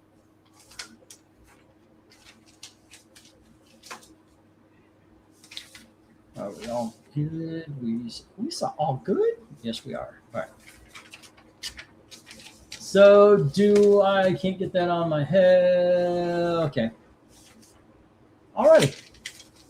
238. It's been a minute. No bids. Let me, if it hits 240, I'm just going to turn it off there, and that will be that. All righty. Cool. We lost Dom again. I told you, it's what he does. He comes in and he loses signal, and then comes back in, loses signal. He's trying to connect mobile, and then mobiles don't really work well with StreamYard either. Nah, StreamYard eats phones alive. It really does. Mine actually did pretty well though. This new one I had, the iPhone 12, it actually held up with it. Okay. That was. I know. Yeah. Dalton is constantly having problems using it here, so. I don't know if Dalton even updates. He has to update his phone. He must get a new one every once in a while. All right. Everything is going to hit the reject box. Dave Fighter of the Night Man. Dayman is a fighter. I got here late, but there were no funny books, Looney Tunes, Hanna-Barbera. Nope, none tonight. I don't know if I've got any coming up. I do know I've got some older books, Glenzer. You're going to want to keep popping in here. I've got some great older books.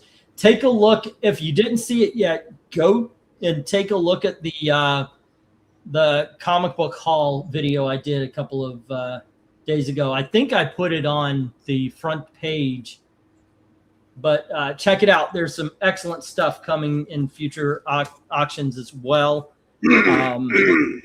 I've got another batch that I ordered a couple of weeks ago. It finally came in, and I'll do a little show off tomorrow. These go to the reject box. All right. Sometimes they win, sometimes they lose. There we go. Excuse me. Oof. Around. There we go. You should have sold it like just scream. Make it sound like you fell. Say what? You should have sold that. Make it sound like you fell. That'd be like, guys, it just hurt my knee. Donate now. Oh. Okay. Yeah, no. For a cup of coffee a day, you can support this starving family. 45 cents. Cup of coffee. It ain't like $8 now. I love that. That's an old thing. Like, how about a cup of Starbucks coffee? Oh, I love it. That is about the way it is nowadays, right? Right. Oh my goodness gracious. You should know YouTube's notification bell works as well as Matt Flair's coaching tonight. That's right, another one.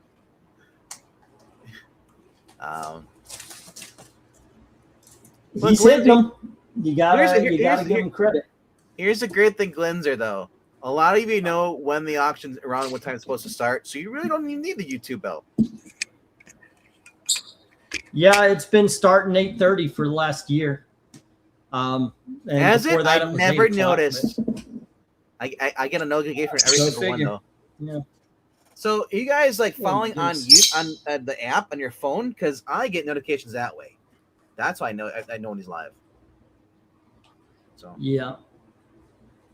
So please hit notifications and click on all. All righty, ladies and gentlemen. Tony Hayes had John Sable lot, 8 books, $8. 6 books in the James Bond lot for $6. Detective Comics 1054 for 2. US 1, 3, 4, and 6 for 2 each. Iron Fist number 11 for 3. Marvel 2-in-1 number 30 for 5. 52 for 5. Indiana Jones Tomb of Tomb of something or other for the trade paperback for 30. Marvel 2-in-1 annual 6 for 5. Spider-Man 26 for 5. Spectacular Spider-Man, I believe it was 169. It's the hologram. 169, and then Web of Spider-Man number 90 all $5. These are $3. Age of Republic, Star Wars, starring Darth Vader, number 1. Star Trek 75, Web of Spider-Man Annual 5. And then the Bounty Hunter lot was 18. And then Battle Force 1 for 2. And Ms. Tree 16 for 1. I've got you at 92, but after credit, 42, sir. All righty. There we go, 42. And once again, ladies and gentlemen, I finally got short boxes in. Thank you very much for your patience. So I'll be sending things out. Excuse me. Austin had Samurai Jack 19 for 2, Marvel 2-in-1 64 and 80 for 3. The 25th annual Conan, The Border, I believe it was 168. I could be wrong on the number, but the 25th anniversary Conan. Spider-Man 258 for 15. Journey into Mystery 121.10. Bradbury number 1 and number 2 for 2 each, and I've got 42. I got Austin down for 42. Ken K said Thor 147 at 25. If you need shipping, if you want to have them shipped, just ask and I'll give you the shipping as well. Crenez, Shadow Strike 1 and 2 for 3. Flash Gordon Quarterly number 1 for 3. The Radiant Black Volume 1 and Volume 2 for 12. Flash Gordon 1 and 2 for 5. Illustrated Robin Hood for 5. Iron Man 152. I believe it was 152. Was the stealth armor, or was it 159? Anyway, it's the stealth armor for 2. Harlan Ellison Dream Corridor for 3. Moon Knight number 25 for 3. And I've got Crenez. I got you down for 36. All right. Jim. Jazz Age Chronicles at number 1. Gen 13 number 7. These are $2 books. Gen 13, 7, 45, and 49. Action Comics, these are $3 books. 470, 509, 519, 531, 572. Superman 308, these are $5. GI Combat 222, 244, 244, 246, 47, 53. Giant Size Defenders number 2. Batman 40, I believe it was 8 for $8. Journey into Mystery 116 for 20. Thor Annual 2 for 25. 149 for 20. Bronze, the Action Comics, it was in the $5 lot after that, Bronze Age. $5. Iron Man 107 and 108, $5 each. And then Wolverine 56, 57 and 61, $2 each. Mystic 24 and 14, $1 each. I got you down for 157. Eric and Boyd, The Fly 3 and 4 for $3 each. It was $6. Mill, Hell 1 and 2 for $1 each. Marvel Team Up 55 for 5. Spider-Man 239 for 15. 265 for 20. Journey into Mystery 122 for 20. 146 for 22. 119 for 30. 160 for 20. 162 for 25. That's a Thor issue. I've got it under the Journey into Mysteries, but that's a Thor, so it's 160. Tales of Suspense Masterworks for 8. Fantastic Four Masterworks for 8. Doom Patrol Suicide Squad Special for 3. Secret Origins number 14 for 3. The Wolverine lot for 30. I got you at 211 after credit 161. And Glenzer Monster Magazine for 5. Black Goliath 1 for 10. And the Ray Bradbury Chronicles for 20. The set, obviously. So it's 35 before shipping. And there we go. All righty. How did I screw up, kids? All right. Missing Maggie the Cat on Crenez. All right. Let me go all the way to the top here because, he won wrong. I do have to make sure I'm going all the way to the top. So I've asked for my total twice directly, tagging E with 0 response. Please implore you to follow the chat better rather than goofy crap. E, you should know YouTube's notification bell works. Matt Fleurs coaching tonight. That's right. Another one. In the Arms of the Angel. England team needs a puke bucket. Oh, okay. I don't know about his unboxing videos. Birdman, do me first. I have to wake up at 6 a.m. Sorry, man. Yeah, I get it. I've got to get up at 4:30 myself. I had Red Circle Comics Fly and 3 and 4. Okay. Well, Mill, sorry about that. I didn't see. I was actually doing work. I'm not doing goofy crap. I am doing my job. I do a lot of behind the scenes stuff. Alrighty. Let's see. Okay. Like this right here. This is the kind of stuff I'm doing behind the scenes and everything. All right. There we go. And it was, what was it? The Fly 3 and 4 and the Blue Ribbons. Okay, Blue Ribbon. That's right. Blue Ribbon. It was issue number 14. All right. They don't bother there too. Since my math says 167, says Jim, and I had 157, so I'm missing a $10 book. Okay.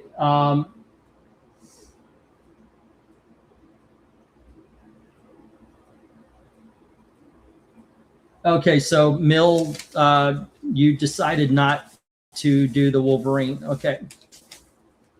So that's $20 because it was $20 to Jim. Alrighty, so Jim's getting the Wolverine lot now. So it's 20, so it would be 177 is what I've got for Jim. Let's see. Sashio can speak. Thought I just heard him say Chirp LaFleur sucks. He did.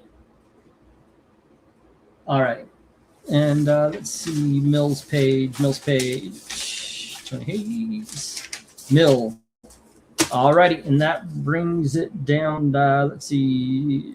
11 and then 29. We're looking at, what is that? 71. Okay. So it'd be 171. Minus the 50s, 121. Yep, 121, sir.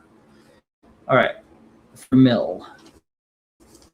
Let's see. I've got me at 145, but I could be off. I had the Werewolf by Night payment sent, says Dark Admiral. Oops, my bad. 202 with Suicide Squad Secret Origins on lot 18 and 19. All right.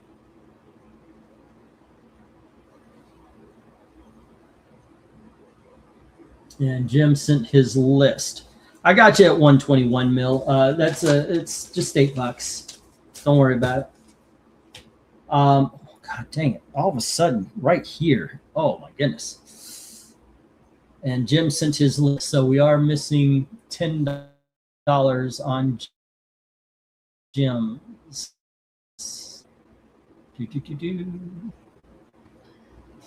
Here's something scary.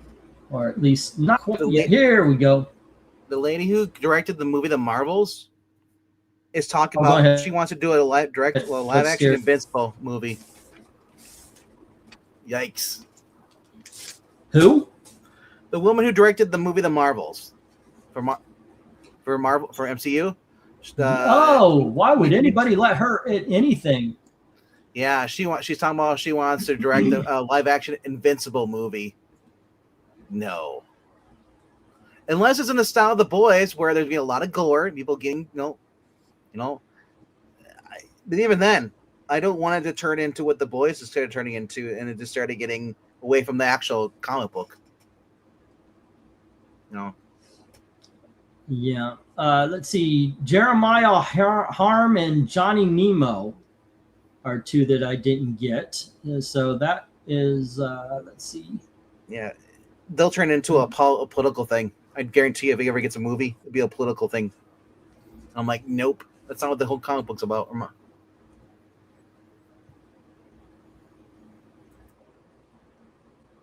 Okay, got that. Giant sized defenders. Got that. GI Combat. 1, 2, 3, 4, 5, 6.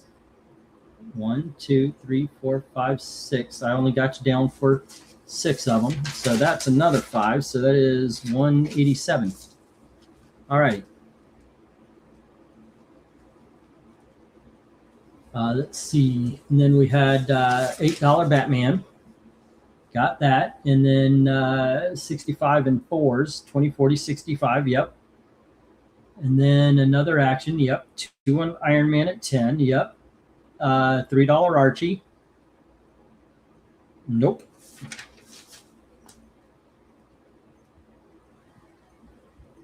And that is $190. And then let's see, $6 on Wolverine. Got that.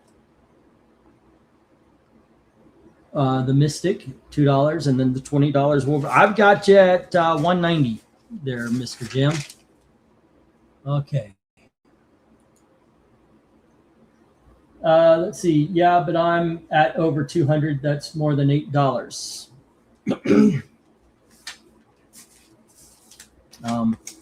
Okay.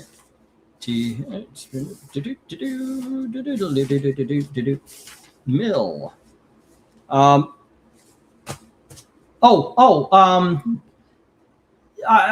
It's I got you at 211, but yeah, I guess so.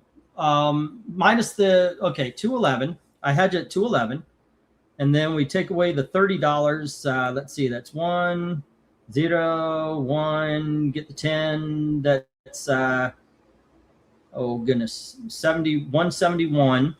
Okay, that puts you at 171, but you've got credit. You gave me a whole bunch of money. I assumed it was for the credit.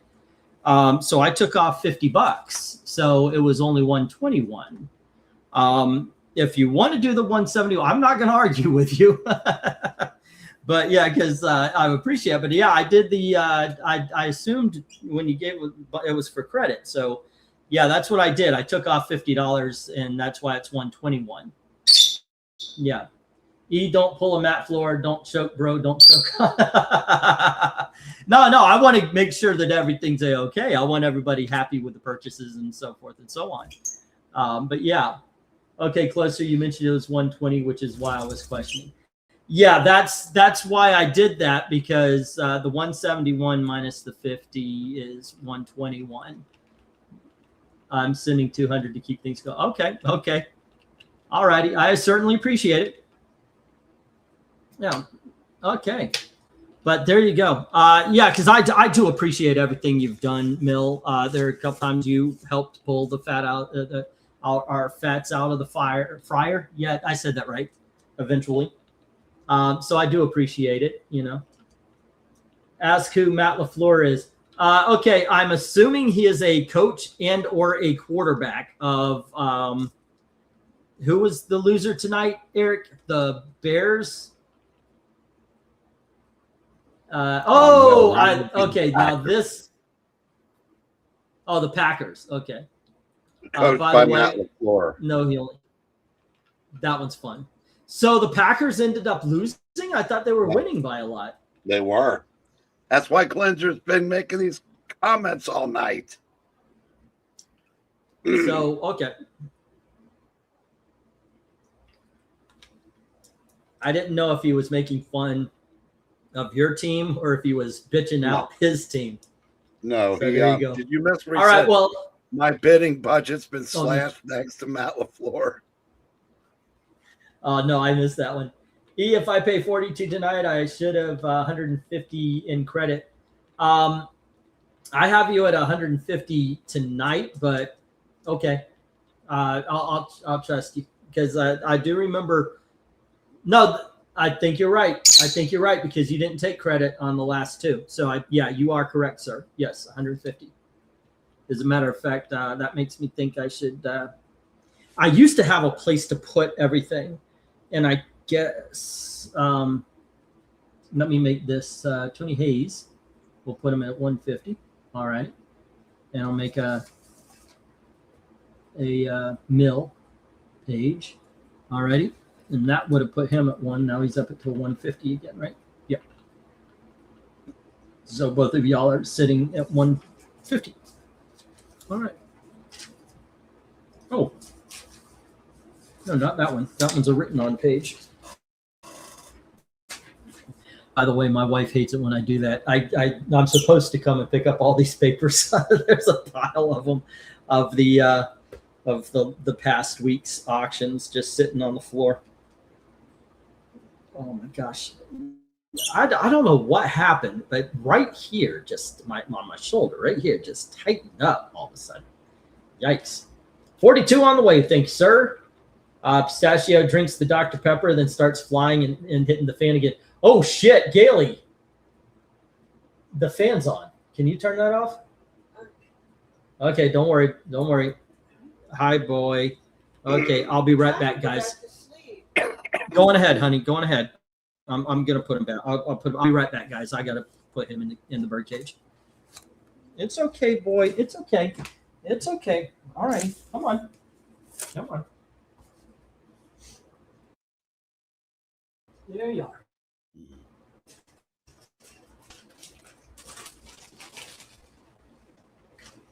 All right.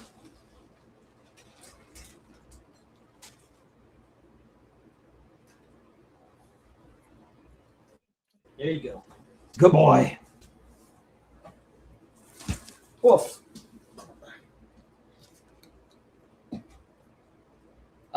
Speaking of Birdcage, discuss funny movie. It's actually done very well. Robin Williams. Yeah. Bye bye birdies. See you guys. Have a great. Bye bye birdies. Musical. Love it. I'm hoping the theater does it so I could actually audition to play the dad. What's the matter with kids? That's that one. What's the matter with kids today? But you have a good night, Mill. It's the third worst. He's not wrong that I do need to pay attention to the chat. So when I'm writing, I have to scroll up. I think it would be easier to understand if when I'm doing the writing and everything, if I had a camera that, this is so the book's in. But I can understand if you guys are sending messages and I'm not answering, it's like 4 or 5. I get the frustration. So, Eric. Bye. How you feeling? How'd your sports go? Your team won this time, right? Like I said, I didn't care one way or another. Beyond, I kind of wanted to see Chicago win, and they did. But like I said, it didn't affect my life either way. Okay. Yeah. Anytime I watch a non-Florida game, I always go, okay, who do I want? Usually I root for the people losing. So, so you can get that underdog feeling if they win, but usually I don't work. Well, that's why I was rooting for Carolina in the first game, and they almost pulled it out. But I said, one of the reasons why I was actually going to show up on time tonight, but the last minute of the Carolina game literally took a half an hour. And college basketball needs to address that, or they're going to lose what fan base they still have. And then because I was putting off dinner until that, it literally took 30 minutes to play 1 minute of clock time. But anyway, now you moved again. Well, I think I'm going to head out. I'm going to do it. You go and listen to a little music and read a little before I get to bed.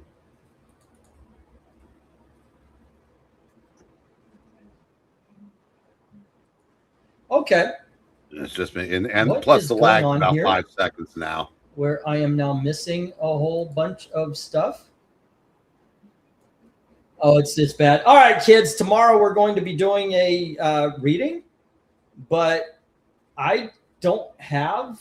I just looked, and it looks like I'm missing every season of tier list, including the ones that I made for this year, because it should be 1980s cartoon books. We did Mask, but Dark Admiral commissioned a whole bunch of 4-issue 4-issue miniseries based on old cartoons and toys. So we're going to do that tomorrow. It should be at 10:30 unless something happens where it's like, God damn it, I'm just too freaking tired. That being said, thanks for hanging out with us. Thanks for another successful auction. Wow. And as always, thank you very much. Good night.